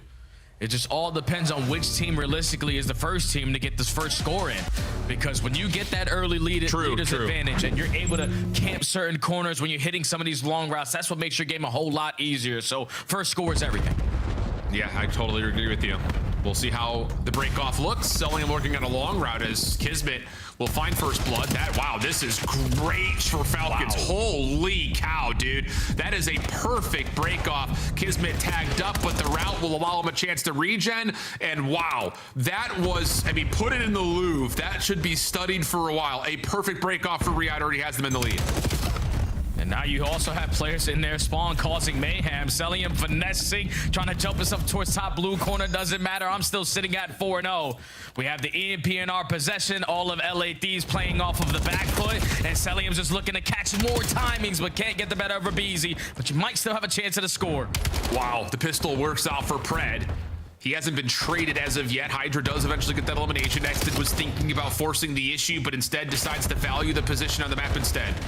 Really well done by Xnid, who's getting some help now from Cell. That will continue to allow him to run rampant as the EMP is picked up again. And Riyadh are absolutely dumpstering on the Thieves right now. Niam and Scrapper are combined 2-11.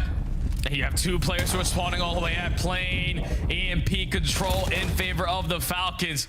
Exnid is finally gonna fall, so you can take a breath of fresh air, but not for long because you still have Kismet behind enemy lines, and this is what I'm talking about with leader's advantage. You know that you're losing a couple gunfights. Let's just try to stay alive in some corners, and you clear it all out if you're LA, so a scoring chance now.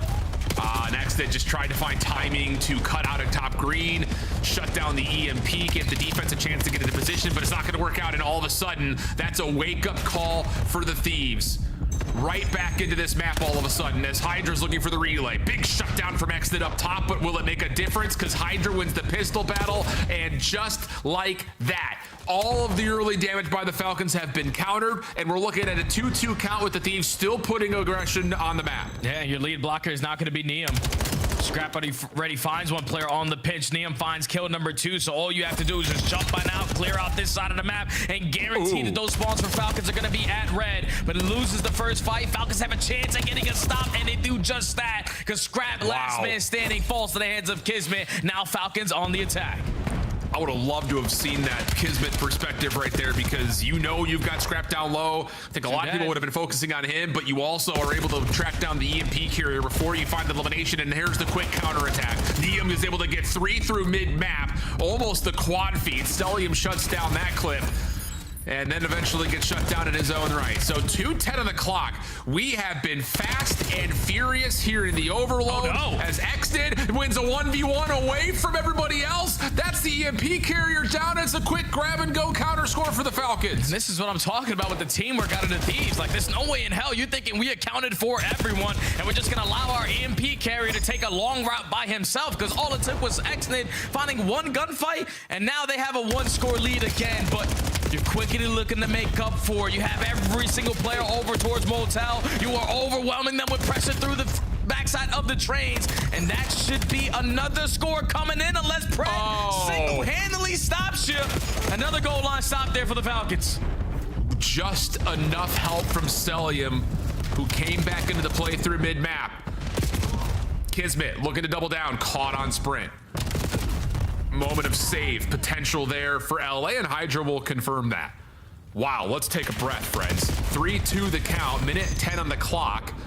LA will repossess the EMP, and a couple eliminations have them moving rapidly up Motel. Beezy finds the opening too. Can you find the rest to clear out to get your sign score? But you don't. Watch the middle of the map, and Stellium almost gets the better for the 4-piece. And now, even though Xnid finds that final kill, he is now the lead blocker. Falcons on the attack. They're trying to commit over towards B. 2 kills go their way, and the other 2 guys are out of play. We're going quickly ahead of time, but Scrap gets a spawn. It doesn't matter. This should be a score. Should be, especially with Xnid still manipulating spawns over towards plain side, and that will send us to an accelerated halftime. Holy cow.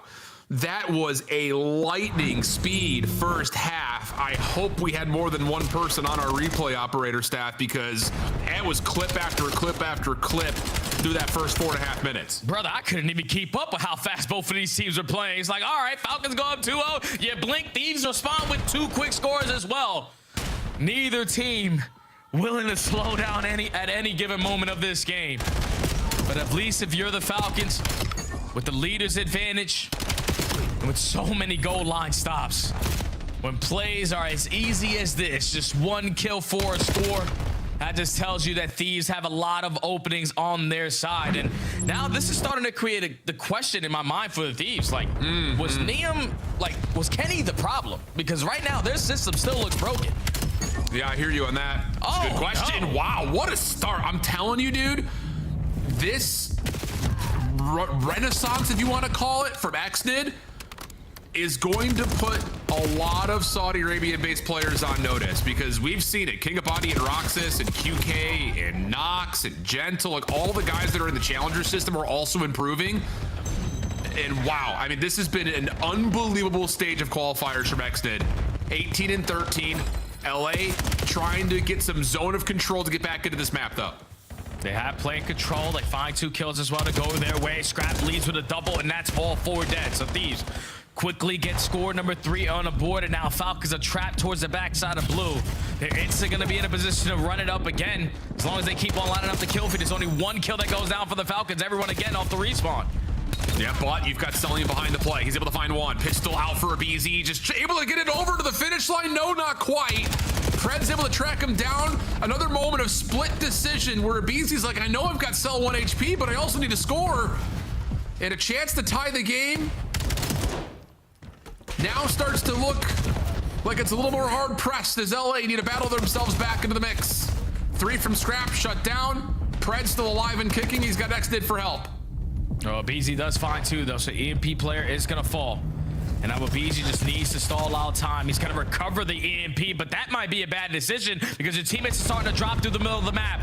Numbers in favor of the Falcons. You just got to sniff out where Hydra is, and just the way that he is playing this, there's no way you're going to count for him crawling through top Motel. So kills in favor of the Thieves. Even though Falcons have the EMP, they can't go. And they've got Pred on a bit of a pinch. He's able to pull some of the LA defensive focus back over to the B zone. And in that moment, Cell's able to find one. And now the Falcons are stacking up at mid P1. Cell trying to find something, shut down by Scrap. Xnid chased down by Abizi, who's having a great map. 22 and 16 for him on 3 in a row. And now Thieves just need to stay alive and wait for this route to develop for Hydra, but they're not able to at Motel. And Hydra a little bit further out of the play now is trying to play safety net as the Falcons are trying to go quickly. Yeah, he's got to hurry up because your teammates are falling on the opposite side. Thankfully, Scrap finds one gunfight onto Xnid, which was the EMP carrier. So Hydra can now be felt with his impact. Another stop there for LA, but enough of wasting time over towards Motel. Let's wrap it back to plane. Trying for it, but Xnid is right there to at least meet one and put some damage in to slow down the rotation for the Thieves. Mid-map control currently in the name of Riyadh. 2 players holding over towards wall side, but a little bit too wide of a swing there. Pinch, you better go. Allows a pinch to now have to develop, but Kismet gets shut down, and now you've got numbers developing for the front if you're the Thieves. Cell gives you the opener. Xnid able to turn it into a couple. Nice transfer as he finds the EMP carrier plus an extra. Minute and 40 left to work with. And Celium just keeps on winning these one-on-ones all around the map. You're consistently slowing down the play from LA. They recover the EMP for now, but you're not willing to give up that first blood. Scrap's able to find it. You're gonna send it if you are Hydra. Don't even give your team a chance there. And 3 go dead in the feed. Falcons now in control of the EMP. And they may just be able to run this thing to A. Hydra's there off the spawn at mid though. And he will save a potential maybe game-winning score. But the follow-up kills are good for the Falcons. 3 drop. Scrap trying to work through mid, shut down. And now the full focus for the Falcons is on this front play at A. Problem is the defense spawns up into position, and LA will save themselves from another score and now have some good map control. Scrap has worked his way up through mid shops, and you've got the plane Heady locked up by Neum. Yeah, but as long as you keep on finding trades if you're the Falcons, it's gonna be an easy stop. Once again, it's Kismet this time around with the turn and burn onto Neum, and time is starting to get away from LA. 35 seconds left to go. You got Hydra trying to work on this pinch route, but instead of thinking about the EMP, I'm more focused on the kill over towards Motel. Now Falcons, all the aggressors. Trying for it, but Cell will be the last Falcon standing. He's able to find one. Damage onto Scrap. What can Neum do through mid? Nothing. Pred's right there to cover. Kismet in some trouble, but looking for toes to shoot at. Great nade. Lands right into the Bulldog's back pocket. Doesn't tag him, though. He slips up and now is in a position to hold this defensively. Look at Pred's position, trying to work behind this play. But here comes the full flood for the Thieves from the front. Scrap is able to get there in the nick of time. We're going to get a little bit of overtime. And the follow-up gunfights, though. Oh, it's this maybe the worst possible timing. You get to overtime. You can't exit after the score gets you to overtime, and now it's just down to Hydra for the 1v3. Yeah, and all he has to do is just put himself in a position to potentially keep the EMP safe, because Falcons aren't going to move from their corners. It's going to be 1 for free on Decel. But where are the rest of the Falcons? And Hydra is going to see if maybe he can bait the EMP to see if Riyadh will go for it. It's no need. They will not. There's absolutely no need, and you got 2 world champions on the other side who are going to trust that comm. And Hydra may have been seen. Yeah, now he has. Kismet going to go first by playing down low. Pred going to watch him over the top. And Hydra will drop. Oh, man. It's an unbelievable score at the last second. It had to happen for LA, but the problem is it happens at the last second. And it puts you into overtime trying to exit after the score happens, and you can't actually get back to the 4v4 reset in extra innings. It's rotten luck. Terrible timing. But a huge win for Riyadh, 3-0. Oh, yeah, a big win for the Falcons to have that response off of the series versus Miami just a couple days ago, because you got outclassed by a team with better teamwork, and then versus this squad, you outclassed them in that teamwork aspect, because I don't know what the hell Thieves are still doing to this day, man. You watch them in the opening hard point, okay, cool. We're winning a couple rotations, but even when we're winning rotations, we're ego challenging on some of our setups, and unfortunately allowing breaks to happen quickly. Search and destroy, just like early into the game, we'll use our teamwork, Later into the game, we're playing 4 players in rank play. And then when you get to the overload, it's just the consistency in their sling. When some of your routes are getting shut down, you're allowing Falcons to bombard their way through the middle of the map, control the A and B, a majority of that overload. And even though it was some of these maps were very tight, Falcons were in firm control from start to finish of this series. LA Thieves got to do a lot of work on the back end to prepare themselves for the event, because search and destroy is bad, and versus the top teams, respawn is bad. I don't know where they're good. Yeah, man, it's, again, one of those situations that you look at this LA team and you wonder which are you going to get on the day. I would say this was one of those series you look at and say, I mean, you had Hydra, who hasn't necessarily been the same superstar potential that we've seen in the past, so that's great news, but you don't necessarily have the same all-star flexibility from a Beezy in this series. You miss out on a couple of key moments on the hard point, and then here again in the control. The overload, it comes down to just unfortunate timing when you get that final score. So tough scenes overall, 3-0 for Riyadh, even though it was a tight series, as the desk is back to give us their thoughts. Ooh, well, it's UK Mother's Day, so call your mom. Riyadh S&D is back. Holy cow. 3-0 against LA. Nameless, we were talking so much in the green room. We got a lot to break down with that one. 3-0 is huge. The S&D win was massive, but there was a lot going right for the Falcons. Oh, yeah. I mean, phenomenal performance. You know, we've been talking about the respawn. That is the second best respawn team in the game. It's Optic, and then it's Riyadh. I think they proved that here. And you see what happens when they can figure out their S&D. I think a big thing for them was Kismet getting rid of the sniper, not using it anymore. And now he's back to being the Kismet we know and love, making impact plays, playing like off angles. He was swimming. Like, he got like 3 or 4 first bloods. Just huge. And you see it opens up search for them so much. But yeah, Riyadh, phenomenal performance. 3-0. I did not expect a 3-0 out of the series in any capacity. I thought at least we're going to a game 5. I knew it was a 50-50 on who could win this, but this was a different beast from Riyadh. I think this is 100% Riyadh playing better to me than it is LA Thieves falling short. Now, don't get me wrong, LA Thieves, a lot of mistakes in the series, very easy, pointable mistakes. I mean, we're not really throwing shoulders in search and destroy. We're just kind of giving free bloods. Even when it comes to the respawns, we're not playing our lives a little bit more. I mean, granted, there were a few moments where, all right, there's a heroic play from Hydra. Okay, but then he just full sends it 10 HP off of the top and you give away some map control. So just a couple of gripes that I have on the side of LA Thieves, but man, congrats Riyadh. They look unbelievable heading into Birmingham. Also, by the way, all those highlights, overload, the pace of play Falcons were playing with, unbelievable. I mean, they were flying around the map. Yeah, and it was also like on the back foot, like defensively as well. All the skirmishes where it was just a bang out, Riyadh came out on top in every single one of them. That overload, great defense, good ball control at the very end as well. And then in that OT, remember, to start the stage, very scary in their OT sudden death situations. They had choked back-to-back overload OTs. Well, now they've got some reps there. Really clean day.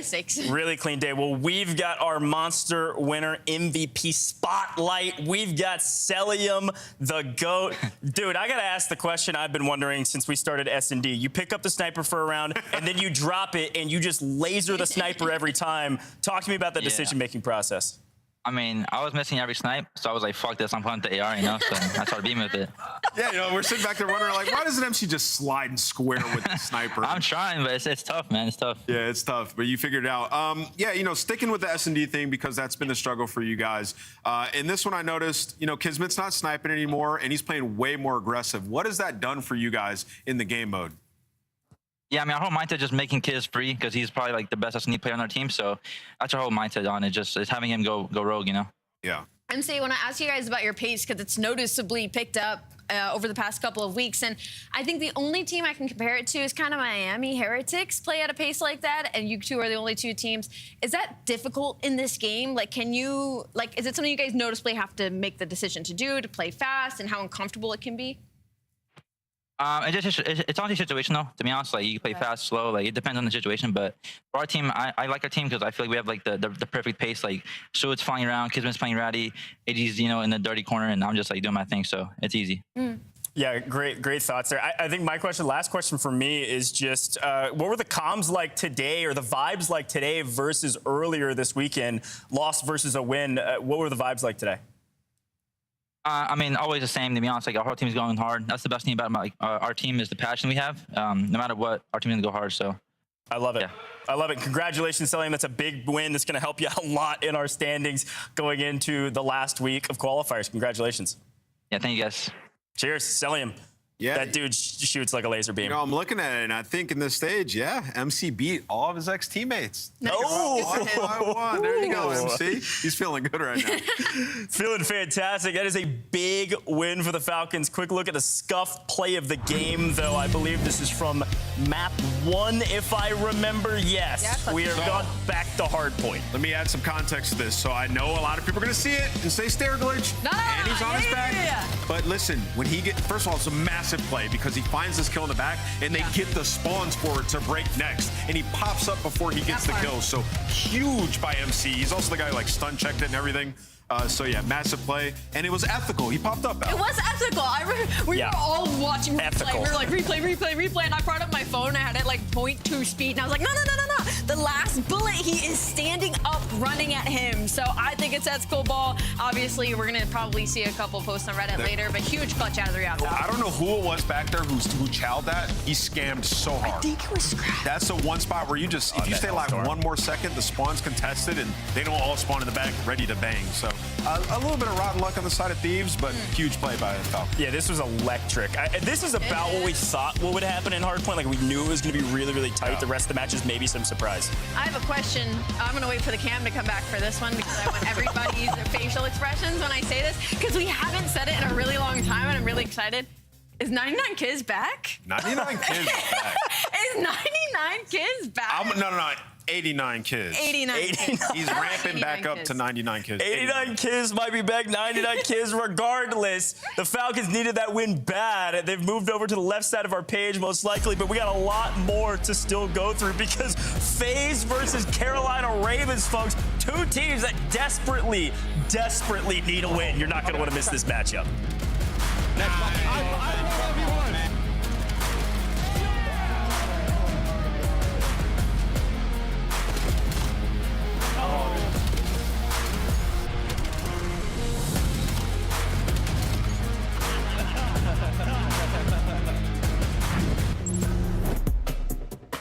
Black Ops 7 returns to the Esports World Cup in Riyadh this summer. Scan the QR code to be notified when tickets go live later this month. Start the season strong with the 2026 Call of Duty League Pack. Grab yourself the CDL operator by scanning the QR code on screen or check it out in the Call of Duty store in-game now. Scuff, official controller of the CDL.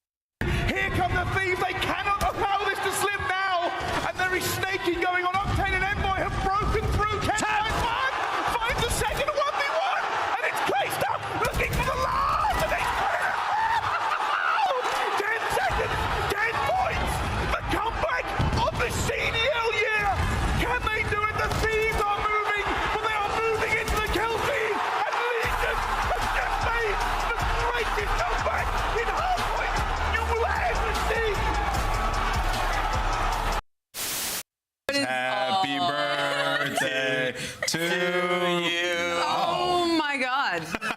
I didn't even get the vote out yet. Do you think you could beat Kenny in a dance-off? Yeah. Oh, he's lying. Wait, did I? Really? Yeah. In my head, I'm thinking he's unstable on his feet. He's lying. No, this is broken because I'm dead ass not lying. I could smoke him. I'm just thinking about his front door porch where he was like trying to control his legs and he crippled on the floor. That's like the first thing I got. Damn, I'm lying on that? That's bullshit. What? I mean, I'd smoke him. Where is he?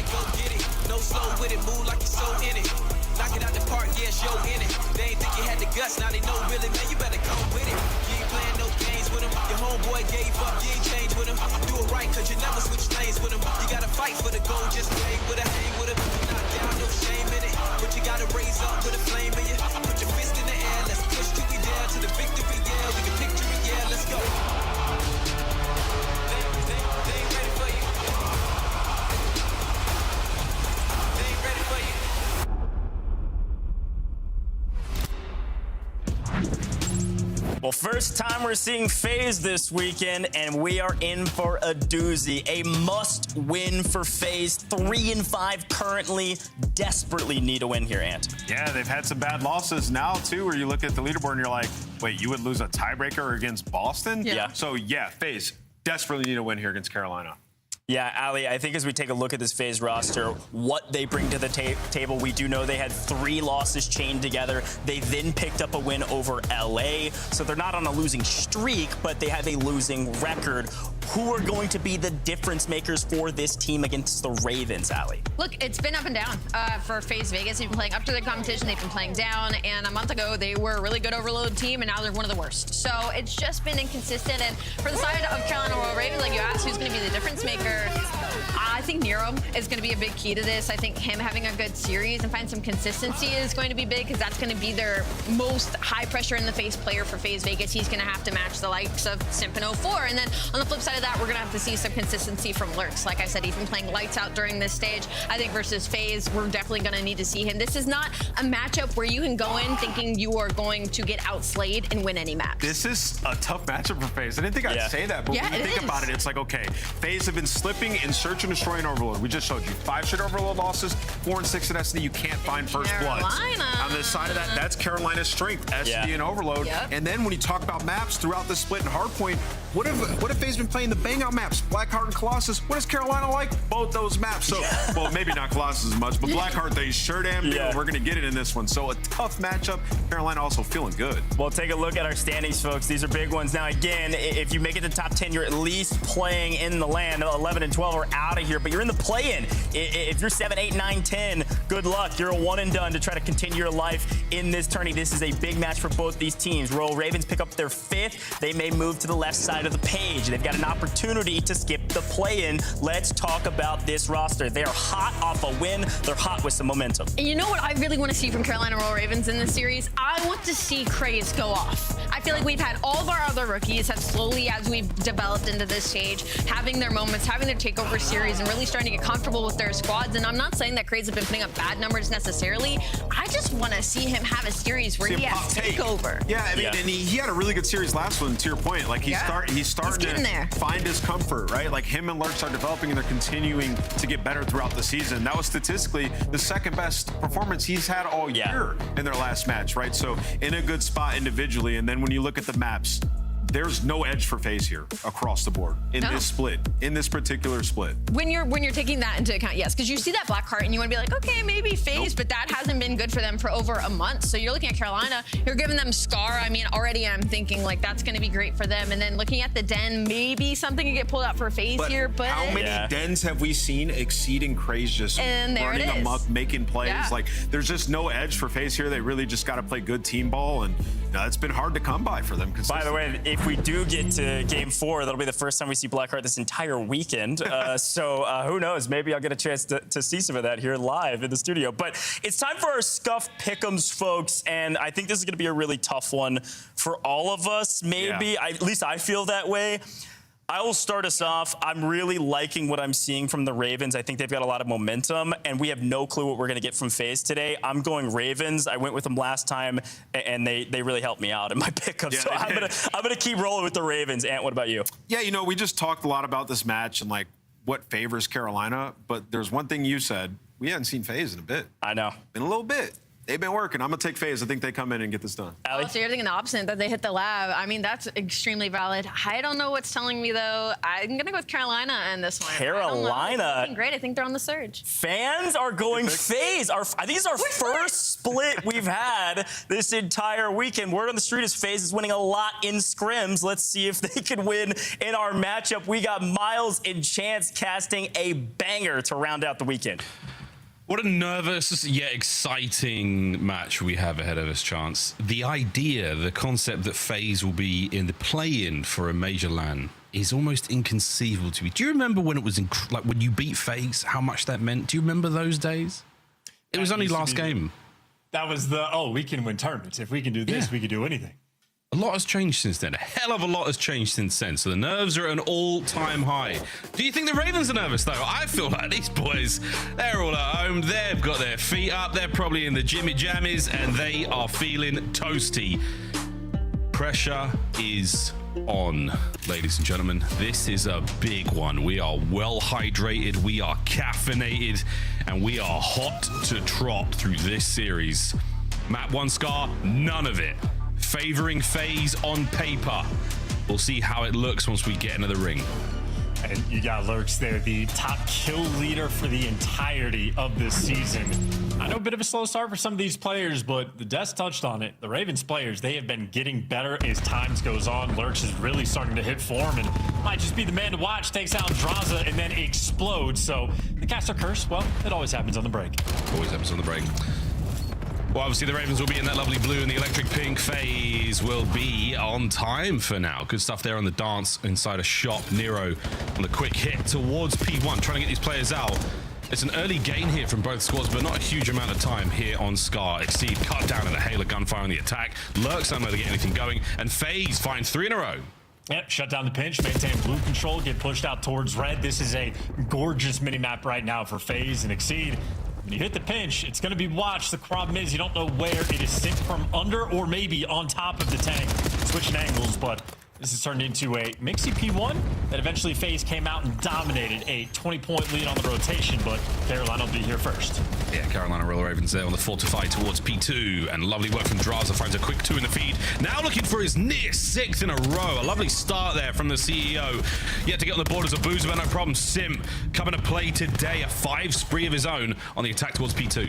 Yeah, and that early rotation getting stuffed. Good timing on the mini-map, but it's for both teams. So both flanks successful, but 0-4 strikes first, and that means the other pinch, well, that'll just be easy to read. Craze gives you 2, but you still lose the time. Still lose the time. No Hellstorm either there for FaZe. Big early holds. Massive time. Not great work here from the Ravens thus far on P2. Go for the break. 25 remaining. Ideal situation to be in right now. 0-4 quickly picking up the pinch. See if they can't get themselves out of this situation and over to P3 in time for Nu. Yeah, it's just the first pinch, fantastic. The second pinch, not good at all. It sort of flipping spawns out, but hey, okay. 2 piece to secure the final few seconds. If you're 0-4, you will absolutely take it. That foot race, though, over towards the plane. Nero can't win the second gunfight. FaZe will beat them on the rotation, and they were able to get scrap. And those blue arrows were chasing the old time, and in effect, they're just over there chasing ghosts. Yeah, ghosts indeed. Well, FaZe get themselves over to P3 very quickly. They get the setup they won. Now the last man alive on time as a wicked counterattack from the Ravens taking place. Draz is holding off the cross. Doesn't have to worry about too much more. Abuzer's there. An open hard point, though. 19 to 69 so far. Nice. Oh, good shots once again. Nice work from Nero on the second man. And big pressure here for the Ravens on towards P3. Well, finally winning a couple of key gunfights, having to bail themselves out with Gunny, because outside of maybe a single pinch on P2 phase, playing flawlessly. Have the Hellstorm in the back pocket as well. And honestly, an important death there from Sim to maintain the spawns. Draza able to pick up two. So you had Gunny bailing out Carolina initially, but then FaZe, well, responded with Gunny of their own. Now you're going to have a 2v1 on the battle for new time. Exceed looking to bail his team out. Yeah, not in the back. He's upstairs. He's gone. Taken care of. So that's one problem dealt with. Now the next wave of Ravens players in the rotation. Oh dear. From 3 to 4. Sim, the man on the door. Shots are in. Helps out 0-4. Can't stop spitting bars. I might have to get a swear jar after that one. There we go. Good shots in from Lurks. That is your main slayer. And that's a 4-piece. Now the run is up. Yeah, finally in control. You're down by 40 for the first time you get a wipe like that, Carolina. To see how they can capitalize. Right now, pushed out beautifully on top of the time. Exceed is taking some space towards the back, and well, now Draza, at a certain point, you're not going to want these spawns, so he's going to be fighting too, and actually his team goes and delivers, and why not get the pistol kill as well? Ravens got the 4-man wipe, had full control. They lost it in a matter of moments. 40-odd point game right now in the attack towards green. Last hard point of the set, and so far FaZe a commanding lead. 12-9, 14-9. Simp and Draz putting in the good work. Abuza now fighting his way up the feed as well. 13-9 for 0-4 as he also gets them big kills. Ravens slow to the draw here on Scar. Now they're just being sort of trapped in as well. All these pink arrows making sure it's the funnel system. Middle of the map, under control. Final two players playing heady. Can't cross when Draz is here. And frankly, no open avenues of attack. This is 15 seconds of freedom right now for FaZe, and Carolina on that minimap are moving very slow. That was the freedom moment there. Draz just having to pick so many different opportunities, different angles. Over the top goes Lurks. That's your big slaying moment again. He's finding them. Pressure towards the backside spawn. Sim deals with it. 0-4 alongside him. And that's going to be the cleanup now. Opportunity to maybe get the break. Last man up for FaZe. A little bit of help from the middle of the map, but Craze is still going. Lovely work here from the Ravens, keeping it as off balance as possible. But FaZe, the first set coming to a close in 15, and it is a strong set at that. In all things considered, I would say FaZe pretty much outplayed them on every single hill from start to finish. But in spite of that, it's only about a 35-point game. So I think Carolina get the juices flowing just a little bit. It's not the worst deficit to work yourself out of. Of course, you got to keep in mind 0-4 does still have that Hellstorm in the back pocket, likely for P3. Yeah, it's going to be very handy at P3. 3 dead. Last guy on the inside of shop. They're going to hound him. Oh, but he jukes him out of there. Blue suede shoes. Nice 2-piece from Lurks. He's on a 4 again. Another spree. Some players, some maps, they just have it. And now what looked like a FaZe P1 is anyone's grab for now.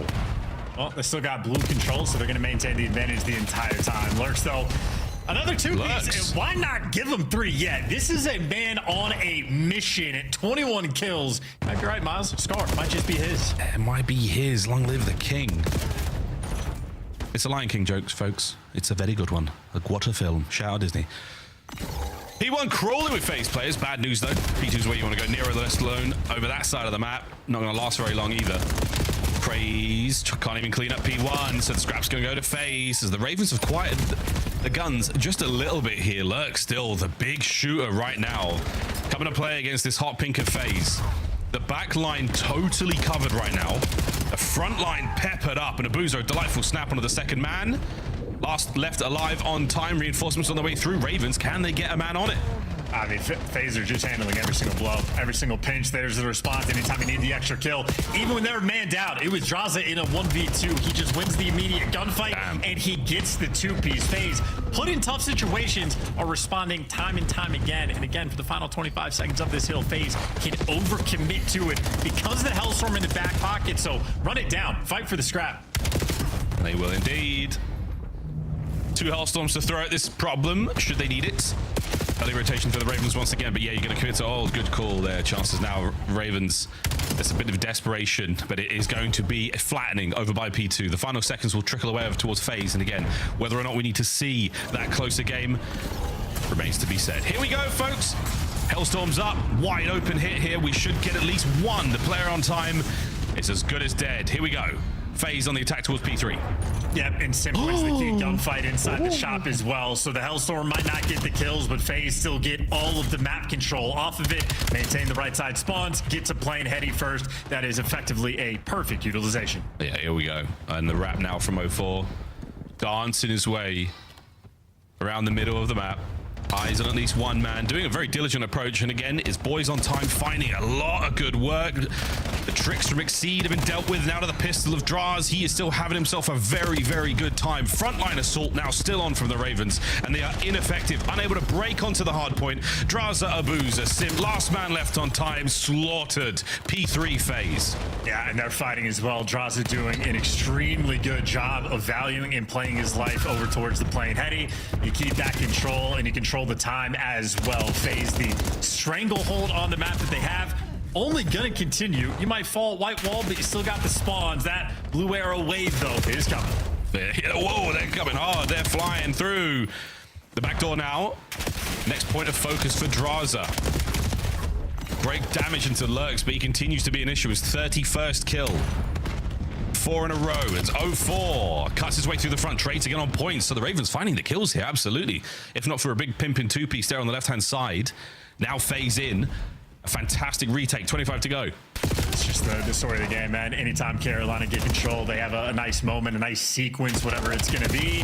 FaZe immediately respond and battle right back. And now at this point, do you want to hit the final time for 12 seconds? If you're Carolina, you're not going to make it. Lurks is going to fall, but good news. He'll spawn on the left side of the map. A desperation effort from P5, and I called the spawn incorrectly. Lurks and Craze is going to join them completely out of the picture. Way out of it. Exceed's now fighting his way towards New, trying to get in the back, and there it is. It is the blade of Chris Lair that takes him down. 34 and 20 after the native Nero connects, and now to Draz. He's finding big kills all over the map as well, dancing his way forward. Now, an awkward moment that 04 takes over. Backline secure, spawns good for FaZe, get in the time, lads, and win the map. Yeah, and make sure you know that you had a Hellstorm too, not just 04s, but we'll call it for a little bit of a victory run. You lose the time, but Nero loses his life. Craze trying to block the back spawns or go up top in a team kill. So not a great usage overall. And okay, Carolina can push him to the back spawns and collect a little bit of this time. On paper, it looked perfect, but it takes 6 seconds for things to come in, and plenty to change in 6 seconds, including a team kill. And now Craze on the dance forward, and at 2:35, we will remember. We will remember how this one goes down. Craze, damn, a bullet away from a lovely play. Nero, he and his teammates now closing in on P1 trophies, you name it, it's all there. The game continues. Well, Boo's behind him, so the guy's on time, assuredly going to fall yet. Lurks loses it. You don't have blue control either, so you lose all power positions. You lose track of Abuza, and so you shall lose the game as well. FaZe likely going to end it here on P1. Will it be Abuza on the flank? And now the game, you will lose 4 in a row as the big kills keep on going. The final 10 seconds here is Abuza now on time. Trophies in position. 04, the blockage inside shop as he should find another there, and his blade doesn't get it. And there we go, folks. FaZe, Vegas start the series off incredibly strong there against the Ravens. Yeah, and coming prepared for war as well. Individuals making the high impact plays and a ton of sequences were like in the slaying category. I don't think Carolina were too far behind, but some of those, like even the P2s where you're just having that trade fest battle, the last man in line for FaZe time and time again were able to keep the play active for their teammates and give you just a little bit extra. And FaZe, well, giving a little bit extra over the course of time turns into a comfy map 1 win. Yeah, we'll have a look at the game flow in a moment, but FaZe start strong, didn't really relinquish. The hard point breaks weren't necessarily there for the Ravens. I mean, they're fantastic when it comes to the rotation. Holds, not so much. That second set for them, we'll see in the game flow, all ass, no breaks on the hard point, of course. 31-26 for Draz, 39 for the Phenom, and 25. Big work from Sim, over 4k damage. Lurks absolutely put up something special there. Chance again, the objective kills though for FaZe. You're getting the work done from time and time again. And you see the assist from Carolina as well. Everybody well into the double digits. So that is just showcasing that Carolina did have good teamwork, had a good game plan, came prepared for the match today, but ultimately just not winning enough of the gunfights. In any situation Carolina had where they gained a little bit of control, they get the 4-man wipes, they win a rotation battle. FaZe were just able to strip it away time and time again. So very well played. They took down King Lurks. King Lurks indeed. It was great. I mean, every time we jumped on him, it was a clean 3-piece or a fantastic, individual win. He was very, very impressive eye test moment. So Simdo doing what he does, clearing out a blue. These are nice highlights again. Exciting stuff from our first map. Quick switch to the switchblade there on the final kill. And again, an unfortunate look there from the Hellstorm. I think when Draza calls it in, it is the perfect time to call it in a different Call of Duty. But this time round, sadly, a little bit too much time passes. And he ends up getting a team kill on his old boy. But there we go. First map, comfortable victory for FaZe. Was Nameless on or something, Chance? They've done the work, mate. They have done the work. The lab has been active. Yeah, and I think great plays the entire way around. I think Abuza probably got the least airtime, but you expect him to be structurally sound. I think the plays from 0-4 as well, very high impact early on. Draza doing the thing as well, and yep, quite literally from the opening break, FaZe get control, and I don't think there was ever really a single moment where he expected it to slip, especially not with the 2 Hellstorms. No, it really did. It walked away from the second set, walked well away from the Ravens, unable to catch an updrift, unable to get anything going there. A lot of drag up against them. Den, S, and D. Now, Charles, Search and Destroy, how are we feeling once again on paper about how FaZe will fare in this matchup? Well, they're going to want redemption, right? They got bullied out by Optic on this exact map, like that 6-1 loss. A little bit painful. So if you're going back to the lab, it is certainly a map they're going to be talking over. But it is very much down the line. Carolina comfortable on all 5 maps we have in this series. So they're going to look for the very quick bounce back. In S&D, it is a good mode for them. Good mode for them, so if they can get the bounce back. A long series is what you certainly want. An opportunity to roll through this for the Ravens. Give yourself as many chances as possible. But yeah, 4-4 in the standings so far. A victory for FaZe. Absolutely essential. They will tie Vancouver Surge at 3-6 with a loss. Again, an unbelievable prospect to see FaZe there at 9th place. So if the Ravens can continue to have their way, we will see, mate. Anything can happen. Serious business today on this match on Sunday. Time to get in a den, time to get into the action. Overload coming up after this. We'll get onto that in a moment. Big man Abuza, a sniper extraordinaire. On the other side, Exceed will be going toe-to-toe with him. They'll be going scope to scope, muzzle to muzzle as we get into the S&D. And, talking about the snipers overall, obviously Super takes the reins, but on Den specifically, well, Abuza obviously saw the numbers there. Exceed very good to match him as well. So honestly, should expect the shootout here coming up. You might have it right from round 1, but if Abuza's leaning mid, where's Exceed going? Number 1 on the mini map, they have down low. So standard here from Exceed, and FaZe not dealing with it at all. Made a ton of noise with the frags over towards the B site, but that is a disappearing act. A is the call, and for the moment, nobody's home. Nero might bump into the entire squad. Nero on the little drive-by for the intel there. He gets plenty. Spots at least one. Bomb plant. No trophy, so the stuns and smokes will be very available. And here we go. Ravens on the wind-up. No damage with the frag. That's a little bit of a Semtex to push you back and Exceed. Right into the guns. Craze finds his as well. Simp, quick to the turn. The second man not there. And Nero now puts Abuza in a nearly impossible situation. What can the Belgian do? On the defuse we go. Oh my word, a worthy attempt. Exceed hops it. We start the retake right with a big snipe. Yeah, great plays by Nero, at least initially as well, to sort of stop the push, make sure you get the information, make sure they're not tucking themselves into the back corner, land those stun grenades for the intel and the follow-up. Perfect. Exceed hits the shot, the retake and the coordination absolutely there, and the trade fest on point. And they obviously made sure to kick that off, waiting for Lurks to get back as well, at least initially across the map, the safety man over towards the B site, but just an indication Carolina very much dialed in for those retakes. Delicate operation there as well for Exceed to snipe over the doorway threshold to catch the player on top roof. Not to kill Craze, not to kill Nero there as well. A lot of stuff had to go right. Shout out Craze for the lethal usage as well. That Semtex perfectly dispersed FaZe. As they were so close on that tree setup. Maybe a miscommunication from them to just about step on each other's toes a little bit. Maybe 2 players in a single corner.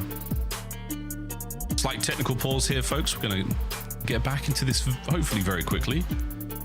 The young Nero looks bored. He looks bored. He just wants to kill things, you know? Taken out of context, possibly wind us in jail. But for now, the Ravens, yeah, good start there in the first round. And despite the fact that FaZe had all the advantage, I mean, they played their cards right. They threw their nades over towards A. They got the big bad booms over there, pulled most of the defenders. Still, even with the quick bomb plant, lost that fight pretty decisively. Yeah, I think the at least initial part of this stage, we've seen a ton of different styles of retakes over towards that A side as well from teams. So I think the biggest thing, again, is Nero, the first man in the engagement, not tossing away his life, and you trust your ability to sort of re-swarm. I mean, same thing like P4. You'd rather take it from the back spawns, treat S&D the same way. Yeah, absolutely. I still think one of my favorite retakes, I've seen the Heretics do it a few times, that smoke and jump over the smoke. So you don't necessarily, you put it in the middle of the sort of tree hard point and you just jump off the door frame. You take care of those players in the corners behind it, who are typically the guys who are getting either the first kills or the trades. I really like that setup. I very, very much like that position of the smoke. As we just figuring out exactly what's going on here, folks. 04 flossing himself there. Very, very important thing to do, by the way, friends. Flossing every day, really important. Slight server crash here, so we're going to get the game back up and running ASAP. There's a lot of opportunity to talk through this once again. Again, as we come back to this matchup, FaZe will be down one round. Ravens do take the first off the back of that defuse. So once again, hoping to get back into this much, much faster chance. Hoping to get back in this one quick. Exceeds heads up. It's still, the pressure is absolutely still on these players. No doubt. The fist bump's out, which means the lobby likely going to be back in the mix and get going. It'll be Carolina back on the attack and establishing the sniper dominance early on. Exceed, no stranger to it. And everybody hitting the gamer stance. Lean forward, get the comms going just a little bit, scooch on up towards that monitor. And Nero waking up as well. He's back. He's back. Again, he's sort of due at least one insane hardpoint map. Or respawn, actually. These games, I haven't seen him go too wild. Again, this is off the top of the dome in an overload. But he's due one wild hardpoint a series. Will it be Blackheart? Round 2, Ravens up by 1 here on the reset. 3-1 through mid, bomb towards B. And Craze in cheeks. Well, Simplees gets the first blood before he falls, and Craze looking for number 2. Too quick with it. Exceed wins the gunfight against Draza, and all of a sudden 04 buys Lonesome. And he's hiding in the smoke, but that is not an effective strat. Carolina, that is an instant response on the attacking round. They're not even a response. That's a response to the delay. They're speeding the process back up, and Craze good for 3 in the round. Great for 3. God only knows what he saw through the smoke there, but near perfect on the damage on 204 there. Yeah, fast round chance. Another quick one. 0 time wasted. I mean, this is what, 12 seconds into the round. Simps already getting shot effectively on a flank, or at least in the back, and too quick for a Booza to handle. Craze, certainly a good playmaker. He has been so all year. Essentially, is one of the first sort of takeaways we had from Craze was those big opportunities for wins, and Simps gone. A possible mistake on the wall jump. Exceed not at all phased by it. Backs up, goes for a blind fire through the smoke there. And look at this, Ravens, under all this attack from the snipe, they have made a massive route through the spawner phase. Draza is in for a fight now. Number 1, he reads the second man. Oh my gosh. Draza makes it a 2v1. This is why you grind, man. Those instincts absolutely on point. Now 1v2 from Nero. You said he's good for one of these moments in a respawn. Well, we'll try here for the clutch. Good damage. Solid. No kill. No kill. He deals 700 damage, and you can see his face. He's like, just give me one. Come on. He did so much there as he muscled his way through the front of the site. The FaZe walk away with the drives. I mean, this 2-piece, this was really, really impressive. Again, counting players, knowing that Exceed was alone, knowing they killed one man, so he just has this inkling. There could be another player on the flank. There could be, and it is Craze. That snap is huge. FaZe get on the board 2-1. Yeah, not sure if I don't even think he spotted out the pinch on the cross. I feel like he was way out of the picture. So pretty sure that is just his instincts there on point. So as you say, the communication from his teammates a factor as well. Another 2-2 split on defense there for FaZe. And this time Craze went straight through the bomb site. Great damage and great control. This should be a play. It should be. He's in. He's into trouble now. Dojo not very kind to him. 04 and Sim get theirs. And they're battling for lurks. They line up for a second, but again, these FaZe boys are made of tough stuff. It takes more than 4 to kill these boys. And this time, Nero, yeah, once again, nothing. We are all tied up 2-2. The draw's on a 4 spree. Not too shabby. And I think for Craze there, that's a wanting to have your cake and eat it too kind of moment. Did all that work to get control of the site, get the bomb down, and he just kept moving forward. 2 players there posted in Dojo. FaZe seemingly very happy for the 2-2 split on the defensive end. Haven't sent really any presence over towards that A site. But for the strats we have seen, for the moment, no reason to. Yeah, FaZe been pretty decisive. These have been good looks in both of their victory rounds. Ravens, it is just lightning fast. FaZe barely get a chance to get anything going. That's how they seem to lose it. Lux 04 trades good. Simp alive. Still with the boozer on the snipe over by the A side of the map, and this is a good nade. Oh, no connection. Craze, fast-footed, gets out of trouble. Oh, and a boozer a second longer. You might have had a kill. Back through mid we now go.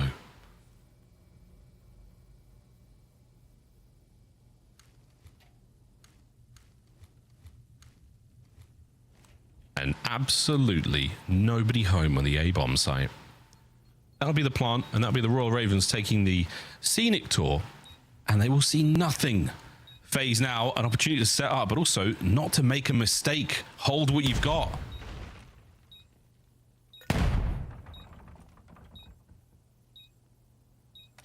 Boozer, first up. Times it a little funny. Good for the pistol kill on the Craze. A big flank now in the back from Draz. The last man left alive, Nero, and he will go down a little harder than the others. The dance is on, but the time absolutely not on his side. Abuza can check this. No need. Gets the kill and walks away with it. I do think I might have been left alone by chance here, chat. He finally got me back after all these years. He got me back. I was just enjoying the silence, man. I was happy for you mother...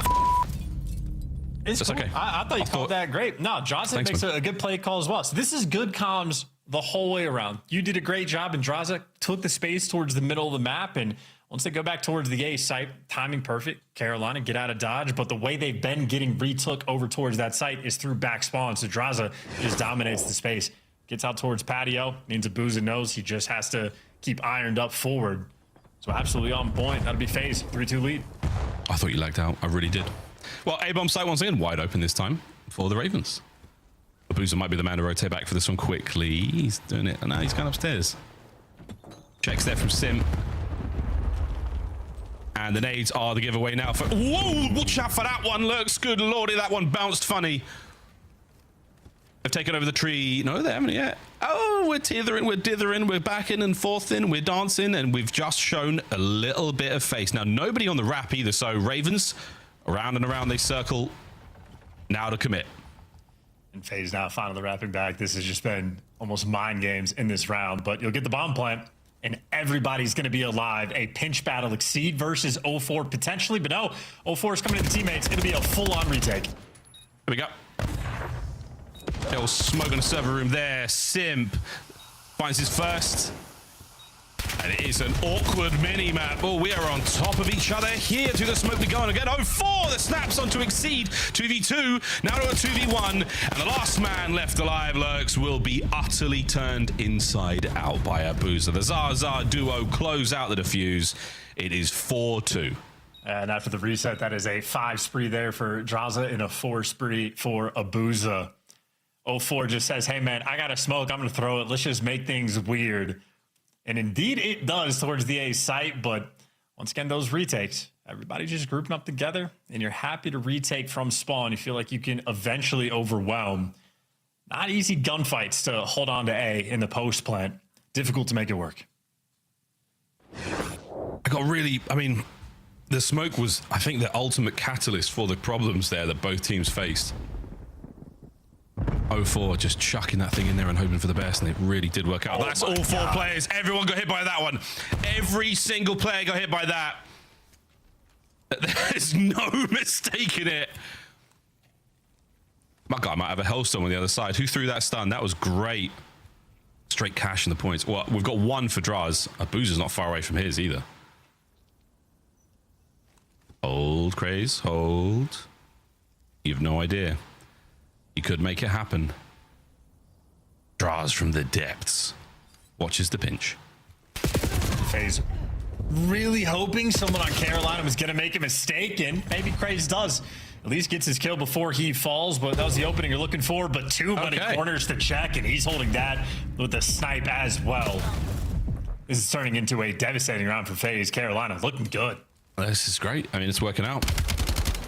That's the sniper of Exceed. Now Abuza getting into the places where he doesn't want him to be. An uncomfortable moment. Oh, the turn. The intel on the next 2 men. 0-4. Will he square up for the fight? He sure does. The pre-fire! 0-4 eats them alive. That's a tough one. I mean, that is smiles on both players' faces, but just the pre-fire. Classic COD right there. 0-4 able to drop him. That's a bailout moment, too. He was left in a very tough spot. There is no time on the clock. That is bomb down in Dojo, and 2 players you have to deal with. 0-4 brought the gunny today. And there was what? 12 seconds left on the round? No bomb plant. Defenders. Another one of those moments. Another one of those. Map point FaZe to go 2-0 here. The Hate Watchers are in shambles, knowing full well that Draz still has a Hellstorm. Okay, don't worry about it. The Hate Watchers, fists in the air. They're off their knees in a Walmart. Man advantage Royal Ravens. And no bomb plan either. They're hoping FaZe make maybe another overcommitment. A boost in the middle of the map. This might be the sniper duel we're looking for. Is it finally? Oh my God. Did he double hit Mark the way they both ran away? Like, did he get a double? There's no way. There's just no way, bruv. 0-4 back to Dojo. No good on the damage. A little bit of intel. Abuzer's smoked. Hit and run. No good on the escape. And Simp. Oh man, he tried to get tricky with it, but the Ravens will take the round. Crawling it back. Exceed chomping as well in the comps, feeling good. Hitting the snipes even at close range. He is trusting himself to hit these shots. And indeed he does. There you go. 2 for the round. And honestly, might have been a collab hitmarker. It wasn't chunky enough for the collab, but whoever he got the hitmarker on should have died, in my honest opinion. Yes. I'm very biased. And you're not a doctor either. You are a prolific sniper in your own regard, and that was a tough one. A prolific sniper in like plat lobbies, maybe, for sure. You're in Crim. Lock in, bro. Yeah, but I can't. I'm not that good sniping. It's tough. No aim assist. Okay, it's okay. It's okay. Sorry, you can stop right there. Don't worry about it. It's okay. Hellstorm from Draz. A lot of mans out in the middle of the map, and they're going to scurry inwards. He now gets the call 1 in broken. 3 over by the A-bomb site. What will FaZe do with this information? Lovely curve there. Almost can imagine to get it through that top window. Simp does take care of the broken player. Now through the middle of the map, we dance, and Simp, a little bit of help from his friends, takes care of Exceed, and that is Draz under wraps. There we go, folks. 2v1. Lurks is going for it. Lurks! Oh my good God! What in the hell was that? That's a clip that almost got me fired. I'm about to say some crazy stuff for him. Arguably, I mean, not even a doubt, the best clip of his career, a 1v4 against FaZe in a span of 4 seconds. World champions that he just gunned to bed. 1, 2. The third was impressive enough, but watch the fade away with a pistol. No, go back. The last sugar. It was, oh, good God. Was that for the ace as well? You filthy, filthy bugger, Lurks. Filth. A moment like that can change it all. Watch him charge out now and die first blood. Nah, it's the second best clip I think I've seen this year. This man can do no wrong. Oh my God, that pistol with a fadeaway as well. We'll talk about that later. Unbelievable. First blood. Draza down and out. Lurk still hot as hell. Will he overchow here on the 2? 04's got the pinch. 04. Glorious attack. Lurks. Craze still battling. 1v1. And Lurks has to stay alive. Can he find another highlight moment? Keep his boys in it. A 1 pump. And the smoke. No! 04. Clutches for FaZe. Back-to-back shenanigans there on Den. Yeah, and as good as the clip was there from Lurks, and it's certainly one he might be reeling from, that momentum gets crushed immediately. FaZe there for the response, and honestly, exactly like map number 1. Carolina bringing a good fight, bringing good strats, and making good plays. FaZe just there to respond every single time. They're going to give you just a little bit extra. 3 first bloods there from Simp. Double-digit game there for 04.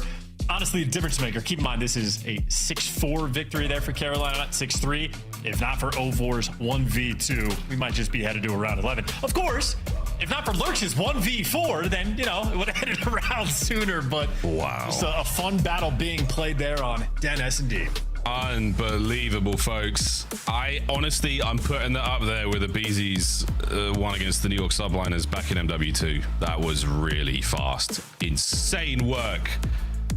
Insane work from Lex. Hey, either way, 2-0 FaZe. Brilliant match so far for the FaZe fans. We see signs of life, but we haven't quite seen enough for the Royal Ravens. After the break, we play Overload. Will it be a 3-0? Another on this Sunday? I'll have to watch and find out.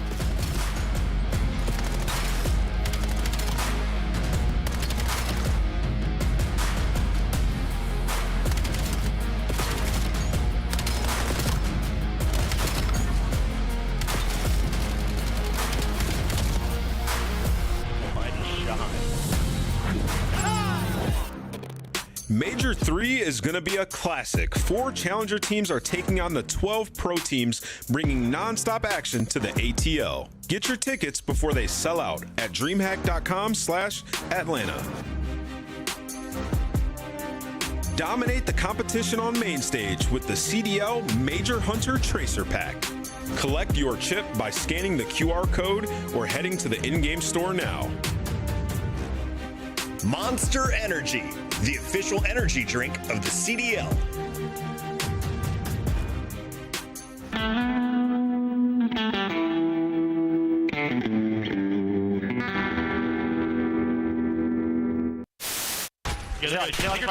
Stay on Spires. Play 2-1. Play your life, dude. He's in. He just running away. Just run. Fuck you know, baby. Go. Come on. Come on now. Yo, this guy was f***ing so much. And we're trying to work the flip. Some will flip. It's a 4v2 on the top side of the map. 2 will flip for Falcons. Mason again on a 5. 31 and 21. Good lord. We're going to have to break this one down. Make it 6 in a row. He's doing Hercules. We're flying, folks. And we're 10 seconds away from a map 1 green wall victory. The kills are flying. The boys are firing. Shotzzy top mid. Can he fire 3? He can. Exclamation point. As Optic will take map number 1 here in Dallas. Come on. That's good fun. That's outrageous fun. What a way to start the major for the boys. That's some good work right there. Oh, yeah, that's juicy. Let's That's go, some Rob. great work My right there. middle section is sweating, dude. I'm so excited. Wait, What do you think of my shirt today? It is a choice. It's a choice. Listen, guys, I put this shirt on. I felt pretty sexy, to be honest. Yeah, I looked in the mirror and thought, God damn. And then I got into the green room and everyone said, your shirt's too tight. You look like an idiot. And I was it's just a little too small, but it works. Down to 3 for either side. This is going to be it. Last-ditch attempt. Flying with a point. Joe Deceives gets his. But 3 seconds to go. You've got to get on the zone, lad. Fresh mag. Send it. Wins it. Oh, my God. It's a 2v1. Diamond Con. Can you do it? The boys are on the capture. It's now a 1v1. What a round of control. Diamond Con, if you win this. God damn, what a round. At COD Champs, the fun goes beyond your seat. Welcome to Vegas. If you're in the starter ranks, you gotta slide over to the iconic Vegas sign for a quick photo. Then drop into the playground made for adults. And then go swimming with sharks at the Shark Reef Aquarium. Now at the next level, full send the obstacles at Spy Ninja's Adventure Park. Then get active at Lake Las Vegas Water Sports. For the ultimate experience, take a helicopter tour of the Grand Canyon. Then jump off an 800-foot building at Sky Jump. And that's how you make your Champs weekend unforgettable.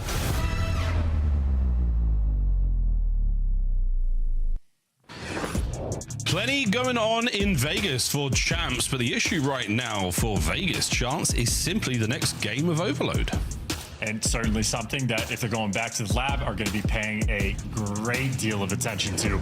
Multiple maps they have lost in a row. Stage 2, it has been punishing. 0 for 5 in their last 5 in a Team KD. I mean, listen, they're not even getting kills, so very much problematic. Be sent here on Den to see if they can reorchestrate something. And frankly, the way they've been playing COD today, they definitely look good. I think Carolina have been playing some halfway decent Call of Duty, but even after a 1v4 clutch phase, holding their resolve. So trying to level up their game through the latter half of this split. And that's the truth. It is the Ravens holding it up.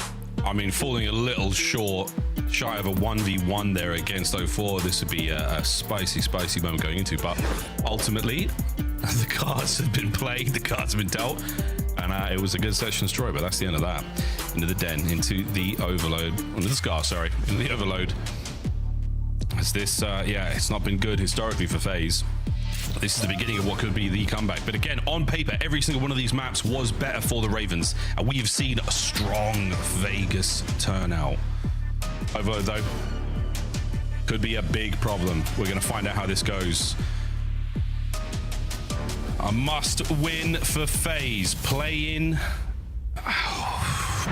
Lana Birmingham. My God, we'll find out how that goes.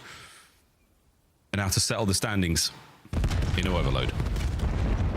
And those explosions raining out. Exceed, the only one to get a kill, so simply be welcome back to his spawn. But hey, Sim's teammates pick him up. It'll be a 2-2 split off the break, and Lurks, man, is twisted, flying forward. Fun POV to watch, but no kill there. No, nothing. I'll wait for Exceed off spawn. Trying to get in the gills. Trying to get some laneway now to work with. He's got a free route. He's been spotted, though. A kill here would be great because his boys are still up. Now, the reinforcements have arrived. A big pinch, though, from Sim. If he can take care of the carrier, yeah, he does. So mid-map, an awkward moment. We're seeing the presence in the spawn of FaZe, but no hope of getting that device forward. Yeah, they accomplished step 1, but step number 2, the more important factor in that. So Sim doing a good job to keep away. Now FaZe going to keep away the device from the enemy team, running it to the plane side of the map. Everything right now for FaZe Vegas, structurally sound. A cheeky run from Nero. Tries to buy some time, doesn't buy a single thing, and now the run towards goal is good. 04 slides it through. That's the first. And it kills as well. Yeah, and they're going to be able to stay in their spawn. So too many wall bounces for one team, and just great standard fundamental coordination there for the rest. Sim now the next man in line. Great shots. Can't get the second as 3 in the feed there from Carolina. Their turn to make some moves. Once again, the do have the plane heady, so Abuza, he's holding down this position very well indeed. Okay, well, FaZe, you managed to lose control of the objective. Let's see how you bounce back and listen in. Hey, take it left to me. I want you. You want to be cut? Hey, I'm talking. Let's go. 2 mid, 3 mid, 3 mid. 2v5 with me. One is mid there. Hold you left. Right across. The man gonna go back right. Someone play back right. I'm not deep. I'm not deep. I'll pick it here. Hey, Dead. Let's go. Top green. I'm not playing right. I'm playing right.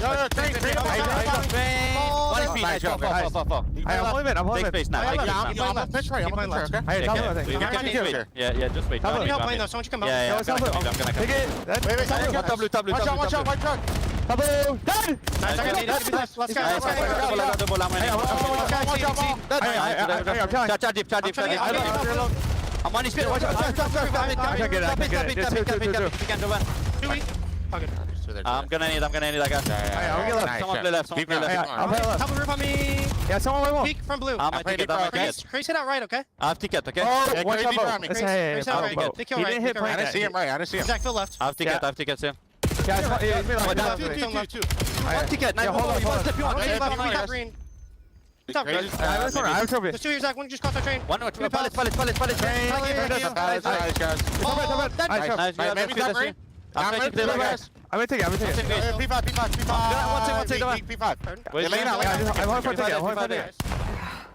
God, FaZe, what an attack it was. 3 saves on the goal line. Can they do another this time for the Ravens listening?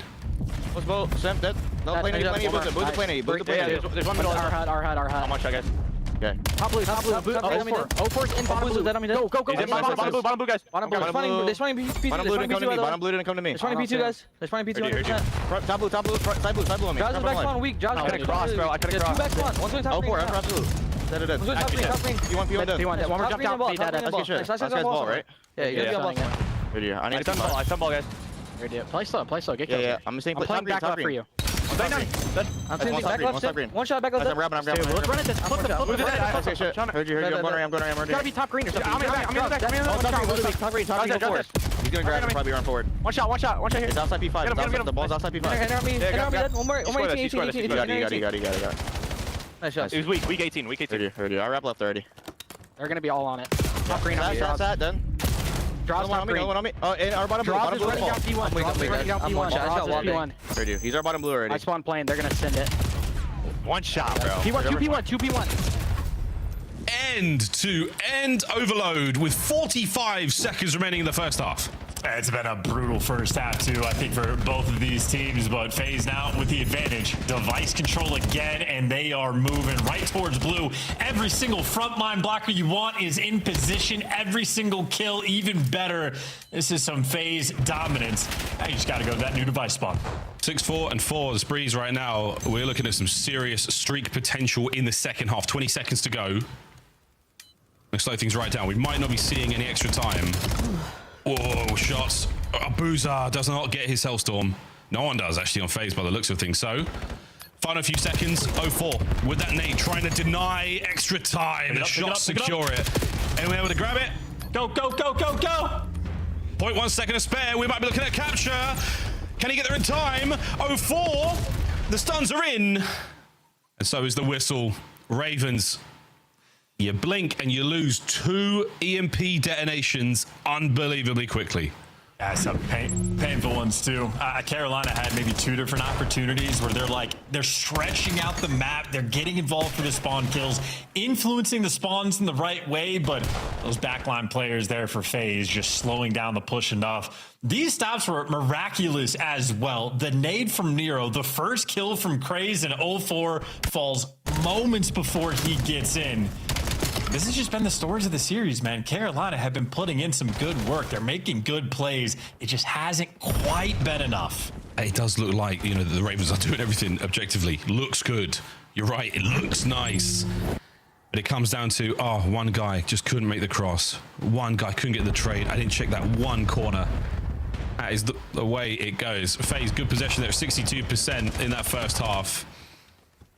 And here at the whistle blow on the swap of the sides is a clean 3 dead. Outside of Lurks now pushing forward. This could be another capture. Nades should be over the top of the 18-wheeler. Oh, but Simp is as well. Draws down. Exceed with a big 2. Stops the capture. And another save from the Ravens. Yeah, always fun to get a collateral with a main gun.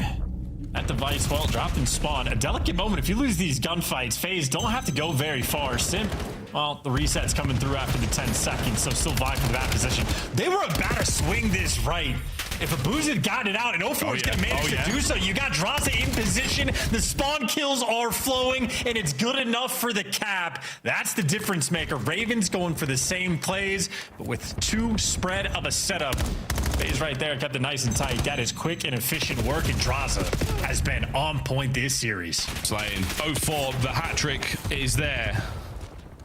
An Exceed, a lovely pirouette, a spin, and an airborne Sim taken care of. Now FaZe though pushing forward. A weakened Exceed. Can they take care of business? Lovely work on the defense. Tags now into the carrier. Can we buy the space? Sure can. Nero is there. And an open lane to play with here. For the Ravens, they might be able to fight this one forward. 3:30 on the clock. Craze the frontline blocker. We should be able to get a capture. Send it, lads. Oh, 0-4 once again. And the goal line stop. Lurks down as well. 0-4, a masterclass on defense. Yeah, you needed that one, but the angle's too good. If you play this in ranked, you got to steal that spot. Perfect line of sight and multiple players utilizing it. And once again, Carolina in good spots, creating plays, making things happen, and just getting shut down. We saw Exceed do it to the Vegas in the first half, and now the tables have turned, and how the mighty FaZe have held this all together. Possession very, very strong. Trying to maintain this position here by Green. As FaZe still with full control of the map, with full control of the EMP. Well, you're going to be running almost by yourself. Actually, this is a bad route for Lurks. Yeah, you're going to be letting him through, but 0-4 going for the juice. Euro step out the window, not good enough. Interesting moment and a fun mini-map, but Carolina, hold on. Well, another opportunity now on the attack forward. Nothing else to throw at this. Simps Hellstorm gone as well. Anabuza takes a couple of tags. He should be fine here. That nade was great. 0-4 on the flank. You're starting to win the gunfights up front. Sim has to pull back. And pull back he does! It's another magical moment from 0-4. A 3 spree and 24 and 18. FaZe possession again.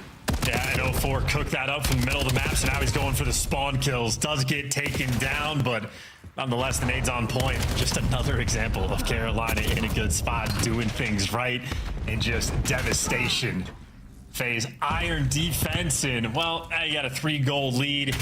Only a minute 45 to play. They are in no hurry. The Ravens are full sending it in the direction of the device. Bad news. It is Chris with the pistol. Mr. Lair finds it, draws on the cleanups. Now a little bit high ground to play with. Perfect nade. Oh, to slow draws down. In a good position right now, but defensively, Ravens are finding their kills. Is one. Can Draws level it up?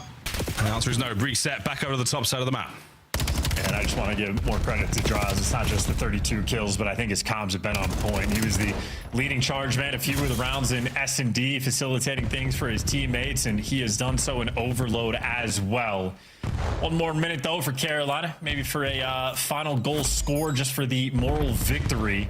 Maybe Exceed with it in hand, but 0-4 on the fullest of pinches. I mean, you just can't read stuff like that.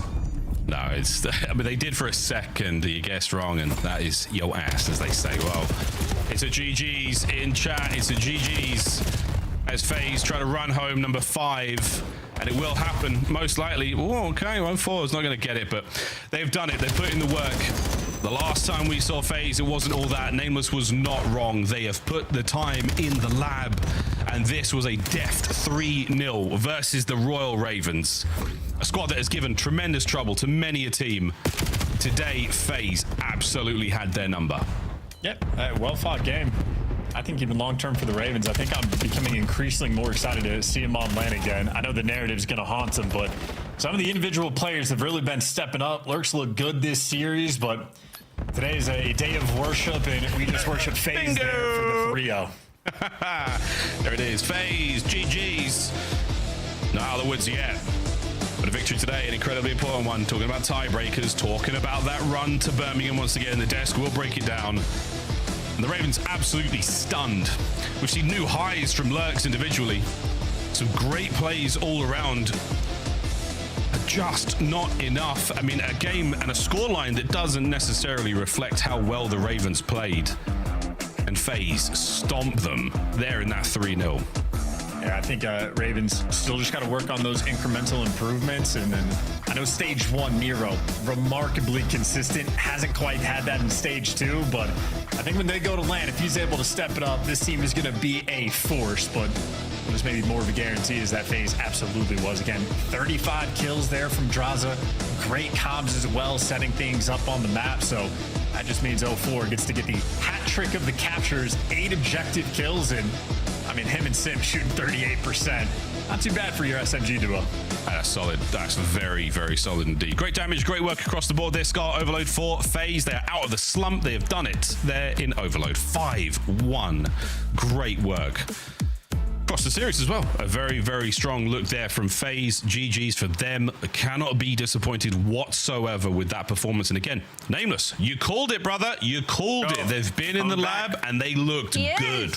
It was unfair. I watched the optics scrim that they were streaming. And FaZe looked really good. Dude, unstoppable 0-4. We got Lurks 1v4. We got Din S&D 6-4. FaZe win in 5, man. They win in week 5. This is crazy. And they win in 3 games. What a day. What a weekend. And FaZe, look, there were question marks around them just because, well, frankly, we hadn't seen them this weekend. Been watching scrims.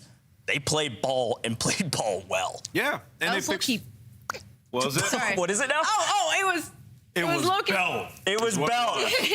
Yeah, I mean, coming to this one, Carolina, they've looked really good. So I think that was impressive out of FaZe. And in particular, 0-4. We got to give him his credit, definitely. dude. He played Really well good in the series search. I mean, in the 1v1, there was nobody on planet Earth that was killing Lurks there. And 0-4 had the smoke, made the play. So huge win for him to...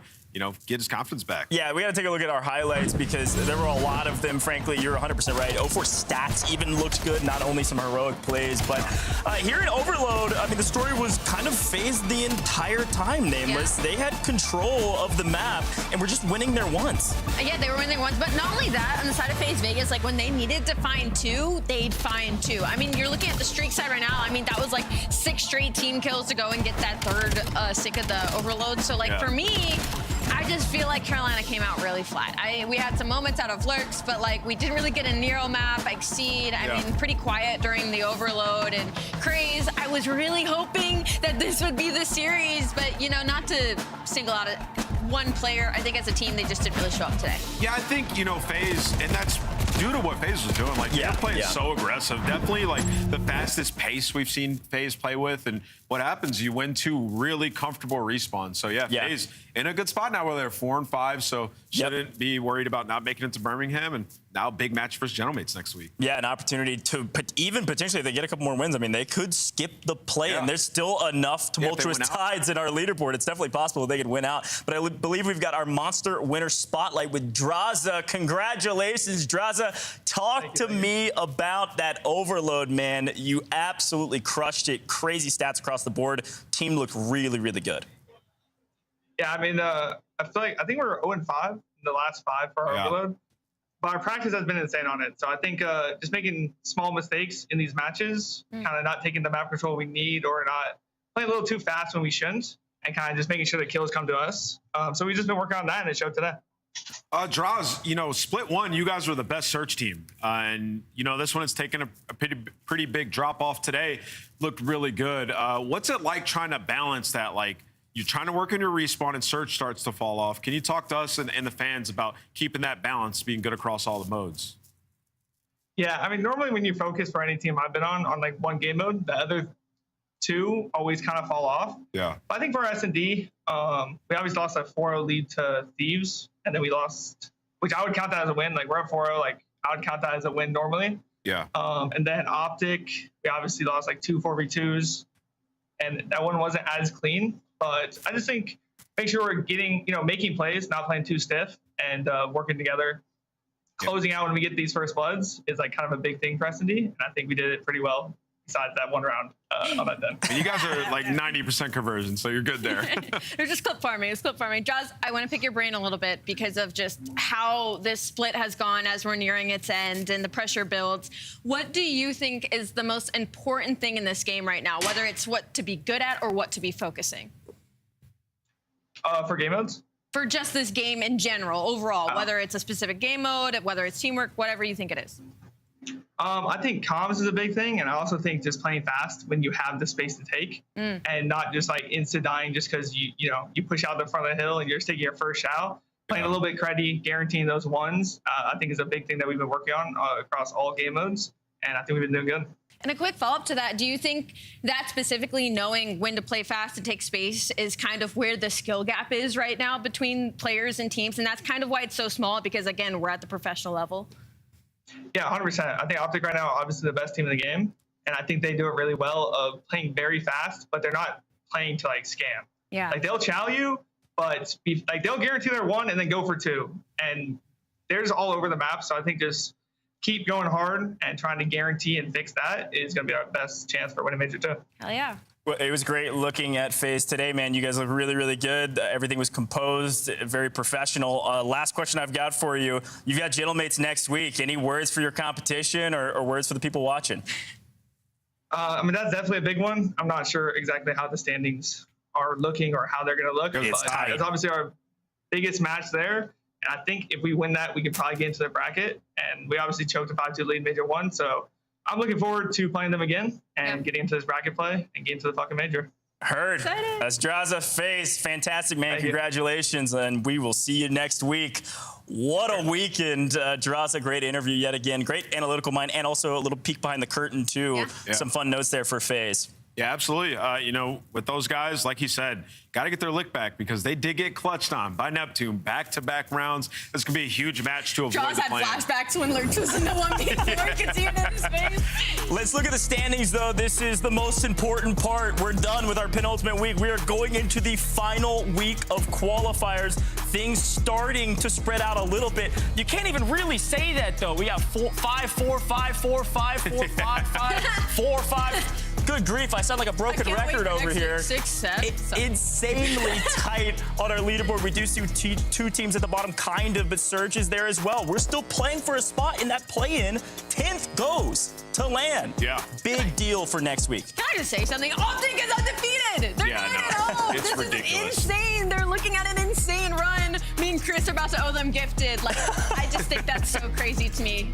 Well, let's take a walk back through what happened today, because it was a fantastic weekend, but it started here. A big game. Every single matchup was a big game, but Crimpy was indeed supreme. He was back. He had a rough series, earlier this weekend, but today he was crushing it, picking up a ton of bloods, and overall G2 just looked really clean. That kind of makes me want a donut now. Nah, seriously, Cramp Losses is so back. What a great map 4 out of them, just to really close out this series. Boston Breach, it's just so heartbreaking because we saw some life in them in their previous series, and it just felt like they came out pretty flat again today. I got a couple of mistakes on their side. Easy fix-ins, but with the way that they're in the standings right now, not looking great for Birmingham, their biggest focus now is just going to be like, how do we get ourselves out of bottom 2 conversation in the league? Because it's not looking good. Yeah, 100%. Looming roster move for Boston is what it seems like. Can't make the right play. They're definitely a bit behind the rest of the teams, but hey, that was that match. Big win for Minnesota. What do we have next? Miami. I mean, this match was so fast that there were no comms. We were barely in the green room. I got a sip of water. We were back out This here. is actually the whole series you guys are watching right now.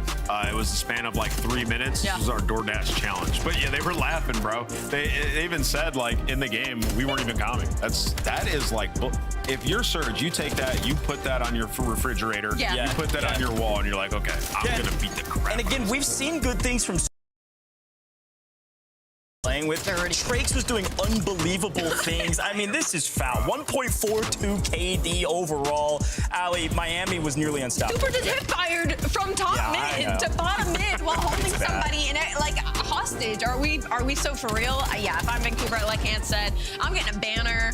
Somebody like as a gift, like put that on my wall. So where do we put Miami? They gotta be like second favorite, right? Yeah. I think Miami. They're right there. Yeah, they're up there at the top. I mean, again, one of our teams has now has 6 wins, but of course, things kept going a little crazy. Our predictions were all over the place because the Falcons came to play today, Nameless. Pick up a 3-0 on Thieves, who started to see some life after their win over C9. Yeah, I've noticed a trend in these matches that we think are going to be a banger. They are on the first map, right? It's super narrow. Super close. And then that team takes the momentum and gets the 3-0. We saw it in the Miami one up against Riyadh. We saw it in the Carolina G2 match, right? It's just momentum in this game is massive. And, you know, a lot of these teams are just very similar in their skill level. Today, the story, though, is Riyadh was able to win a search and destroy. That was the difference in this series. Bang. And, Kismet got to be free, do his thing. Facts, the story this weekend has been the teams that have been putting in the work are getting paid for it. It really is. You just got to put in the work. We've seen a lot of movement. But speaking of movement, we've had a lot of scuff play of the games. Now we've got a play of the day. Lurks. Dude. 1v4. Y'all walk me through this. This was disgusting. I mean, it's just understanding the situation that he was in. You know, like he had the info where all the players were, and so he just confidently took literally every single gunfight. I mean, wow. Oh, what's going on in his head right here is your ass, please chow me. In his head, after he gets the first 2 kills, he's literally going, please chow me. And they just kept chowing him. No, that was nasty. That was peak. That brought me back to like Sims 1v4 last year. And you're thinking, all right, here we go, Carolina. Lord have mercy. That was unreal. Unfortunately, They didn't win the S&D. It ends up 6-4. 04 shut it down. God, 04 had a fantastic play as well. If we didn't have a 1v4 there. Sophomore humbling his freshman. We're good. That's right. Well, let's take a look at our KD leaders. This is another interesting breakdown because, well, our man at the top has been crushing it. But look at that. Miami, Super, and Trace 1-2. Yeah, Super's been going off. Him and Rencor are 1 and 2 in the league this split. Seeing 04 on there is a good sign for FaZe fans. And then MC's back. MC is so back. I feel like, I don't think it was last week or the week before, he was in that #1 spot. So, I don't know, sell a couple places to climb. I'm used to seeing your picture there. But yeah, shout out to Super though, man. What a freaking series out of him. Yes, you see Simp, 04, and Draza, by the way, all inside that top 10 as well. So a fun day, a fun weekend. Yeah, we'll take a look at next week. We need to know. This is next weekend's schedule. This is our final qualifier weekend before Major 2, and it's Gentlemates versus FaZe to kick things off on Friday. Oh my God, it's absolutely cinema. The last match on Sunday is Koi versus Optic Texas. Now, don't make me remind you, Koi said they were looking forward to the Optic match and wanted to be the one to break the streak. I can't think of a better way to close out. No, that's a tactical loss by Optic. Tactical loss. Yeah. You can't go undefeated. They can call that one in. It won't change anything about the seedings. But regardless, what an unbelievable weekend filled with upsets, filled with leaderboard shakeups that have left us still confused about what's going to happen. With you joining us? Yeah, it was a lot of fun. Listen, my prediction started strong. It did. I ended 6-11.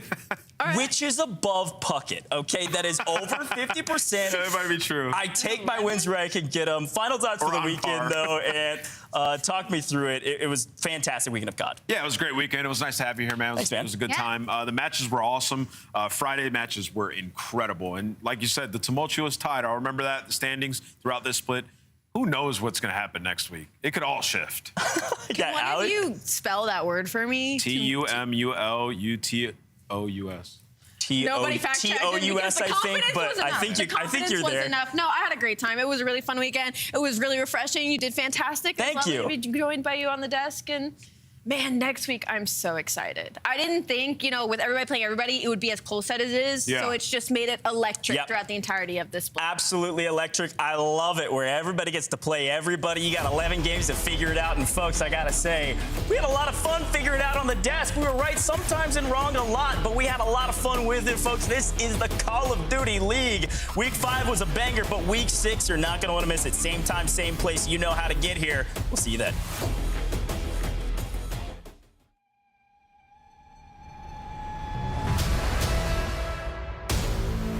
Back for another one.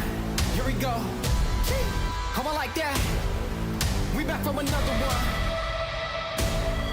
Here we go.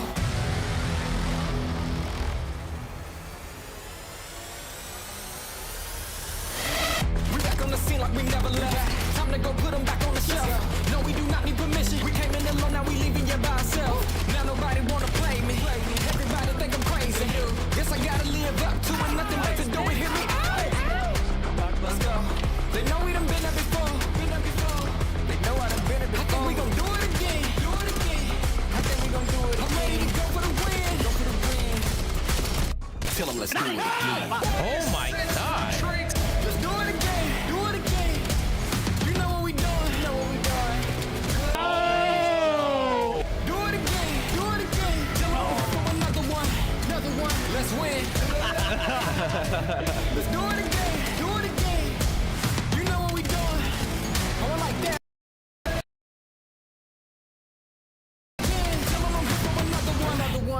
Yeah.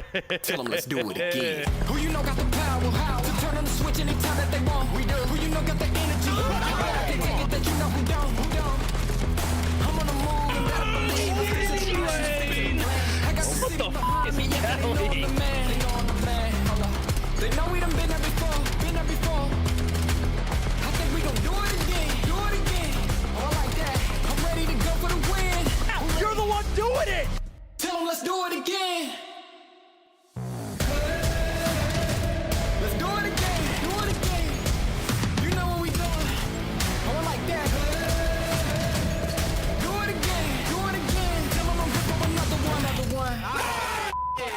Tell them let's do it again. Who you know got the power? How to turn on the switch anytime that they want? We do. Who you know got the energy? I bet I can take it that you know who don't. Who don't? I'm on the move and better believe I stick to the plan. Stick to the plan. I got the city behind me, yeah, 'cause they know I'm the man. They know I'm the man. Hold up.